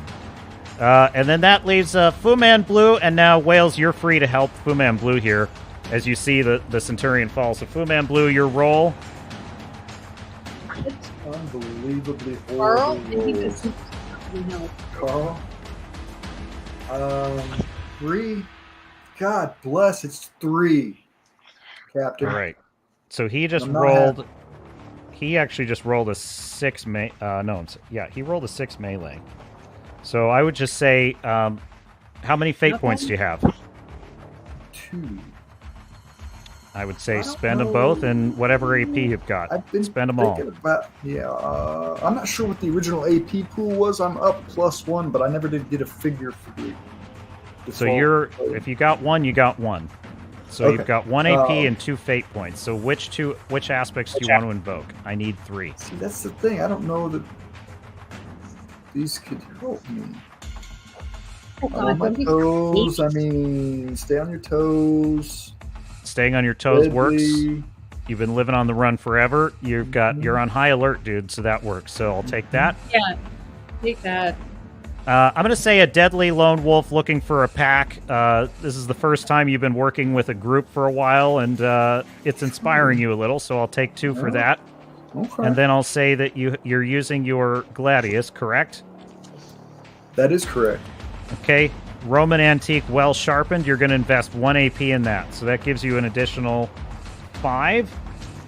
So that improves you to 2 shifts of damage. Now, Tom, do you want to throw in on this as well? Ooh, if I can get one more shift, I I thought can. I was knocked out because I filled up all my stress boxes and took. No, you took a mild consequence. You're still in it. But that only took 2 of like the 4 damage that I needed. Oh, well, then we'll just make it a moderate, and you're fine. So you took a moderate consequence then. I need one more shift, I and I don't can want to take a moderate consequence. All right. Well, you're taken out then, which Well, which means your enemy gets to decide what happens to you, which means I get to decide. There's no more enemies, so I'm about to put this dude down. Just so you guys understand, if you are knocked out, you could die. That is a fair result. Your character is dead. So now I'm not going to do that to you in this session, but fair warning. This is the last time the GM is going to be kind with KOs. But you will take something for this if you get knocked out, Tom. So I recommend you take the moderate. It's up to you. If you fill up all your Tom is a masochistic player, okay? Trust me. I will throw much more hell at you in the next session. I guarantee it. But all right, Tom's out. So the guy takes 2 shifts, and I would say Delta. I'm going to let you jump in on this. You could try and make a shot here. Let's see. Delta's got. He's got his back to the party now. I have 360-degree vision. Yeah, I'm going to let you take one shot with. You have a hunting rifle. You could use. Yeah, you could use your hunting rifle. I'm saying the No, enemy I don't has have their that. back I to the don't have party. that anymore. Okay. Oh, JD's dog, Sonny's dog comes in and finishes him off. Yeah. Because See? does that buy me another shift? yes, that buys you 1 more shift. Well, check out. Are you looking at my perks, Could, by any chance, I'd help. Captain? I don't need any more help. Stop, Captain. Are you looking at my perks? Because I got better crits and bloody mess, baby. Oh, you do have bloody mess, don't you? Let's That's see. why I What was begging for that one more shift, baby. When you succeed with style? Oh, well, why didn't you just say so? Well, you used up all your shifts, though, man. I can't help you. I can't help you there. What do you mean I can't? Help use him up out, all my and shifts? Garrett, check your text. All I right. got to sign off for a minute, okay? Yeah, no problem, Sonny. Go ahead. Off you. Yeah, she got to take care of something. We're wrapping it up, so you can get on the. Yep. It'll be recorded, so you can see what happens at the end if we don't have you back. So, all right, Fu Man Blue. This is the last time. I want this to be clear. The last time the GM is going to be merciful, since this was our first session. But I am going to grant you the opportunity to absorb 1 AP from someone else. If someone else wants to pass 1 AP to Fu Man Blue, he gets a bloody mess.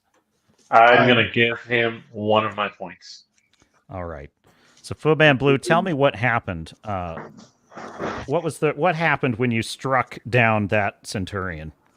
So, like you said, I turned around just in time to avoid a sweeping strike to the head.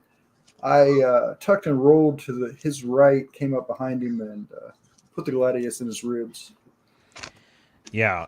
So what I'm going to say is you actually missed his ribs, and you actually somehow managed to get the sword right across the top of his head, and you actually managed to cut through his helmet somehow.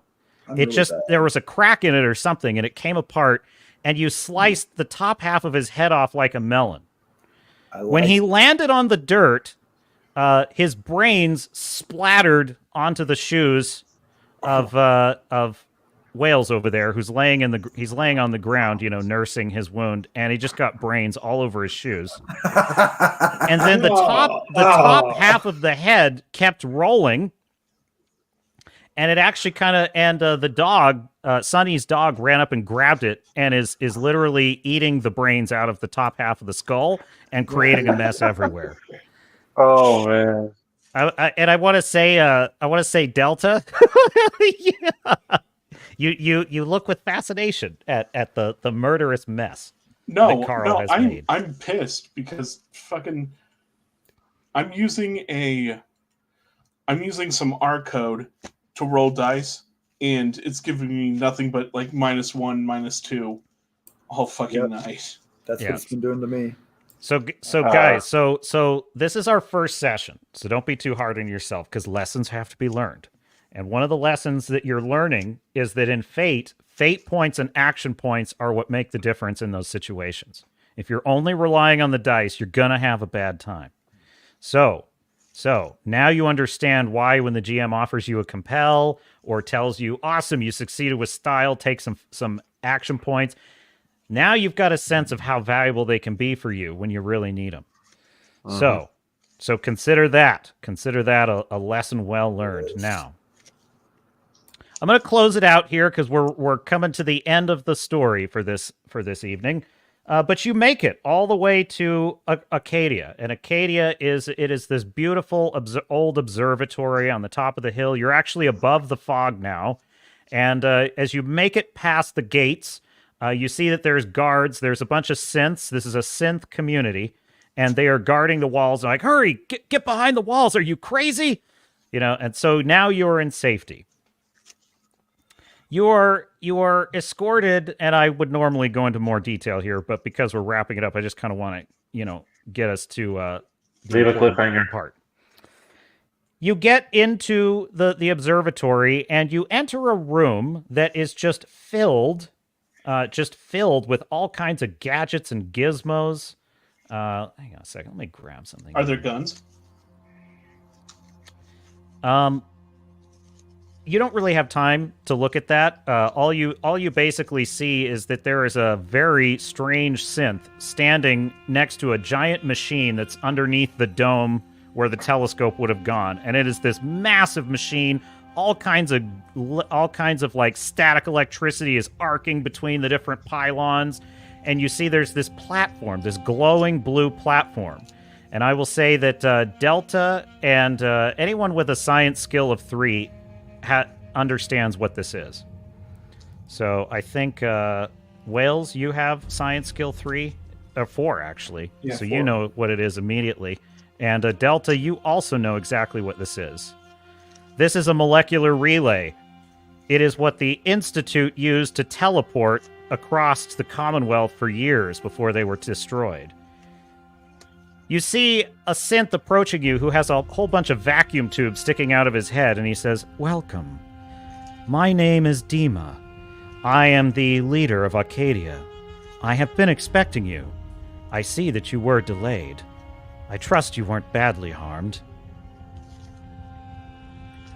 And, yes. I bow deeply to Dima, and I speak on behalf of the group. Some of us were more hurt than others, but we have a mission to do, sir. And we are running out of time. And for the record, so one last time, Wales, were you taken out, or did you take a moderate consequence? No, I was taken out and I have a mild consequence. A mild consequence. Yeah, and I feel like William's been the one that's been carrying him on his back all the way up to the mountain. All right, Wales. I'll allow it. I am going to let you off super easy because believe me, I'm tempted not to. But no, I'm not. What do you No, I'm mean? not going to let you off easy. You're taking an extreme consequence. Why? Because you were taken out, and I get to decide your fate. That's how that works. There weren't any more enemies left. The enemies. I get can to hear decide the my fate. smile. I can hear the smile. You know you deserve it. You deserve it, man. I'm sorry. There's only I know you know. so much I Okay, can do to help you. You I got mean your this. confidence. This is the GM dead serious right here. I'm going to give you this is your last chance because there aren't going to be mulligans when we get this next session rolling. Here's how this works in Fate, and I'm going to be very ruthless on this rule going forward. In Fate, if you are taken out, you do not have any say in what happens to you. I literally get to declare your character dead if I wish. So, if you accept that you were taken out, my declaration to you is that you took an extreme consequence, and that will replace permanently one of your other aspects. So if you are willing to, if you are going to stand by that you were taken out, that's what happens to you. This is the last time I'm ever going to give you fair warning, though. Okay, my understanding was if you fill up all your stress boxes, you're knocked out, not taken out, and like. Nope, if that's there not how are that any works. And Okay, we'll talk it over in more detail later. But here's how it works. Sure. You are taken out unless you apply the damage to a consequence to stay in the fight. Okay, that's how that works. Taken out is taken out. Doesn't matter. There's no middle ground. You're either taken out or you're not. So your stress is filled up. Then your consequences can absorb the additional stress to avoid being taken out. So I'm just going to put that you have a moderate consequence of a sliced arm, and you were in the fight. Going forward, really, the only time you're really going to be taken out is if all of your consequences are full and all of your stress is full. That's the only time you're going to be taken out. Does that make sense? Yeah. Yeah. All right. We'll hash it out, Tom. I'm correct about this, but we'll hash it out later. Anyhow, so resuming with the narration. So, Tom, you're limping there. You've got a badly, I'm going to say you have a arm sliced to the bone, and it is bleeding, but you have a tourniquet on it, so it's stabilized for now, but it's bad. Could I pop my stim pack that I got on it? Yeah, I'm going to say you pop that, and I'm going to say slice to the bone, but stable. Okay. That's going to require some healing, though, after this. So you've reduced the overall damage. Look what they make you give. So Dima continues, and he says, if you'll step into the relay, I have a few final calculations. You will be at your destination shortly. So he's gesturing for you all to step onto the platform. Okey-dokey. What about Far Harbor? Are they okay? Fortunately, the damage to the fog condenser network was not irreparable. I will see to the people of Far Harbor. But we will lose everything unless you bring back the treasure. Please, there is little time. As if to put a finer point on it, immediately you feel the ground shaking under your feet, and you hear the sounds of an explosion. You hear a warning come from one of the halls. Dima! They're breaking through! It's like, hurry, quickly, I have to make the final calculations. This could be tight. And at that moment, you hear the sounds of something slamming on the doors of the observatory, threatening to break through. All right, so I'm just going to assume that you all limp onto the platform. Yes. All right. I'm not limping. I'm good. I'm just mentally stressed. Yes, here we go. You see the energy field start to arc between the pylons. It begins to, you hear the vroom, vroom, vroom as it starts to spin up. Dima says, balancing the molecular coefficient. Calculating Heisenberg compensation principles. Adapting. You suddenly see the door blows open and Centurion troops are pouring in. So, I can't go any faster. So I will say that if any of you have any skills you can lend to Dima, it might help you. So if you want to throw in. I jump off the teleporter and start helping Dima with my science. No, we got guns, man. Let's just shoot them from the platform. All right. Everyone name a Cover skill back. that you're using to help, and give me your roll for that skill. Small guns. I'm shooting and I'm using better criticals. All right. Good. Just give me your final score. Okay. We lost someone. Who'd we Okay. lose? We lost Carl, Fu Man Blue. All right. Okay, Garrett. I think a 9. 9? Yeah. All right. What? Call him out. I got it. Let's go. I got a 5 for science. 5 for science. Go. 3 for small guns. 3 for small guns. Fu Man Blue's coming back in. Fu Man Blue, what's your roll? Sorry, I got screwed up there. So William literally just takes out both of his revolvers and just starts blasting. He just goes. All right, so I'm going to say you got a... yep, so that's it. So you got a 17. All right. So what skill am I using? Just name the skill. Tell me how you did.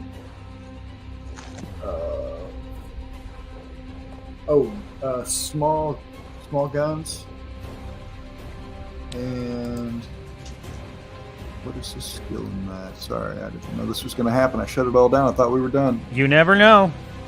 Small guns. Where's it at? I don't know how to... Just roll your dice. Tell me what the dice roll is. The dice rolls a push. It's nothing. 0? Dice roll 0? Correct. All right, and I'm just gonna help you out here. You rolled small gun. Okay, so you rolled a 1. All right, cool. Okay. All right, so that's gonna determine what level of benefit you get in the next session. At that very moment, right at William, you fire your guns. You take out one of the Centurions as he's trying to climb onto the platform. Delta, you manage to program a few last-minute calculations and jump back on the pad. All of you firing your guns as you desperately try to hold off Caesar's Legion, and then darkness. You suddenly rematerialize on a vast open plain. And you see desert sands as far as the eye can see. It's dark, the middle of the night, but the air is clear. Gone is the fog. And you hear the sound of cicadas buzzing, and you find yourself in really the middle of nowhere.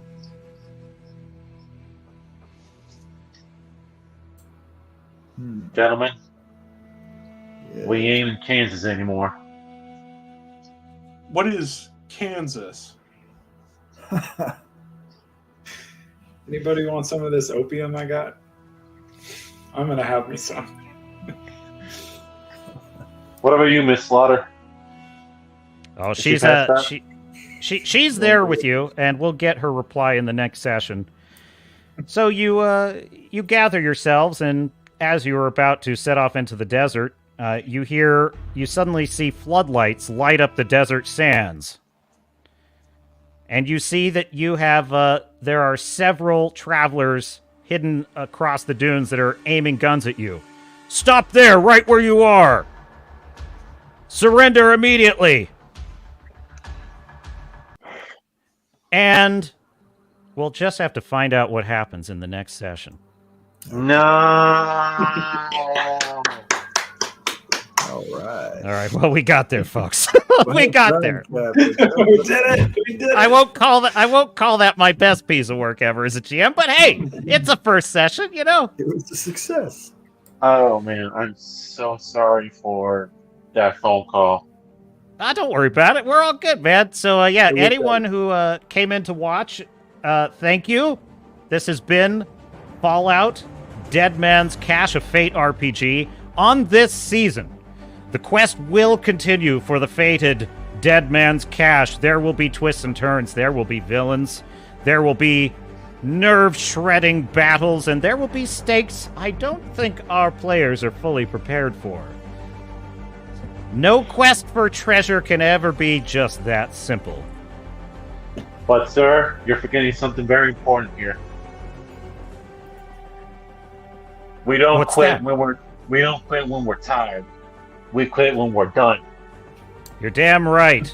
Yeah. So thanks, Anthony. Yes, sounds like the Mojave. You're in the ballpark. Thanks for joining us. And yeah, I think we're gonna wrap it up. So bear with me here. I'm gonna thank you, players. I'm gonna close it out. All right, everybody. That is it. That is our session. Fallout Dead Man's Cache. Join us next week on Friday, and the journey will continue. But until next time, we'll see you out there.